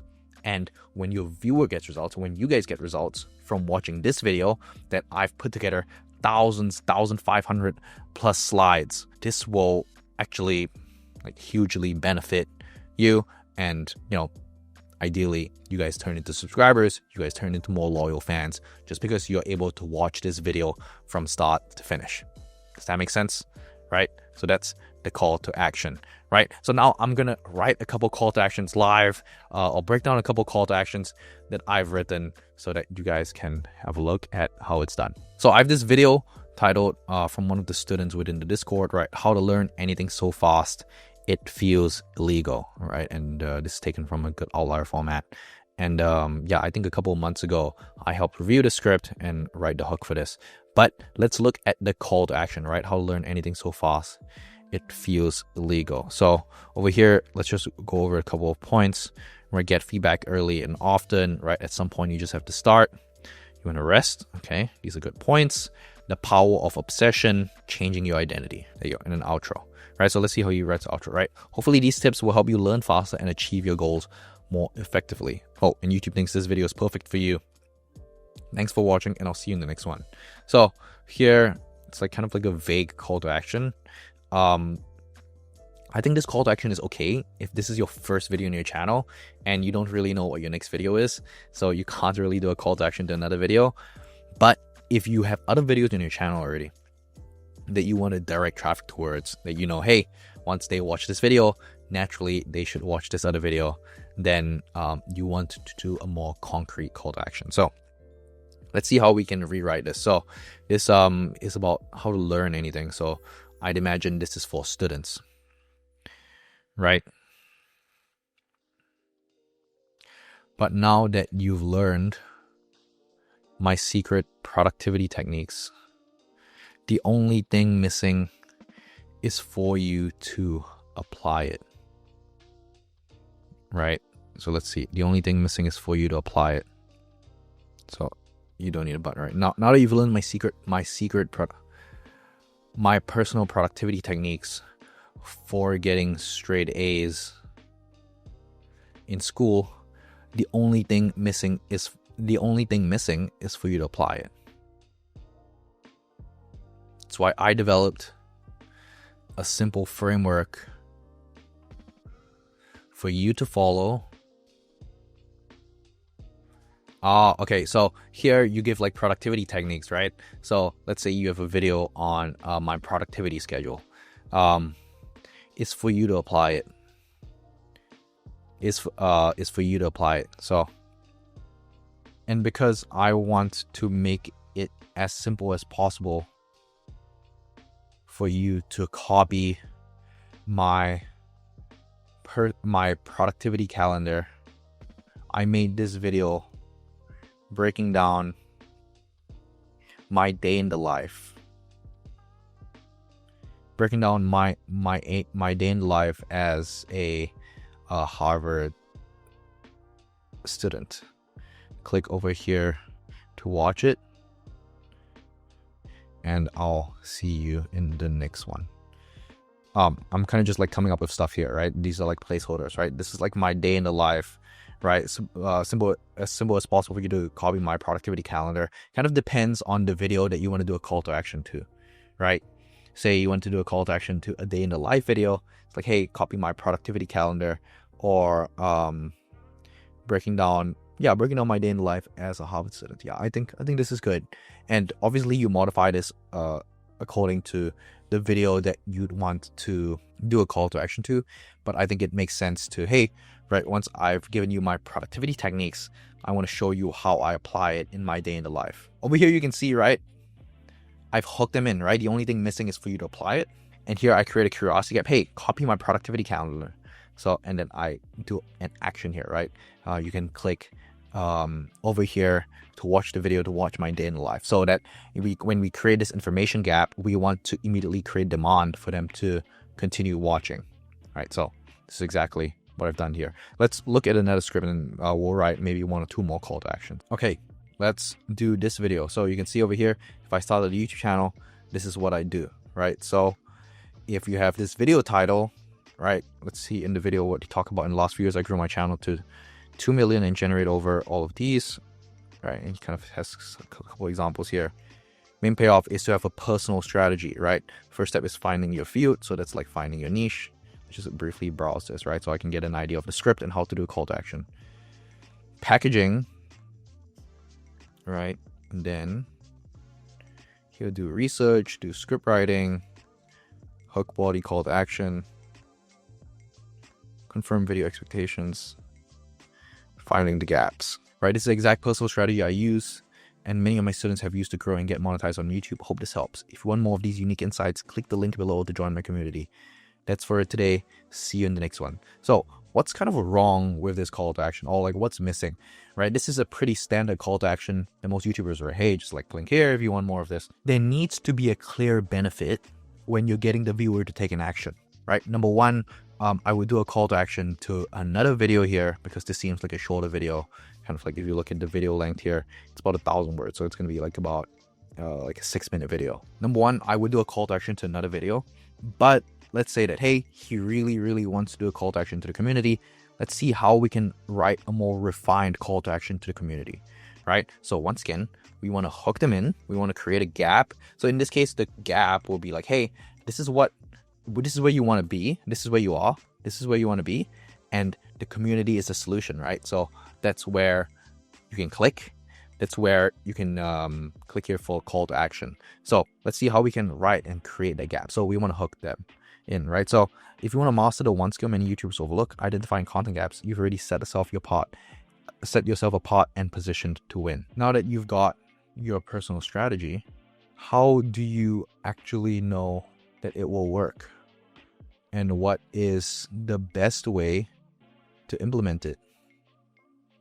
I, for one, know that accountability is one of the most important factors when learning, when growing on YouTube. Even Mr. Beast, let me make this a little bigger so you guys can see, right?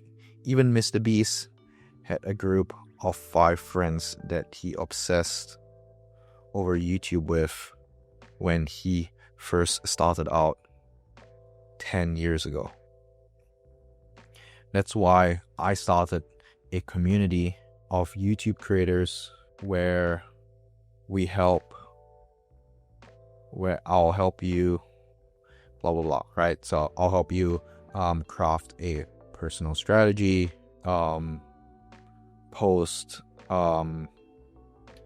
my personal YouTube data so you can see what works and doesn't work, and blah, blah, blah. So basically what I'm trying to say here is like, hey, this is everything that you'll get if you join the community, right? So once again, right now that you know the personal strategy and what is the best way to implement it, so I hook them in, and then you want to create a gap, right? I, for one, know that accountability is one of the most important factors when growing on YouTube, right? So here we create the gap, right? We create the gap for accountability. Let's say accountability is the main thing that you want to push in terms of this community, right? So click the link in the description if you want my help to get monetized on YouTube in the next 30 days. So immediately I give a benefit.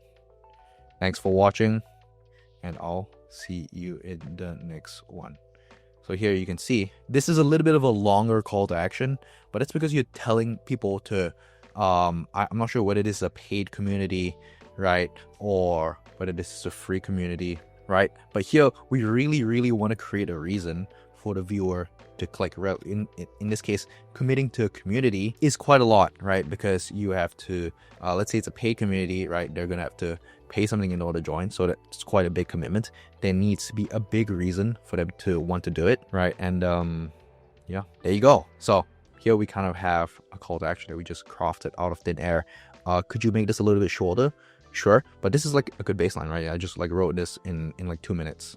And right, it also depends on the context, right? When you're writing your own script, you'll have a little bit more context, but what you want to do the call to action to, right? What the main selling point of the community is, and yeah, just like that. And so yeah, that's how you write a banger call to action to get your viewers to actually take action on what you want them to take action on.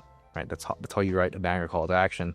And by this point, just to recap, research, hooks, payoffs, open loops, call to actions, we've pretty much written the whole script if you combine all of this together. But the next step is probably one of the most crucial. It's what people pay me the most money for.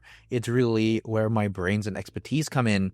It's editing the script, right? If you don't know how to edit the script will never come out good.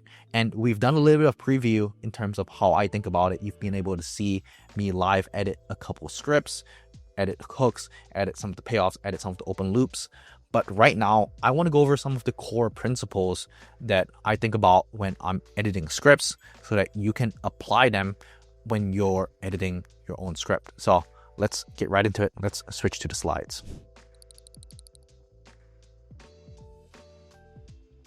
Now that you guys are here, I just want to say thank you for staying all the way to this point and really learning the skill of like YouTube script writing, because I do believe it's one of probably the most important skills to have in content creation today, and it's probably one of the most valuable skills to have. So thank you for investing your time in this video, but let's get into editing. So let's talk about real quick before the specific method on how to edit your script is why is editing important? Because when you master editing, everything changes, right? You cut your writing time in half because you don't just spend all of your time, right, just like sitting around waiting to write your first draft. You get your first draft out and then you edit the script, right? And that really cuts your time in half rather than writing, editing, writing, editing, writing, and editing. Your brain switches gears and it's just not super duper productive. When you master editing, everything changes, right? You cut your writing time in half, there's less revisions and production time is wasted, and you make your scripts more high quality just because you edit it, right? When you spend more time working on something, presumably the quality is better, right? And this is especially true for writing. So your first draft is for dumping ideas, right? Editing shapes those ideas into a coherent and polished narrative, and a well-edited script makes your audience stay engaged and makes them take action. So how to edit, right? I made the power method for editing your script. So let's get into it. P is for pause, okay? And most people don't really do this. They go straight from writing the first draft to immediately editing it. But after finishing your first draft of a video, I want you to take a break, because this incubation period allows you to return to your script when you go and edit it with fresh eyes. So even after a short break, like an hour, it can really help you spot things that you've missed. And this works because it's easier to identify weak spots when you're not emotionally attached to the writing. Spending some time away from your work can reveal new ideas or better ways to phrase things. Immediately, once you write a script and you edit it, you're like emotionally attached to it. Oh, I spend a lot of time. But really, when you distance yourself, which I think that's the power of the pause, right? When you distance yourself, you're not super emotionally attached to the script. You're not like, your ego isn't in the way. You're like, hey, it is actually pretty good. You get to see it from a third person lenses. When you notice that you're critiquing someone else's video, it's a lot easier to critique it because it's from a third person lens. You are less emotionally attached to it. But when you critique your video, you're just not that great at critiquing your own video, right? There's a lot of blind spots that you have because you're emotionally invested into the video. So that's why it's good to consult experts. It's good to get a third eye, second eye onto your stuff. And you want to act as your third eye onto your content, take a pause, right? So that's why it starts with the P. So this is based on the incubation effect, right? Because in psychology, this refers to the process where stepping away from a problem or task allows your subconscious mind to continue working on it. So when you're actively focused on something, your conscious mind is limited by its working memory and cognitive biases. And taking a break gives your brain the freedom to explore alternative pathways and associations, which gives you new ideas in return when you eventually decide to edit it. And you go to O. O is the out loud test, right?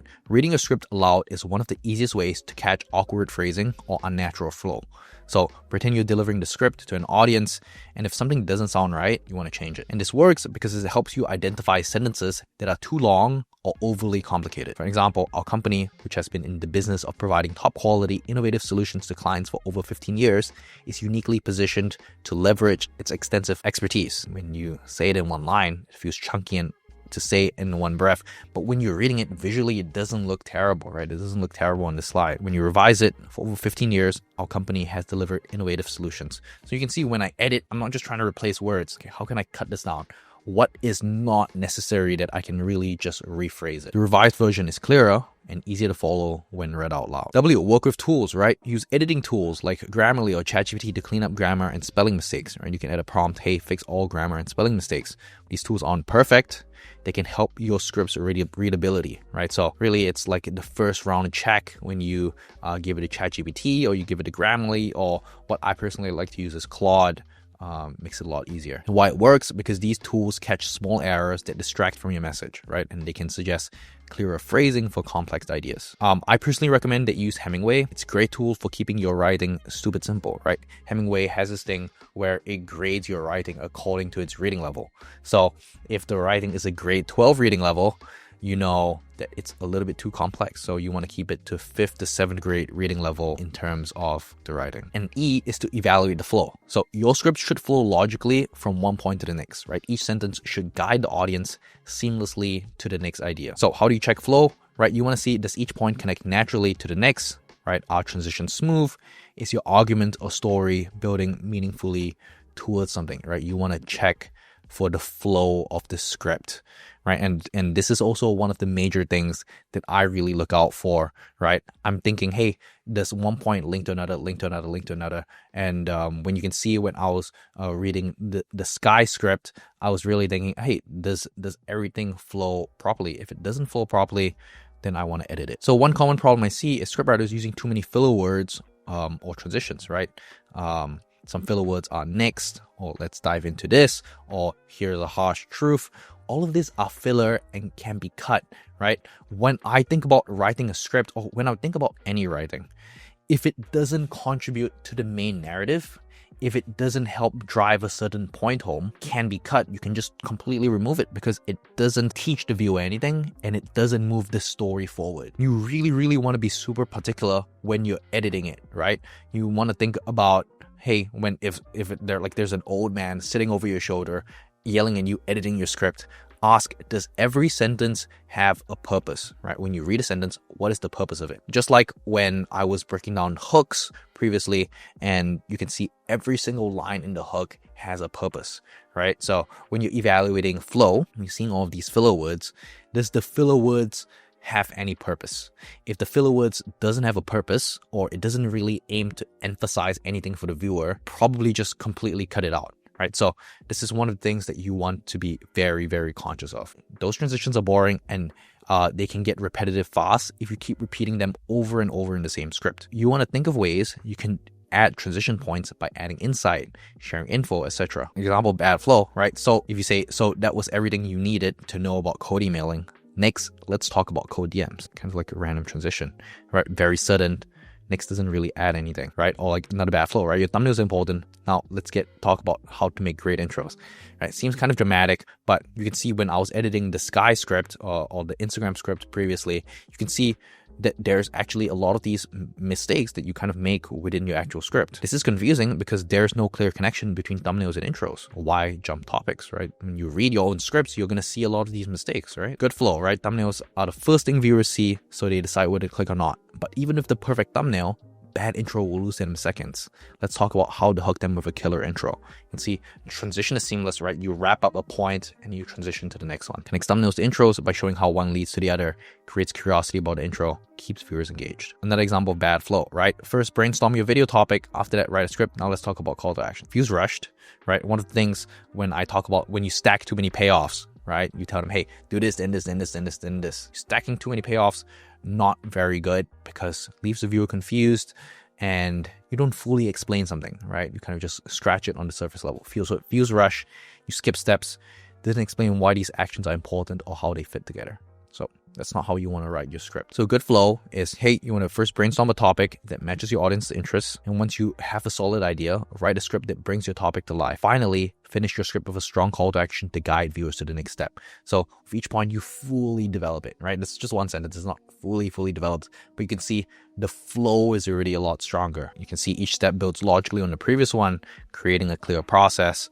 Right, transitions, once you have, finally guide the audience through the steps without confusion. So another example, bad flow, right? It's hard to get viewers to stay past the first 10 seconds. Also, thumbnails are important for clicks, right? Pretty obvious, you jump between problems, not good. If you say getting viewers to stay past the first 10 seconds is tough, but it starts before they even click, right? A strong thumbnail grabs their attention and a hook keeps it. Let's break down how to master both. So you can see there's a clear flow here, right? Links to two ideas, showing how one problem leads to another, and it feels seamless, it feels logical. It's also very easy to read, right? You can see kind of like the way that you read it is just different because the ideas flow so easily, and you can really only identify these mistakes in flow when I read it out loud. When I'm reading out loud, it's a lot more obvious, right? But if you're just sitting there in your office and you're just like staring at the script, like you can't really get out these mistakes, right? It's much more difficult. So tips to create good flow, right? Use transitions, words like because, so, then, next, and finally, guide the audience through your ideas. So first brainstorm your topic, then write your script, finally edit into something unforgettable. Explain why it matters, right? Don't just list steps, explain how they connect, right? You need a good title, thumbnail, and hook. Good example, right? Your title grabs attention, your thumbnail gets a click, and your hook keeps them watching. These three elements work together to make your video irresistible. And then you want to think like a viewer, right? Ask yourself, if I didn't know anything about this, would this make sense? Or even better, if you have someone else that you can ask, hey, can you read this and let me know what you think? Is this valuable information? I ask that a lot to kind of my YouTube strategy friends, right? When I'm making videos on retention, when I'm making videos about script writing, is this good info to you, right? Is this something interesting that you watch? Is this a good script? If yes, then I will go record the video, right? If not, then I would just refine it, right? And ask them what their feedback is. Put yourself in the viewer's shoes. If I didn't know anything about this, would this make any sense? Because if it doesn't, then you're going to have to rewrite the script. And R is to record your check, right? Record yourself reading the script using Loom or similar tool, or you can use your camera, right? Watch your delivery, and then you can see issues that you didn't catch while writing, right? Some of the top creators that I know will really sit down, record a script for an hour, and rewatch the footage, right? And when they rewatch the footage, if they're not super happy with their delivery, or they know that certain parts are awkward, they'll go back to the script, they'll edit it, and then they'll re-record it, right? Because they want to make sure that it's the best quality piece of content that they can post out. YouTube videos take a long time to edit, takes a long time to post. So really, with your script, you want to make sure that it's the best possible state that you can have it to be. So hearing the script aloud shows whether it sounds natural. So watching a performance highlights parts that drag or feel disconnected. So that's the power method. I'm going to give you guys my full editing framework. And this is more so kind of like to think about it high level. And really the best way you can get good is, number one, having this information.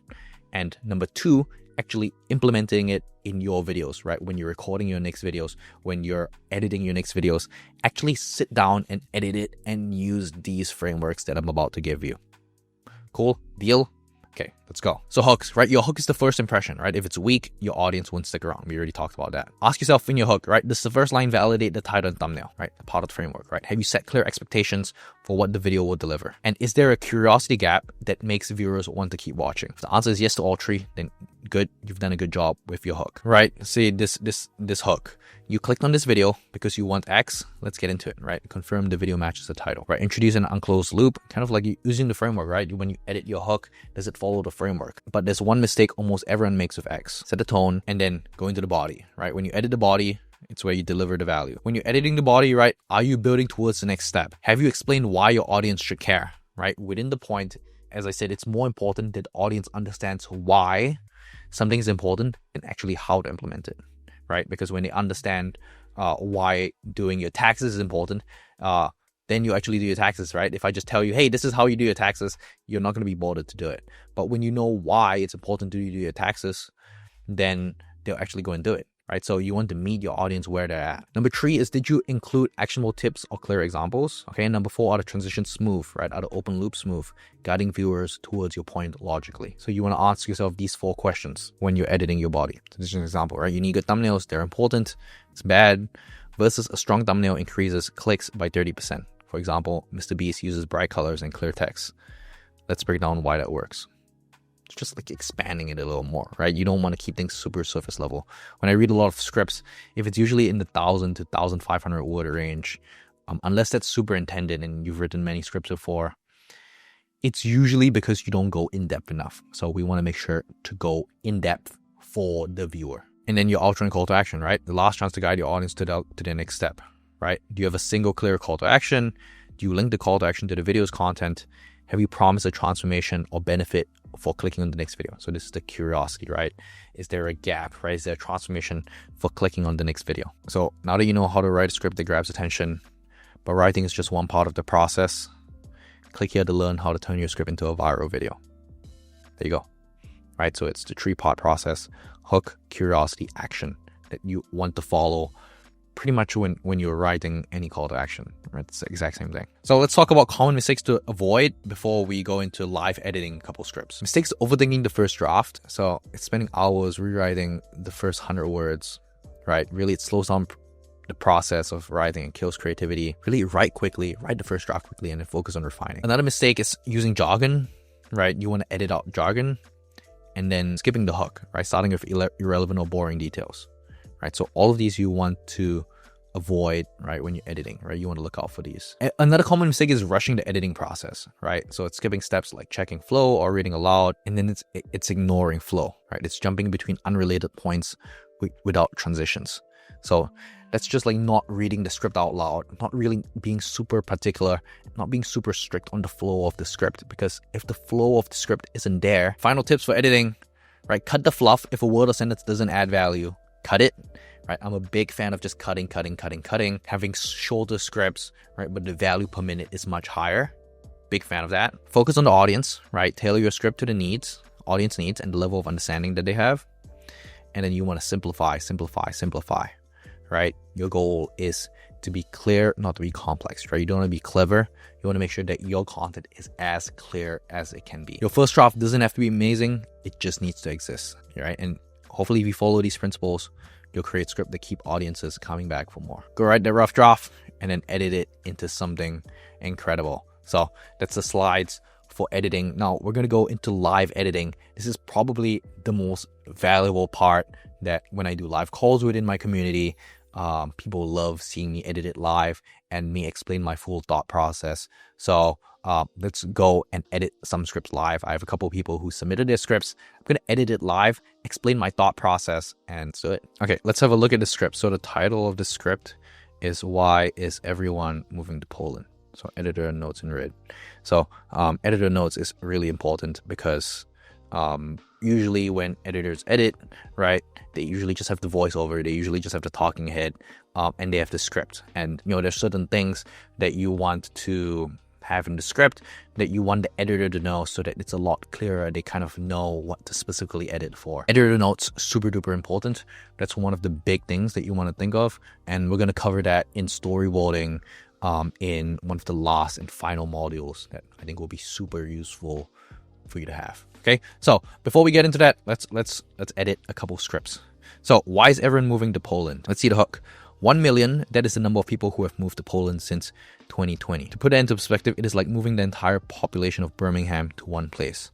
What could possibly, edit this, right? What could possibly be driving this sudden shift? While other economies are struggling, Poland doesn't look like it's slowing down anytime soon. Since April this year, Poland recorded the largest annual economic growth at 4%, greater than Cyprus at 3.7%, and ahead of Spain at 2.9%. This stable economy is creating many opportunities for local and international talent. Companies need you whether you work in transport, the IT sector, consumer goods, service industries, as well as other businesses. One of these many jobs could have your name on it. Here's how I know this to be true. One of the immediate things that comes to mind when I'm reading this, I'm trying to understand what kind of a viewer would watch this video and what are they trying to get out of this video, right? Kind of in the hook, we say, okay, we hook with 1 million. That is the number of people who moved to Poland since 2020, which is great. We don't really, here we're kind of just like describing the phenomena, and it's not too clear what the viewer will get out of the video. Immediately when I see the title, I want to diagnose what is the type of viewer that will click on the video and what is the type of audience that the YouTube channel is trying to build, right? And there's a couple of people that could possibly want to click on this, right? So possible target audience, let me just write it down. People wanting to move to Poland. So like maybe like digital nomads, or this could be like more documentary style. But I think more often than not is like, hey, people wanting to move to Poland, or people wanting or considering to move to Poland, right? And it's like usually like digital nomads, And like there's like part of that is like, oh, like kind of like the incentive for them wanting to watch this video is like, hey, right, these are the things that I want to think about when I'm moving to Poland, kind of like describing the overall phenomena, because when I'm moving to Poland, I also want to understand what the landscape looks like, right? I assume that's the audience that it wants to build. It would be a little bit odd for me to kind of see like a documentary style of, hey, just like answering the question of like why everyone is moving to Poland. I think there needs to be something in it for the viewer. When I think of this, okay, how can I create something that's in it for the viewer in the hook so that the viewer wants to continue watching, right? And this is just like kind of my hunch from seeing the title. And this is, once again, like you have to be very clear the type of audience you want to build and the specific audience and the specific title that you want to have and kind of who's going to click on the video. To put it into perspective, it is like moving the entire population of Birmingham to one place. Now I'm like, hey, is this super relatable? So before I even like edit the script, right, I like, you know, there's like certain small edits that I want to make, but I want to make comments immediately, right? So is it super relatable? So let's see what could be possibly driving this sudden shift. So here I can immediately set expectations, right? So I can immediately set expectations for what this video is going to talk about. I wanted to investigate hundreds of thousands of global talent are moving to Poland. So you can just say, in this video, I want to investigate why hundreds of thousands of global talent are moving to Poland and what could possibly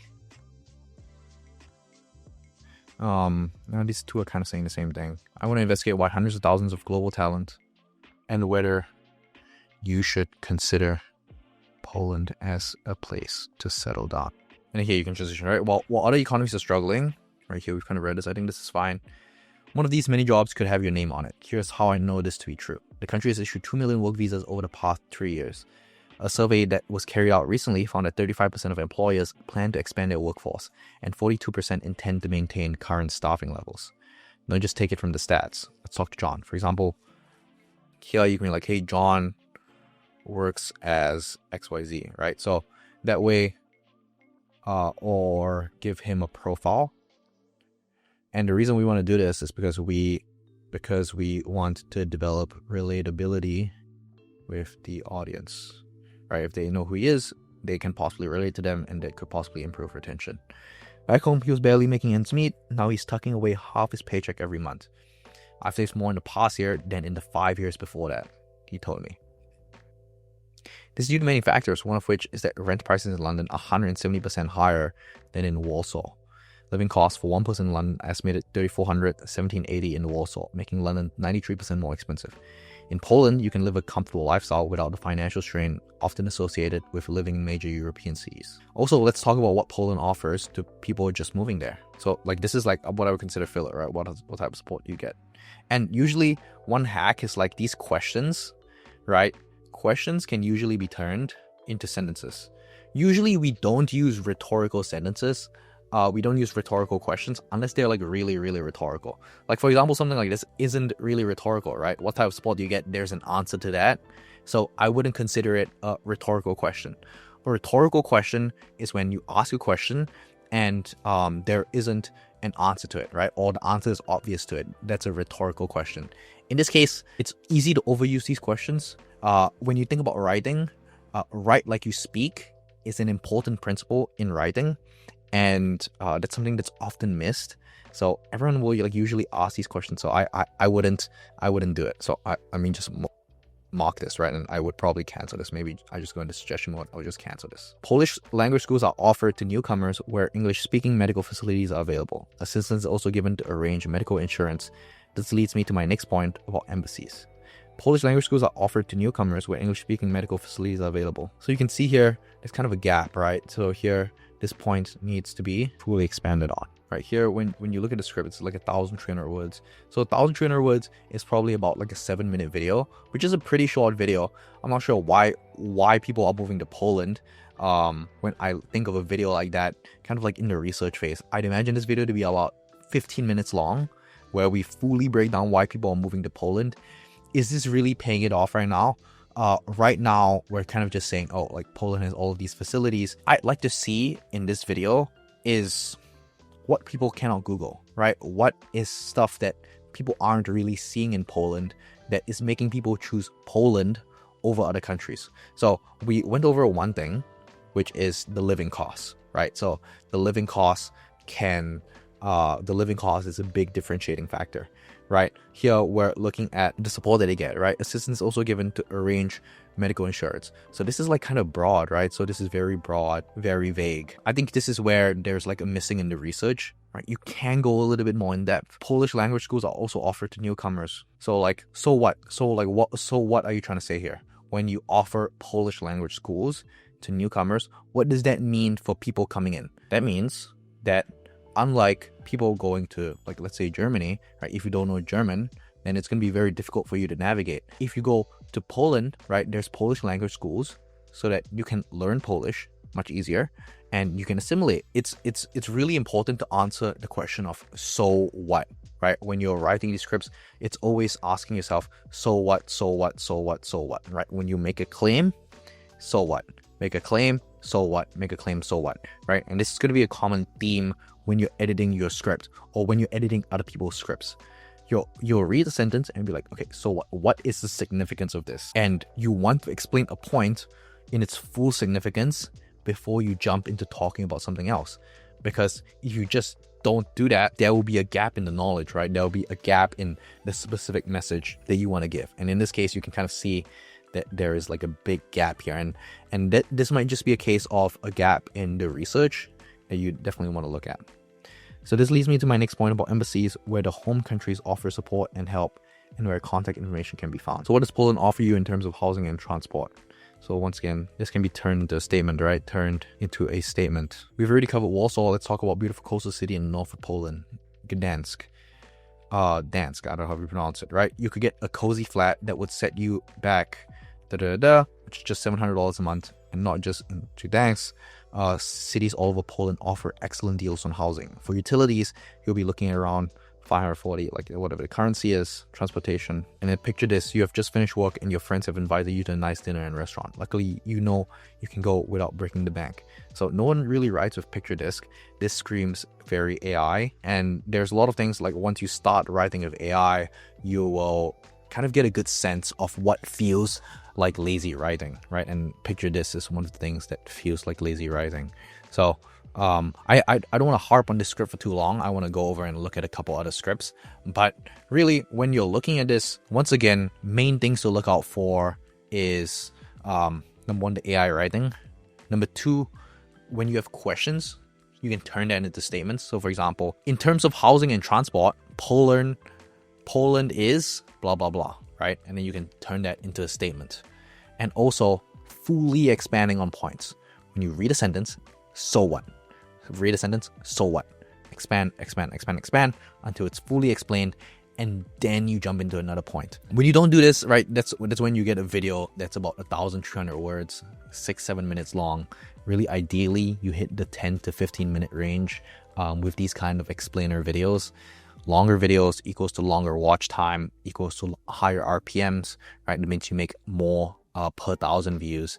And if you're selling a product, it really builds bigger trusted scale, right? So that's also what you want to think about when you're writing these scripts, when you're editing these scripts. Let's have a look at another script before we transition to talking about storyboarding. Okay, let's look back at the Sky script, right? 55 calls with less than 7K followers.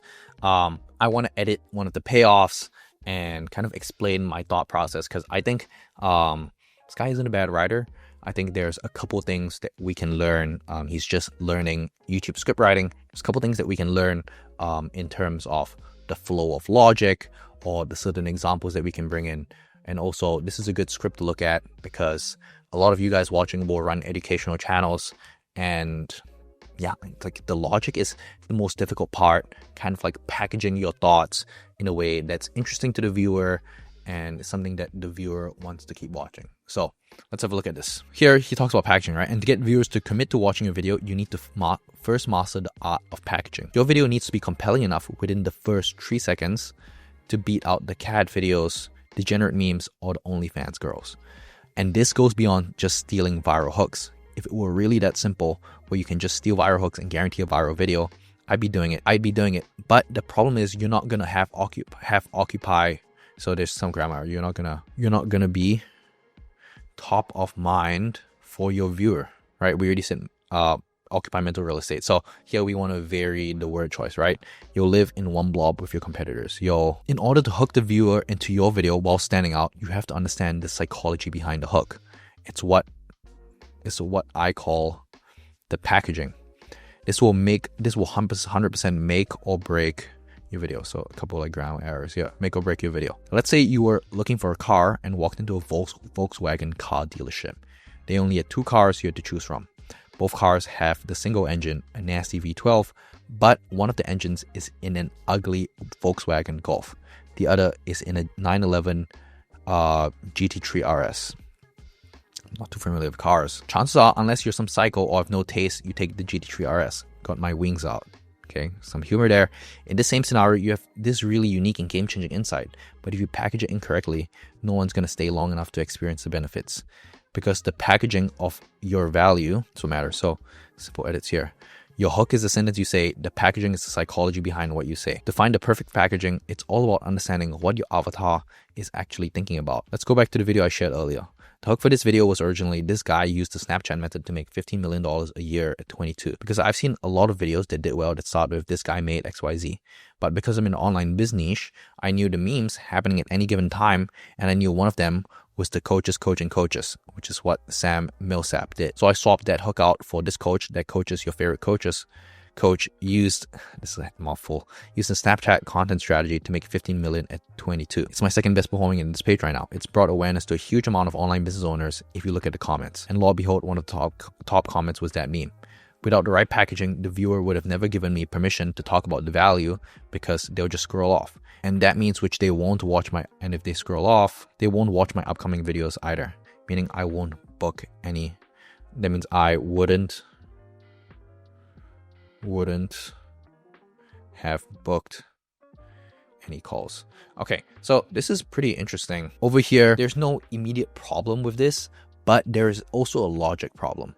I'm not sure if that's the sense that you get, but by the end of this, I still don't really understand the difference between hook and the packaging, right? What he's saying is that the packaging is the psychology, and the hook is the words that you say, right?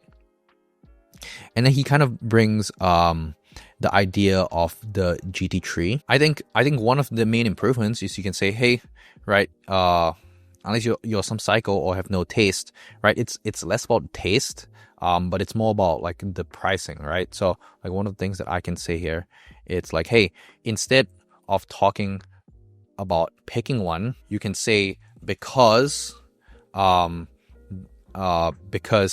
the 911 GT3 RS is packaged better, they can charge, I don't know however much it is, $200,000 for it, while the same engine in this case, right, the same insight, while the same engine packaged in an ugly Volkswagen Golf only goes for, let's say, $10,000, or the same engine only goes for $10,000, right? So here you can see like the big discrepancy in terms of the value. And then you can say here, packaging is everything, because the packaging of your insight, right? You say insight is more important than before. A hook is a sentence you say, the packaging is the psychology behind what you say. To find the perfect packaging, it's about understanding what your avatar is thinking about in the present moment. Let's go back to the video I shared earlier, right? The hook for this video was originally this guy used the Snapchat method to make $15 million at 22. Because I've seen a lot of videos that did well with this guy. I know the memes happening at any given time. This coach that coaches your favorite coach's coach, right? And ended up performing very well. So here, I think one of the comments is that you want to be specific with your content, with your writing, right? Specificity wins. If you can give actual numbers of number of booked calls or revenue generated from the reel or certain views. So you see broad awareness, right? Broad awareness is kind of broad. Broad awareness is broad. Be specific. That's also one of the things that I'm editing for, right? How specific of the words do I actually use, right? How specific can I be? And lo and behold, one of the top comments Here, I'm kind of just telling the viewer, hey, right, without the right packaging, it's not going to be good, right? So really, we want to be a lot more actionable with our content, especially when we're making educational content. We don't just want to tell the viewer blah, blah, blah, blah, right? We want to be actually actionable so that the viewer can take the information that you gave them and apply it and get results within the next 24 hours, right? That's one of the good metrics of a strong payoff. In the case of entertainment videos, the payoff will be the emotional payoff. In this case, it's the actionable step that they can take with the new information that they have to go apply it, right? And if you can just tell them directly what it is, that'll be even better. So really just high level looking at it, we have the why this is important, right? We have the why this is important. And then we have the what it is, right? With an example. Here we're missing the how, right? So without the right packaging, the viewer would have never given me permission to talk about the value because they'll just scroll off. And if they scroll off, they won't watch my upcoming videos either, meaning I wouldn't have booked any calls. So I'm gonna just make a comment. So if you want to find the best packaging for your videos, follow these 3 steps, right? And then you want to break it down, right? So I'm just going to make a comment here to edit it. Hey, add an actionable step for the packaging of your videos. You want to make it so that the viewer can take this information that packaging is important and immediately apply it in their videos and get results. That's literally it. There you go. So let's edit this call to action. Right now, if you stay this far, you'll learn how to use these 3 principles. Value, principles you spelled wrongly, right? Value to get recurring watchers, build goodwill, proof. So here he kind of just recaps it. So here one of the comments I said is delete the recap. You don't need to recap for the viewer because the viewer, if they need a recap, they'll rewatch the video. And when they rewatch the video, that's when you get longer watch time, right? But if you recap it, that's kind of telling the viewer that, hey, the video is about to end and you should just click off right now because the video is about to end. But no, you don't want to do that. You want to immediately rehook the viewer's attention after your last point and then transition to the call to action, right? So I would delete this. That was my advice. But what I didn't tell you is that this is really only the tip, is that this is that what I just shared with you is only the tip of the iceberg of becoming a creator founder with 24/7 lead generation and nurture machine that pumps out warm, ready to buy leads in all of your marketing efforts. So you can see here, this is a super long sentence. This sentence spans 3 lines. But wait, I didn't tell you something. What I just shared with you is only the tip of the iceberg of becoming a creator founder who can shit out ready to buy leads in 24 while you're asleep. Right here, I can like just summarize that, right? Just cut the sentence in half. That's why instead of that's why I made a full masterclass video that breaks down, you don't just want to say cover, right? Breaks down the entire content creation process. I've legit checked out all of YouTube. This is more in his voice, so that's fine. I'm telling you, nobody is giving you the sauce, and it's right here waiting for you. Click over here to watch it. But until then, I'll see you guys next time. There you go, right? So here, if we just delete this, right, we made this a lot more readable, made it a lot more concise, right? That makes the call to action a lot more effective just because it's easier to read. And we just do a direct call to action. So there you go. That's a full tutorial on how to edit your video. But once you've edited the video, right, you've recorded the video, now you want to send it over to the editor, but the editor doesn't know how to edit it, right? They don't really know what to specifically do with it. And that's why we're going to talk about storyboarding. And storyboarding is also a really important part of scriptwriting, because as a scriptwriter, or, you know, when you give it to your editor, you're pretty much the director of the video, right? You're the director and you're the producer of the video. And it's your job to direct the direction of the editing by giving them clips, letting them know what visuals to add. And that way the script can complement the visuals. So that's exactly what we're going to talk about. So stick around for that.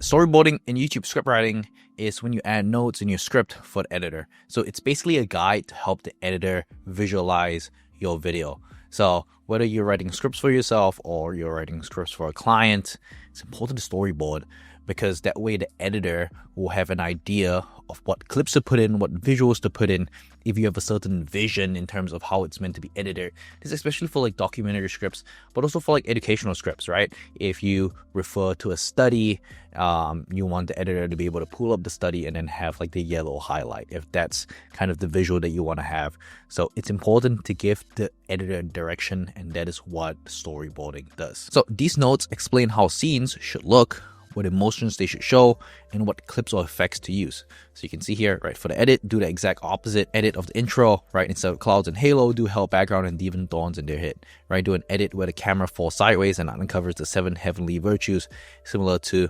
38, right? So you can see here, it's sometimes really in depth, but it doesn't always have to be super in depth. It kind of depends on the video. So I'm going to talk about, how to storyboard different videos, how I think about it, how to collect these clips, and how to make your life of the editor a lot easier. And this will help you post videos a lot faster, right? So a good storyboard includes, right, notes about editing and effects, right? Zoom in on the subject during this line, all of that. Links to examples or references, right? Clip. You can see here, play this clip here, play this clip here, play this clip here, play this clip here. That's all part of the research, all part of the script writing process. Also, like ideas for pacing, right? Play investigative sounding music. Before we even start storyboarding, how does this improve your videos, right? Keeping things clear, right? Everyone knows what to do. Editors don't have to guess, right? So keep things clear. It saves a ton of time instead of going back and forth on revisions. Saves you a lot of headache, right? It makes the videos engaging, and it helps you scale your workflow, right? You can focus on ideas and scripting while the editors handle the execution of the video. So think of storyboarding as the pre-editing, right? Every second planned now saves hours later in terms of going back and forth. I'm going to give a quick overview. Storyboarding isn't a super complex science, but storyboarding is super important. I do want to talk about how to make your storyboards simple and effective. There are 3 major steps that you need to follow, right? You start with research, and then you go into scripting, and then you go into storyboarding, right? And the reason you need to follow this workflow is because it is the fastest and the most efficient way to storyboard your scripts. Let's break it down. So the research starts when you're making a video, you need to find certain reference clips, sound effects, or transitions before you start script writing. This is less so for educational videos and more so for like documentary videos, right? When you want to reference certain clips, or usually when I do my YouTube script writing breakdowns, I'll say, hey, this creator did this, right? And then they'll play a clip of it.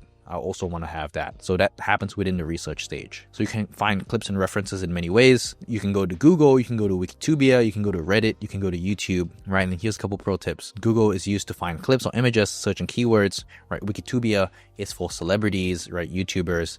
Reddit is to see opinions and trends.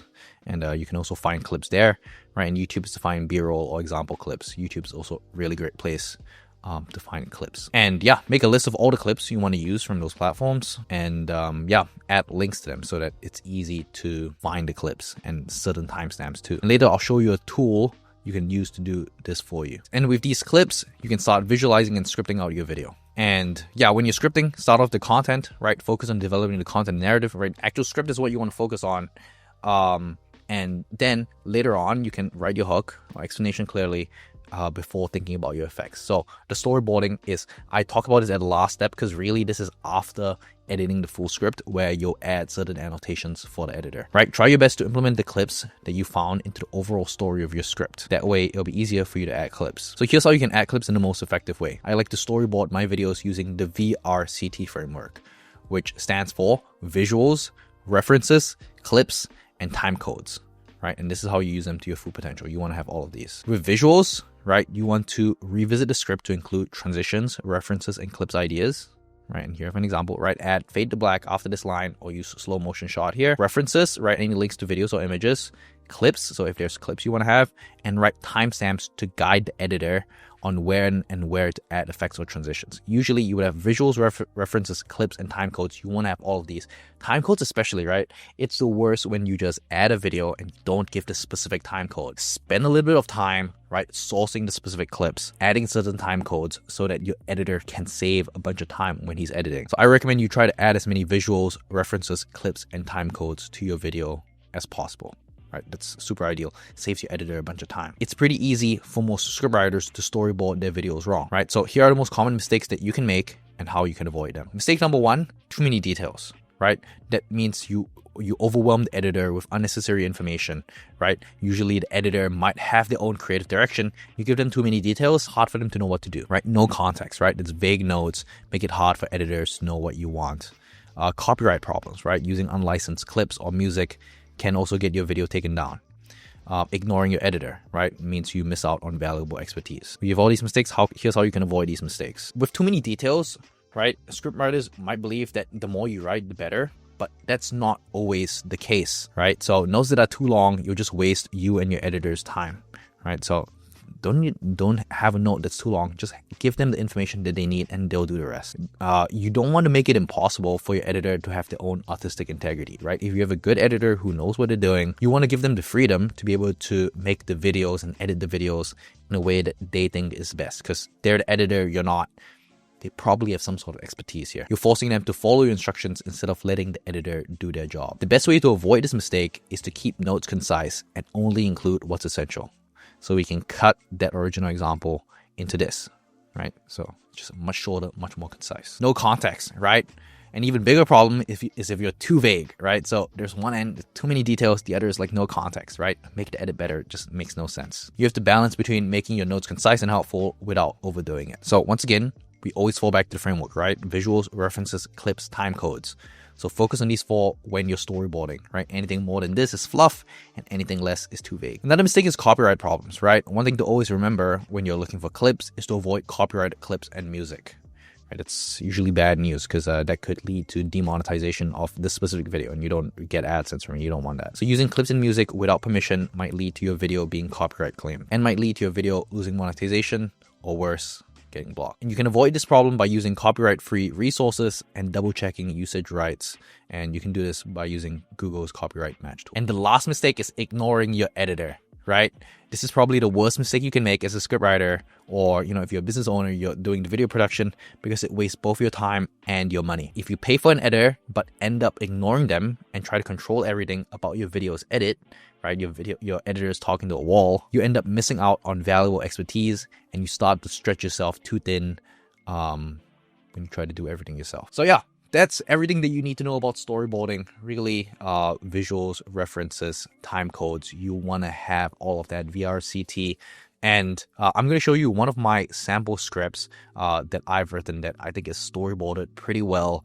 It's a little bit more of a complex video, so there was a little bit more storyboarding.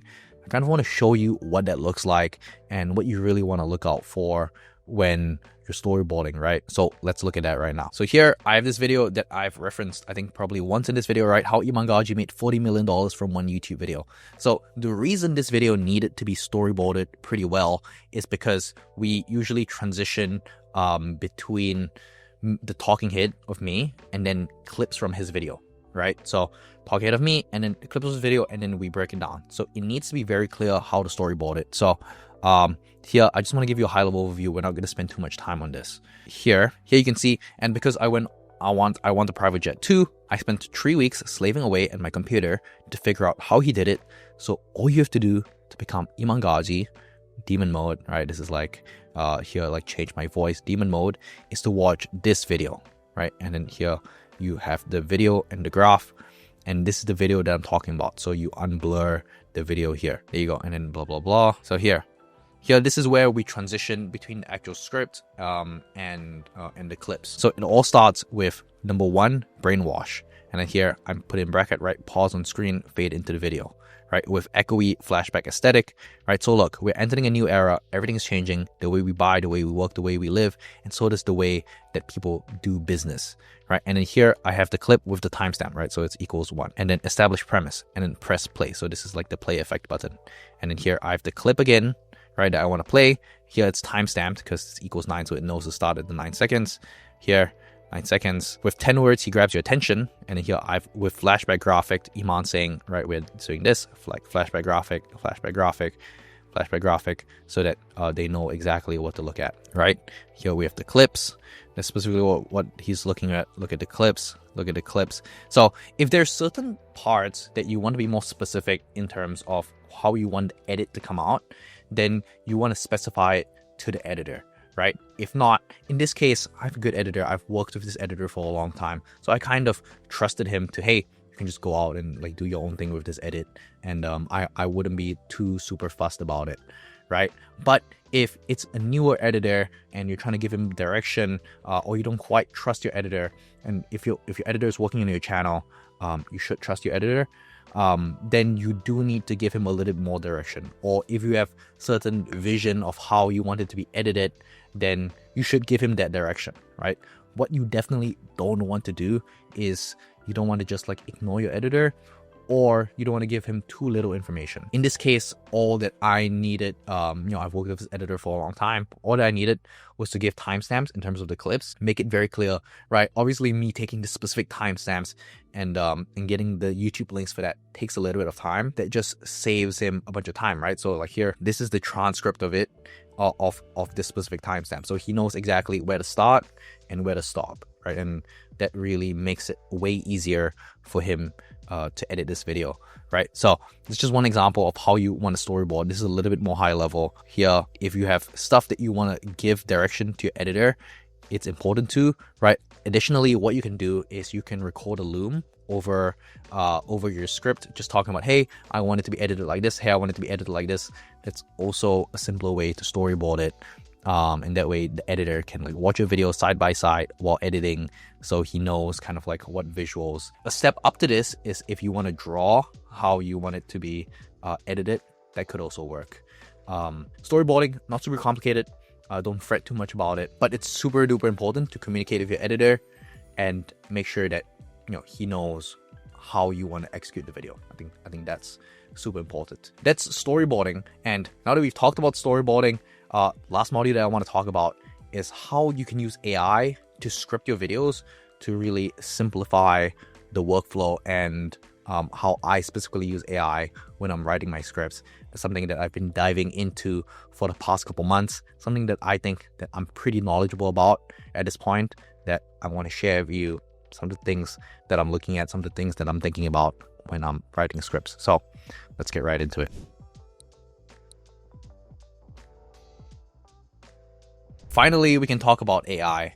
And the reason I decided to put this AI section all the way at the back is because AI isn't super important when you are trying to write a YouTube script. There's a lot of talk about, how can I use AI to replace my scriptwriter? How can I use AI to do copywriting? How can I use AI to write my emails? Those don't really take into consideration the context that you need in order to prompt AI.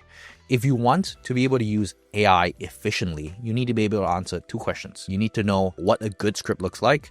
That way, when the AI prints out something for you, you're able to assess, okay, is it good or is it bad? If you're not able to tell, right? If you're not able to tell with a sophisticated eye, if you're not sure what a good YouTube script looks like I'm able to tell, there's actually no point in me giving you the prompts, in me telling you how to specifically do it, how to specifically prompt it. Because when I switch the context a little bit, when I tell you, hey, write for this other channel, hey, change the topic for this, you won't know what to feed it, you won't know what questions to give it, and worst of all, you won't know whether the output that it gives you is good or not, right? And then if you have a semi-okay output, you go record it, and the video doesn't perform well, and you're like, hey, why doesn't the video perform well? Well, it's because you don't know what good looks like. So it's super duper important that you understand all of the previous sections before you decide that, hey, I'm going to write with AI. If you don't know what a good script looks like, if you don't know what a retention optimized script looks like,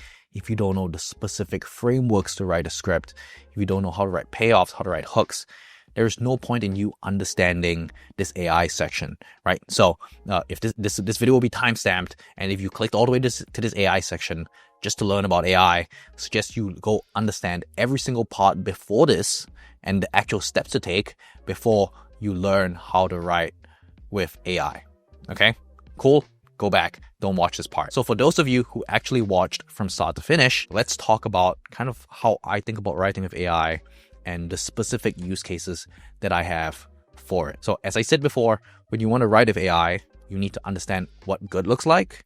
And number two, you have to understand what questions to ask it, because there's never going to be a world where you can one-shot prompt and you'll be able to get a full YouTube script, right? There'll never be a world. You really need to refine it. You need to ask it the right questions in order to get the best output. Okay, so that's high level how you want to think about script writing of AI. In terms of the tools that I use, Perplexity is really great for research. Many people use it for research. It can help browse the web. It does deep research for you. I use Perplexity whenever I need to do research, especially when I'm writing for new niches that I'm not super familiar with. It can get me a bunch of research papers, articles. When I'm writing documentaries, Perplexity is really, really great. And if you're not sure what to prompt Perplexity, one of the biggest hacks that you can use when you're deciding to prompt AI and you're not sure what to prompt it, you can just ask it, what should I prompt you with, right? And then you can just feed it back that prompt. So Perplexity is really great for research. In terms of writing, I like to use Claude. Claude is something that I found the most success with. I know a couple people using Gemini to actually write the script. Gemini is possibly another option.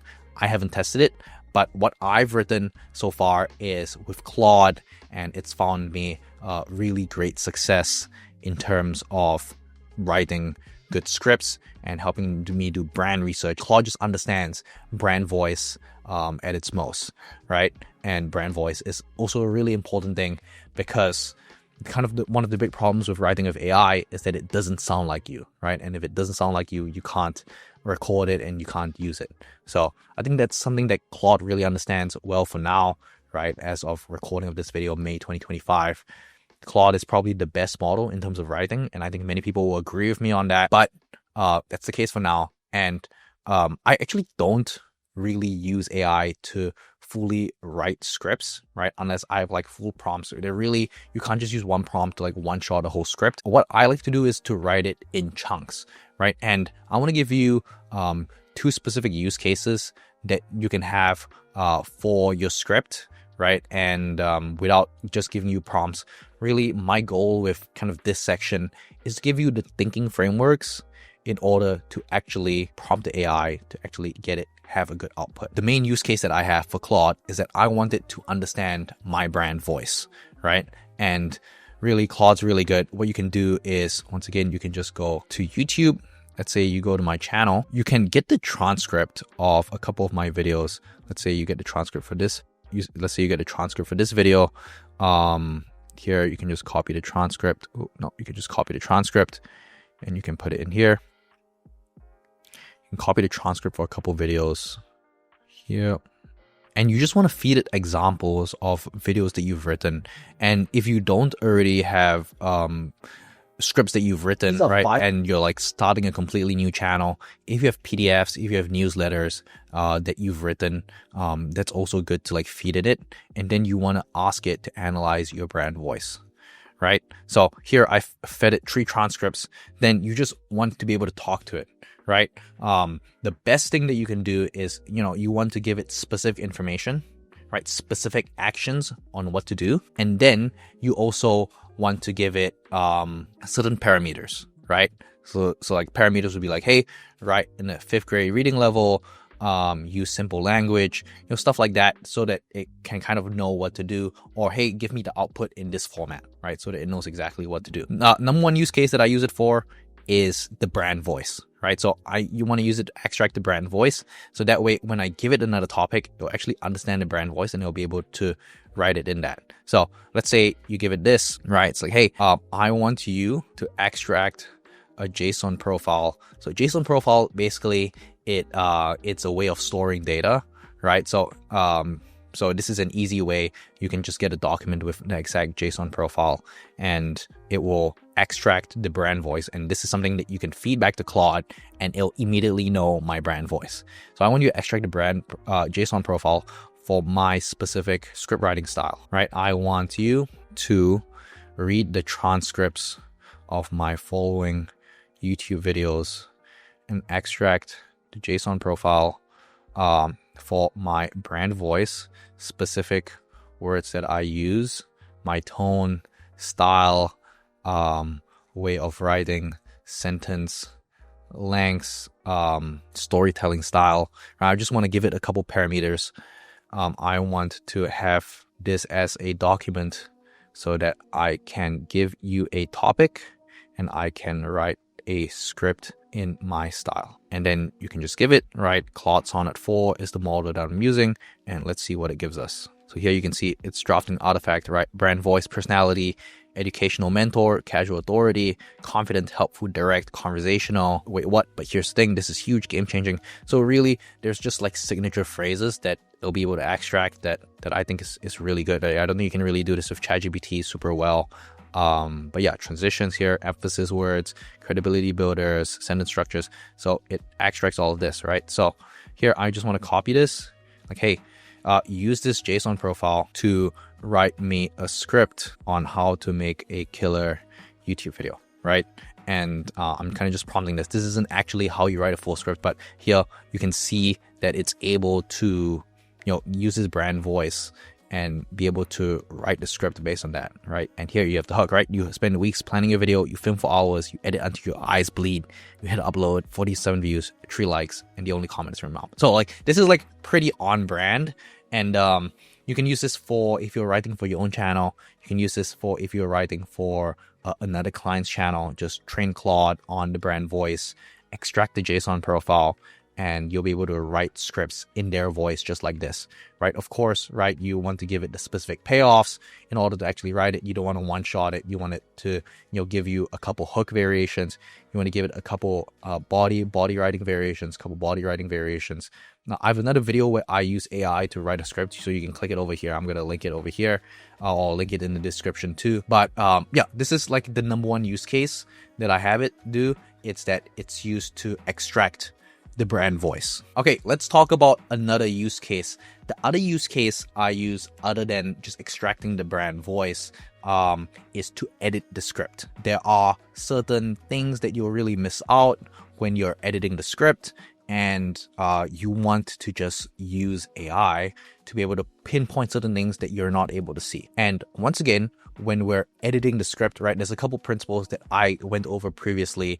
You can pretty much take the transcript of me talking about how to edit a video, feed it to AI as kind of like the guidelines, the baseline guidelines on what to look out for when you're writing, when you're editing a video. That's also one of the things that you can do, right? You can take slides, you can take PDFs, you can take certain guides as training information for it, and then it'll be able to edit a script for it. So let's just do it right now. So let's go over here. We have the editing slides, and here we can I'm just going to download it as a PDF. And then here, I'm going to upload the PDF onto Claude once I have it downloaded. So here, I'm just going to upload the editing slides. And here, right, we have this script, how to escape the rat race without quitting your 9 to 5, that we previously wrote. So let's see how it gives me comments and how it edits the first part. So I'm just going to copy this whole thing. And then you want to also tell it what you fed it. So you are a YouTube scriptwriter with millions of views under your belt, and you're a proficient copywriter. So here, I'm giving it a role. I gave you a PDF on how to edit a script. I want your help to critique my script and edit it for me. I gave you a script that I've written on how to escape the rat race without quitting your 9 to 5. The first point that I wrote is the one I want you to critique, not the hook. Can you give me certain weaknesses and modifications that you'd make to the first point? And you can see here the way that I prompted, I try to be as specific as possible as to what certain requirements that I wanted to have, right? So you can see over here, look at your first point about reframing your 9 to 5. You can see the comments are solid with several areas it would tighten. So weak transition, right? Contradicting message, right? Overused example, repetitive content, unclear structure, weak call to action. So there we go. So it gives a suggested rewrite. Here, your current script. The truth is, most people have their 9 to 5 completely backwards. They see it as a prison when it should be their launching pad. Here's what I mean. Right now, you're probably going to work, doing your task, collecting a paycheck, and going home. You're trading time for money with no long-term plan. But what if I told you your job could be your secret weapon for escaping the rat race? There are only 2 things that matter: building your bank account and building your skill set. Everything else is noise. If your job teaches you valuable skills like digital marketing, sales, project management, milk it for everything it's worth. Stay late, ask questions, volunteer for projects. You're getting paid to learn skills that could make you millions. If your job doesn't teach you anything valuable, then it becomes your cash flow machine. Or you build skills outside of work use every lunch break, every commute, every evening to develop high income abilities. The only difference between someone stuck in the rat race and someone who escapes it, skills. That's it. Your 9 to 5 isn't your enemy, it's your stepping stone. The question is, are you using it to climb up or standing still? So you can see here, even it's able to identify mistakes that I'm not able to identify, right? But the base copy is something that I have to write. And that way it'll give it a baseline for it to refine. And obviously I'm kind of just use like single training data on how to edit and what to edit for. But it's pretty good. It's already substantially better. You can see the way that it edits, it just cuts a lot of words. And yeah, this is arguably a lot better. Is this, say, a perfect edit? No, not by any means. Is it a good stepping stone? I would say it's a pretty good stepping stone. I must emphasize, I think the base of your copy needs to be written by you, or at the very least, very heavily edited by you. You don't just want to like give it to an AI to write. That's really like fully outsourcing your brain. You still need to think. As much as people don't like doing it, you still do need to do a little bit of thinking. AI is really there to supplement it. And really the thinking here that I did is like, hey, right, I'm going to feed it this, I'm going to feed it, I'm going to feed it this, and here I'm going to prompt it. And that's pretty much the steps that I used in order to use AI to edit a script. And yeah, if you want this editing slides PDF, I'm going to add it in the workbook too, so that you can download it and you can, test out this exact workflow. There's going to be SOP on how to actually execute this inside the workbook, so you can get it all there.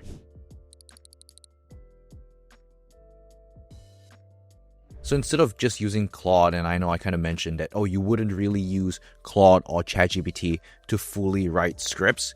You'd use something like Subscriber, and Subscriber.ai is built by my good friend Gil, and it's specially used for writing YouTube scripts. So it says create viral YouTube scripts in minutes and become niche famous with this AI tool. I'll kind of go over how I use it and how I think about using it and the different ways that you can use it for all of these different types of channels. And we're going to recreate kind of the Imangaji script that I wrote, a portion of it from scratch, and like we'll kind of see if we can use AI to write it.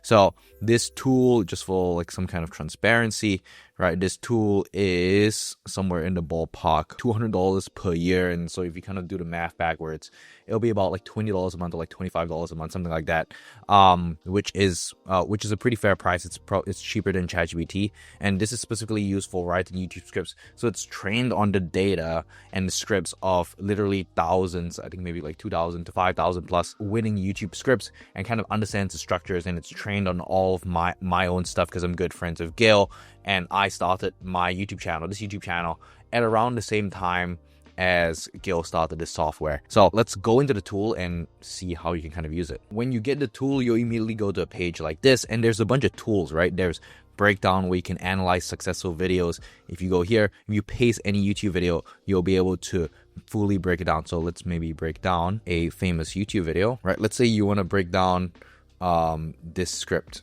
from me.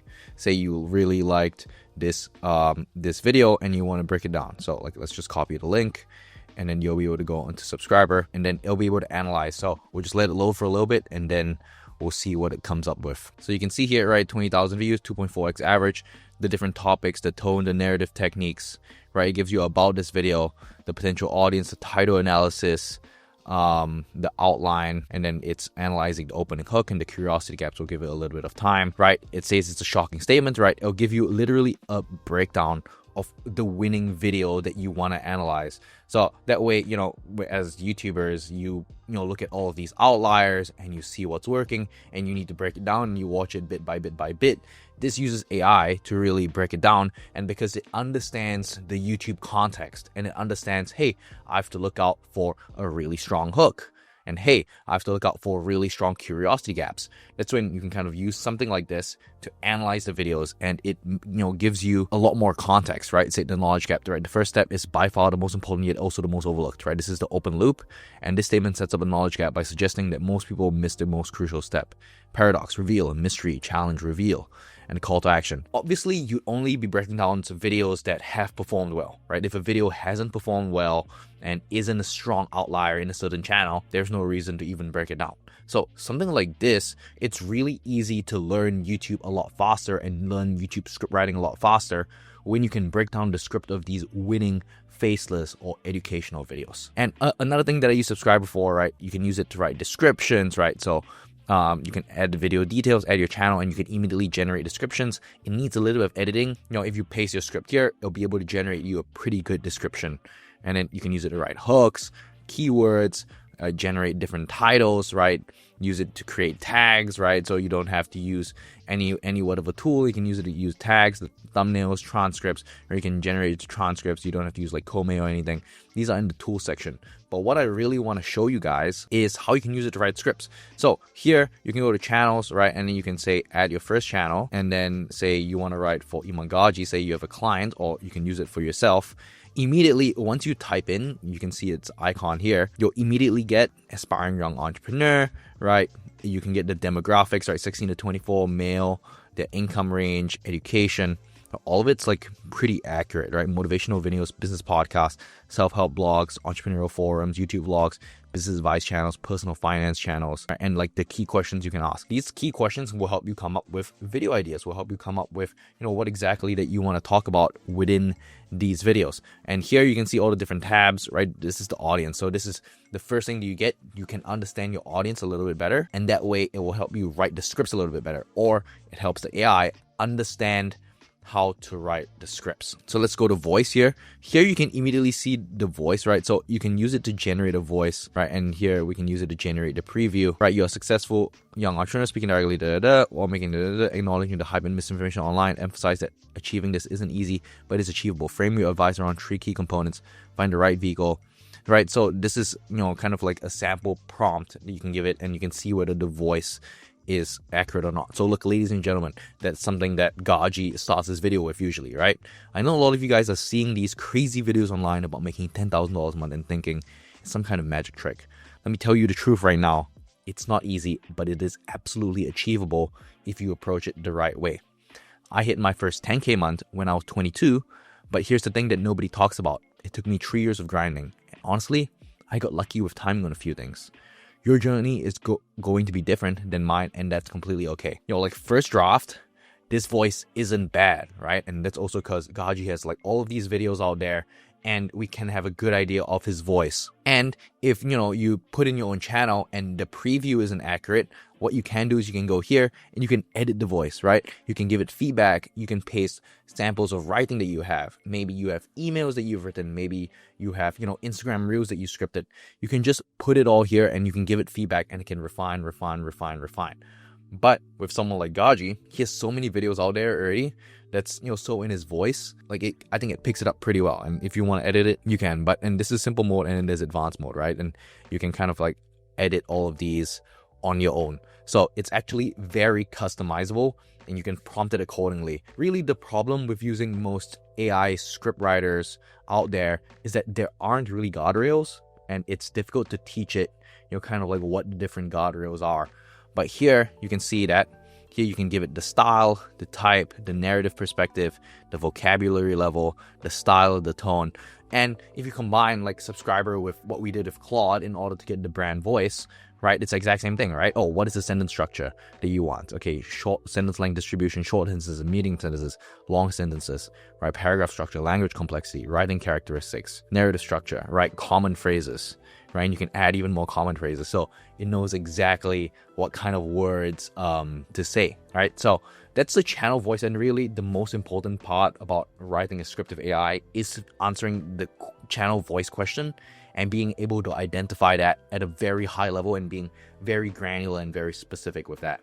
So that's with the voice. And then you can go into the research, right? Research sources can be added, right? So as you write the script and when we prompt it later, you'll be able to see different sections where you're able to add research.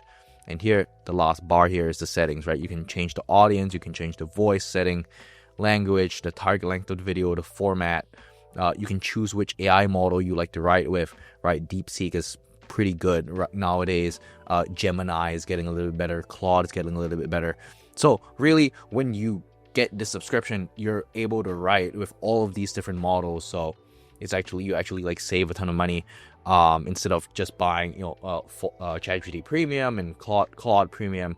All you have to do is just like get a subscriber and you'll get access to all of these different models. Let's get into actually writing a script. So over here, when you click scripts, you can either get the content ideas or you can go create script. So let's just say we go create script, and we already have a video topic that we want to talk about, which is here, right? So it's how to escape the rat race without quitting your 9-to-5. So if we were to just, Control A, Control C, and I want to paste all of this into subscriber, I would just paste it all here. Okay. So format, we can just pick the format. It is more of an educational video. Target length, say we're going for something that's like 2,500 words, or around a 15-minute length. And the title of the video is how to escape the rat race without quitting your 9-to-5, right? And you can literally just add in whatever topic that you want. Audience, language, right? Script number 1. You can see your credits available, and bang, you go and create scripts. Okay, so you go here, everything looks good. Then I can press the start research button, right?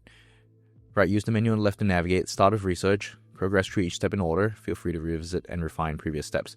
There you go. So you can go to research, so you can see on the left bar all of the different stages. So this tool, one of the things that I like about it, is that it literally takes you through each step of writing a script, like an actual YouTube scriptwriter, right? Not something that you press one button and you like pray that the output is actually good. Here, you go through research, you go through the frame, you go through the title, you help create a thumbnail, right? You hook, payoffs, you draft it, and then you edit it, and then you export it. So let's just press research, and then we'll see what happens. So if there's any other like research sources that we want to add, we can add any like research sources.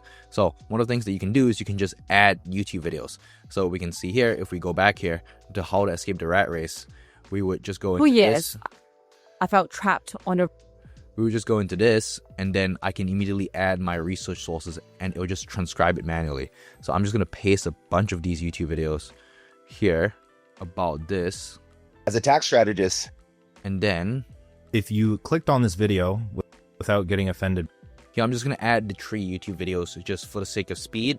But you can literally add anything, right? If you have PDFs and documents that you want to add, you can, right? If you want to search the web, you can. If you want to add certain links that you can literally do anything. And then once you're done with your research, right? And this is where you accumulate all of the links. You can just go to frame, and then it will start generating frame ideas. So basically the way that you want to think about the frame is the way that you frame the topic, right? It's kind of like, similar to the video idea, will kind of will determine the performance of the video. So the frame is, similar to the video idea, similar to the title, but let's see what subscriber comes out with, right? So you can see here, right? The different types of frame, right? Problem, solution, transformation, right? Case study or example driven instruction, principle-based learning with personal anecdote, right? So you can see here, it helps come up with the angle, which is like the video idea. So, and we get to pick which is the best. And if these 3 aren't good, you can ask it to generate even more. So you can see here, right? This frame establishes the common rat race problem, immediately challenges the conventional solution. Understood regarding their frustration with the 9-to-5, they will gain a new perspective on their current employment, viewing it as an opportunity rather than a trap. They understand the importance of intentionality and skill acquisition within their 9-to-5, moving from a mindset of passive waiting to active strategic planning. This leads to a sense of empowerment and a clear path forward, realizing that financial freedom is achievable without high-risk moves. So this is probably the best, but let's just read these. This frame uses the example of Jeff Bezos to illustrate how the 9-to-5 can be leveraged as a strategic stepping stone, right? Audience will learn, identify valuable transferable skills that can be acquired through their current employment or independent study. They will understand the why behind staying in a 9-to-5 temporarily, and how this aligns with long-term entrepreneurial goals. This frame aims to transform their perception of time spent from wasted to invested. This is actually also pretty good, but let's see.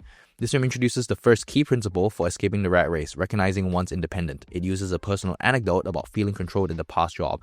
So this one isn't really in line with Gaji's story, so it's either one of the 2, right? So let's say we want to pick one. I think 1 or 2 both are pretty good, but let's just see what it comes up with. So let's just pick one, and then we already have the title, so I don't need the title. If you need more options, you can click here, and then it'll immediately start generating titles. And not every title that it generates will be the best in the world. That's kind of up to you and your perception and your understanding of YouTube to kind of pick one. Here, right, 4 rules to beat the rat race, no quitting required, right? 9-to-5 slavery slavery is a myth. Here's proof. Your job is not your prison. Some of these are like pretty good.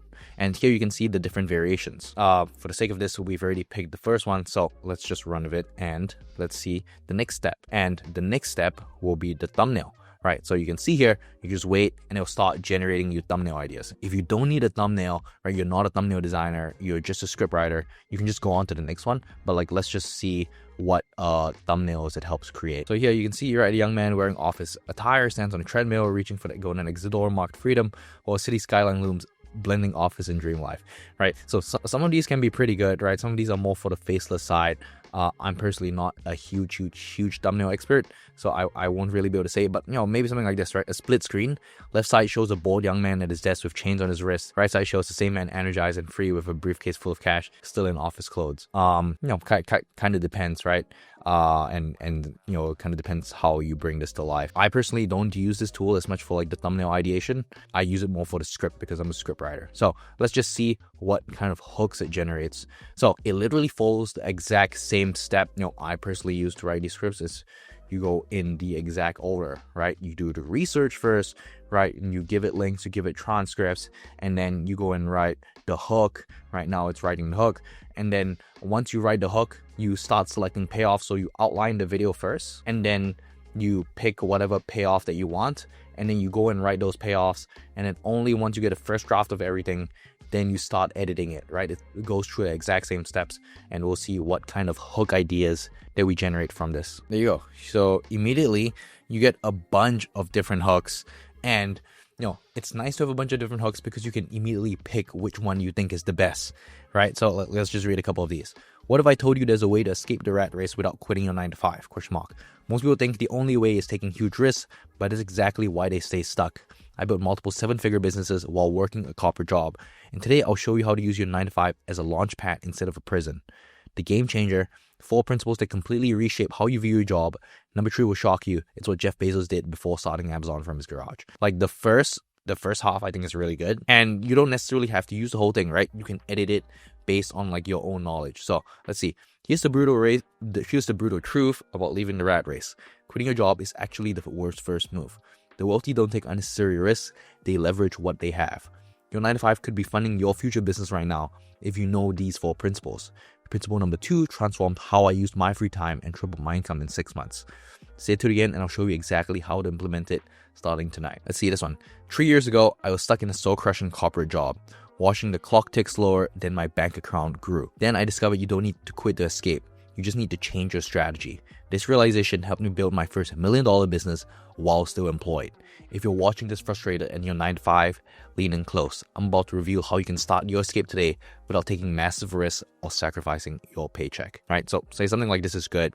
Right? Obviously the story will need a little bit of amendments. Let's just run with this. Okay? And then we'll see what payoffs it generates. So now it's outlining the script for us where payoff 1, payoff 2, payoff 3, payoff 4, and we can just pick which ones that we like. There you go. So here we have the payoffs, right? What surprising truth about your 9-to-5 could completely change how you view your current situation. How did Jeff Bezos, not so important. What's the biggest mistake people make when trying to escape the rat race that keeps them trapped forever? So I think mistakes could work. Why do most people quit their jobs without a plan and end up worse than before? Like, let's talk about that for sure. What mindset shift separates successful entrepreneurs from being stuck in the rat race? Yeah, let's talk about that. How can you turn your boring 9-to-5 into a skill building machine? 100%. What's one thing that differentiates people in the rat race from millionaire entrepreneurs? Maybe. Why would Elon Musk have $1 million within a week even if he went bankrupt tomorrow? What are the four core principles that can help you achieve financial freedom? So there you go. Let's say we don't want to pick too many payoffs, but I think these 5 are pretty strong, right? Obviously, if you spend a little bit more time like reading through all these payoffs, you can pick better ones. But let's just say I'm happy with these 5. I can immediately go to draft and I will immediately generate outline and a draft, right? So now we'll create your script outline. You can choose to generate just the outline or both the outline and the full draft simultaneously. Generating just the outline enables you to view and refine the structure before moving on to write your content. So here, you can just generate outline. Say you just want to generate outline, you don't have to write the full draft first. Give it some time and we'll generate the outline from there. So bam, the outline is generated and you can immediately see, right, you have the introduction from the payoffs, right? You have number 2, the trap that most people fall into, right? And you can see the outline, right? Here's what most people don't realize, right? And here it follows the exact same structure, right? Setup, tension, example, develop point, insight, twist, build anticipation, resolution, transition, right? So you have your setup, and then you have your payoff, right? Everything else is pretty much the payoff. And here, right, your job is your business school, right? Jeff Bezos didn't walk out of his office one day, right? Many successful entrepreneurs built skills while employed, right? Study shows skills account for 85% of financial success, and bang, you go. Okay, next, millionaire time strategy. Here's how most wealthy people treat time differently than the poor. Most people waste evenings and weekends recovering from work. Studies show working professionals waste 15 plus hours workly. So here you can save time. Okay, next, escaping the employee mindset. Why most people stay trapped even with skills and time, right? Skills and time alone won't make you financially free. The real barrier is how you see yourself and your options, right? You have example, and bang. The 90-day escape plan, and then what freedom actually looks like, right? It's about becoming free, right? How my first business made money but kept me working 80 hours. Autonomy matters more. So like, let's say, I'm not such a big fan of this, right? So I can just delete this section. It doesn't look super compelling. But then let's just say like this is good and this is something that I want to run with. Then we can just go and immediately generate draft, right? We can start generating the draft for each of these. So, and bang, here you can see here. Yet here's what most people don't realize about escaping the rat race. Quitting your job isn't actually the answer. And I feel like the obvious solution when you're stuck in a job you hate, but it often just leads you into a different kind of trap. Most personal development gurus will tell you to quit your 9 to 5 immediately to chase your dreams. But what they don't mention is that 90% of new businesses fail within the first year, according to the data from blah, blah, blah. That means 9 out of 10 people who follow that advice end up worse off than when they started. I saw this happen to my friend Ryan, right? He watched a few motivational videos, blah, blah, blah. Here's the problem with quitting too soon. Desperation changes how you think. When your bank account is draining and bills are due, you start making rational long-term decisions. You take bad clients, chase quick money instead of building real value, and often end up right back you started. Your current 9 to 5 could be your biggest advantage if you use it strategically. It gives you steady income while you build skills, make connections, and test business ideas with minimal risk. The first principle is seeing your job as a tool rather than a trap. That mental shift changes everything because now you're working for your future self and not your boss. You can see here, just reading it, it's pretty compelling, right? It's pretty close to what Gaji has. Not to say that it's perfect, right? But it's actually pretty good. And if you just go to each of these, right, you generate a draft for each of these, and you can see here it's actually pretty good, right? You have the outline that it gives you, and if you really like the outline, you can just run with it. If you're not happy with the outline, right, you can ask it to regenerate it, or you can edit the outline, and that way it really helps you kind of like systematically see, okay, how do you write each point? How do you write each point? How do you write each point? How do you write each point? Okay, so now that we've generated like 1 or 2 sections, if you think, okay, all of these are good, all of these setups are good, you can go here to actions, and you can immediately generate the full draft. So you press one button, and it will write the full script based on the outline that you read and you approved, and now it's just going to generate the full thing. So we'll give it a little bit of time to see what it comes up with. And bang, there you go. Kind of see like here you have a full script, and you have like full for like each section. And if you want, you can go here and you can edit it, or here if you press the next button to edit, here you can get feedback on your script. So you can get AI to write the full script, and then there's another section that is kind of just trained on editing the script. So here, right, your draft is done. Now let's make it better by reviewing and editing it. You can only do this once, so make sure you're satisfied with the overall structure and content of your draft before moving forward. So here, let's just see what kind of feedback it generates. Right, and here you can see suggestions, right? This draft is a strong, relatable hook, clear problem solution framing, but it overstates and misattributes statistics that aren't directly supported by the provided research and repeats ideas rather than deepening them. It can be tightened by removing unsupported figures, sharpening transitions between principles to sustain viewer curiosity, focusing each section on a single core takeaway validated by the background material, and cutting redundant phrasing will improve pacing and retention while preserving the conversational toll that resonates with ambitious 16 to 24-year-olds. You can see here, it has suggestions, right? Factual check, right? Built my $1 million business while still employed, right? Engagement, right? To heighten curiosity, hint at one surprising tactic you'll review later. For example, add, and the trick that made it all the difference wasn't what you expected, before rolling into the promise or revealing your strategy. And then pacing, right? Second sentence is a bit long, so I suggest splitting all of it. So you can see here, there's original versus rewritten. So the rewritten part is, 3 years ago, I was stuck in a soul-crushing corporate job, watching the clock tick slower than my bank account grew. Then I realized you don't have to quit to escape the 9 to 5, to escape the rat race. You just need to change your strategy. In my case, that shift helped me build my first $1 million business while I was still employed. And the trick that made all the difference wasn't what you expected. If you're frustrated at your 9 to 5, listen closely. So this is closer to what Gaji says, right? Gaji always says, listen closely. I'm about to show you how you can start your escape today without taking massive risks or giving up your paycheck.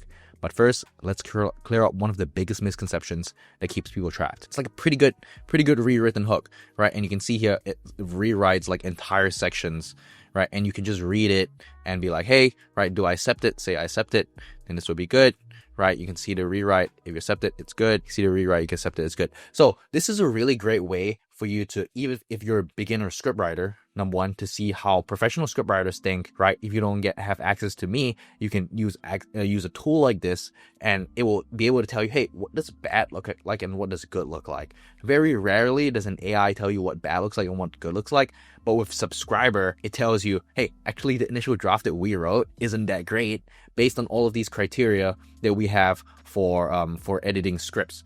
And then it gives you corrections based on that. Usually what AI tools do, like for example, ChatGPT, it'll give you an output. If you don't know that it's bad, you won't tell it that it's bad, right? But this AI tool literally, hey, actually the initial draft that we gave you is bad. Here, this is something that's a little bit better and that you can use, right? And it literally does it for the entire script, right? Where else do you find something that is able to give you suggestions for the entire script, give you specific line by line rewrites based on its understanding of what good YouTube scripts look like? That just never happens, right? So you can see here, say you just accept everything and you read all of this just for the sake of the video, we'll just accept everything and bang. Then let's say this whole script is good. You can immediately press export and you can export it, right? You can see the word count, you can see the reading grade, you can see how long it takes for you to speak, you can see the readability, and bang, right? You can copy the script, you can download the script, right? You can get the research report, you can get the thumbnail, you can here go to docs.new, and you can paste the whole script here. And here you have a fully written script, all done in like literally less than 10 minutes. And here you can have the title, you can generate the description, right, with what I talked about. So you can generate a description, you can start generating tags, and here you'll immediately make it so that it's easy for you to upload, right? So here, informative, so you can pick whatever description that you want, and then here it'll help you generate tags, and you can just copy the tags and you can paste it inside of your video. So it makes creating the video, scripting the video way easier. And not even the script is easy to record, and once the video is edited, description tags is all done for you. So this tool is made for, number one, AI YouTube scriptwriting, which I think is a really great use case, and it's something that I personally use quite a lot for myself and for clients. And it makes creating this content a lot easier, especially the editor. The editor is one of the better features out there that I've seen within AI tools. And I personally use this to write descriptions and write tags, right? Descriptions isn't necessarily the most important thing within your YouTube video. It's kind of an annoying thing to write. And that's why you can kind of use this, right? It's trained on how to write descriptions accurately. And if you have the script and then you have the tags, it makes it a lot easier to go out there and create the video, right? So this is a tool that I like to use. It's called Subscriber.ai.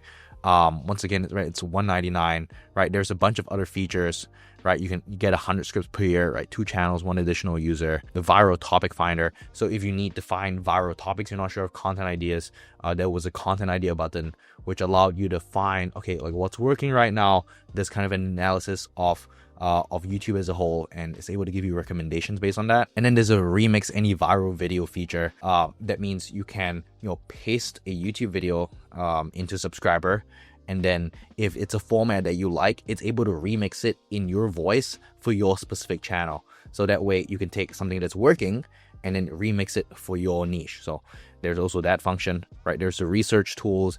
As you saw, right, you can literally paste in YouTube videos instead of transcribing it, putting the ChatGPT. Oh, the chat is too full, chat is too long, and then you have to redo it. Press one button and it's done. And you get priority support. And also there's a 30-day money back guarantee. So if the tool isn't something that you like for whatever reason, then you don't get value out of it. Yeah, it's something that you can go ahead and play with. This is Subscriber AI. I think it's pretty good. I have a lot of friends who use it. And I personally use it, and I think it's one of the better AI YouTube script writing tools out there, specifically for writing YouTube scripts. If you really want to write better scripts, if you need help, going through the entire process, creating idea, title, framing, the actual payoffs of the video, actually writing the script, actually editing the script.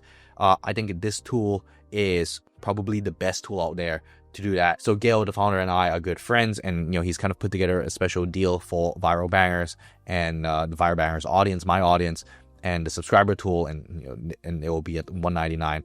I have no idea how long this will be up for. Yeah, it's a pretty good tool. I would highly recommend using it. All you have to do is click the link in the description, and and you'll be able to get access to this. And yeah, we've come to the end of the YouTube script writing course. Congrats making it all the way to the end. If you made it all the way here, drop a comment on what other kind of content you want me to cover. Anything else that I haven't covered in this full course. I like to make these type of videos as an update on the new information that I've gathered just from working with all of these clients, because there's all these small nuances that I gather looking at 1,000+ scripts over the past year, and I just want to bring the best possible content to you. So where can you take it from here? Number one, click the link in the description, get my YouTube script writing workbook. It has literally everything that you need to know, templates, worksheets, all of these courses kind of summarized into one workbook PDF. So you can get it, just enter your email and I'll send it right over to your inbox completely free. And number two, if you want to learn YouTube script writing more in depth, I have the YouTube Script Academy. They'll also be in the link in the description. And the YouTube Script Academy is a program where I teach beginners to learn YouTube script writing from scratch and teach you how to get clients, how to learn new niches so that you can be just like me, make 6 to 8K a month, just traveling the world, working a couple hours a day, writing YouTube scripts. I truly believe that this is one of the most high leverage skills that you can have. And additionally, if you run your own channels and you want to hire YouTube script writers, you can either, number one, work with my agency at viralbangers.com, or you can join the YouTube Script Academy and you can do a job post in there. There have been dozens of successful YouTubers who just join, go in there, make a job post, hire a scriptwriter, and call it a day. By now, we have 300+ members within the program who understand YouTube script writing. And if you're having problems hiring YouTube scriptwriters, you can just go in there. We've had a couple people have really good success just hiring people, making a job post, or within there and hiring 4 or 5 scriptwriters just for a couple channels that they run. So yeah, that's YouTube script writing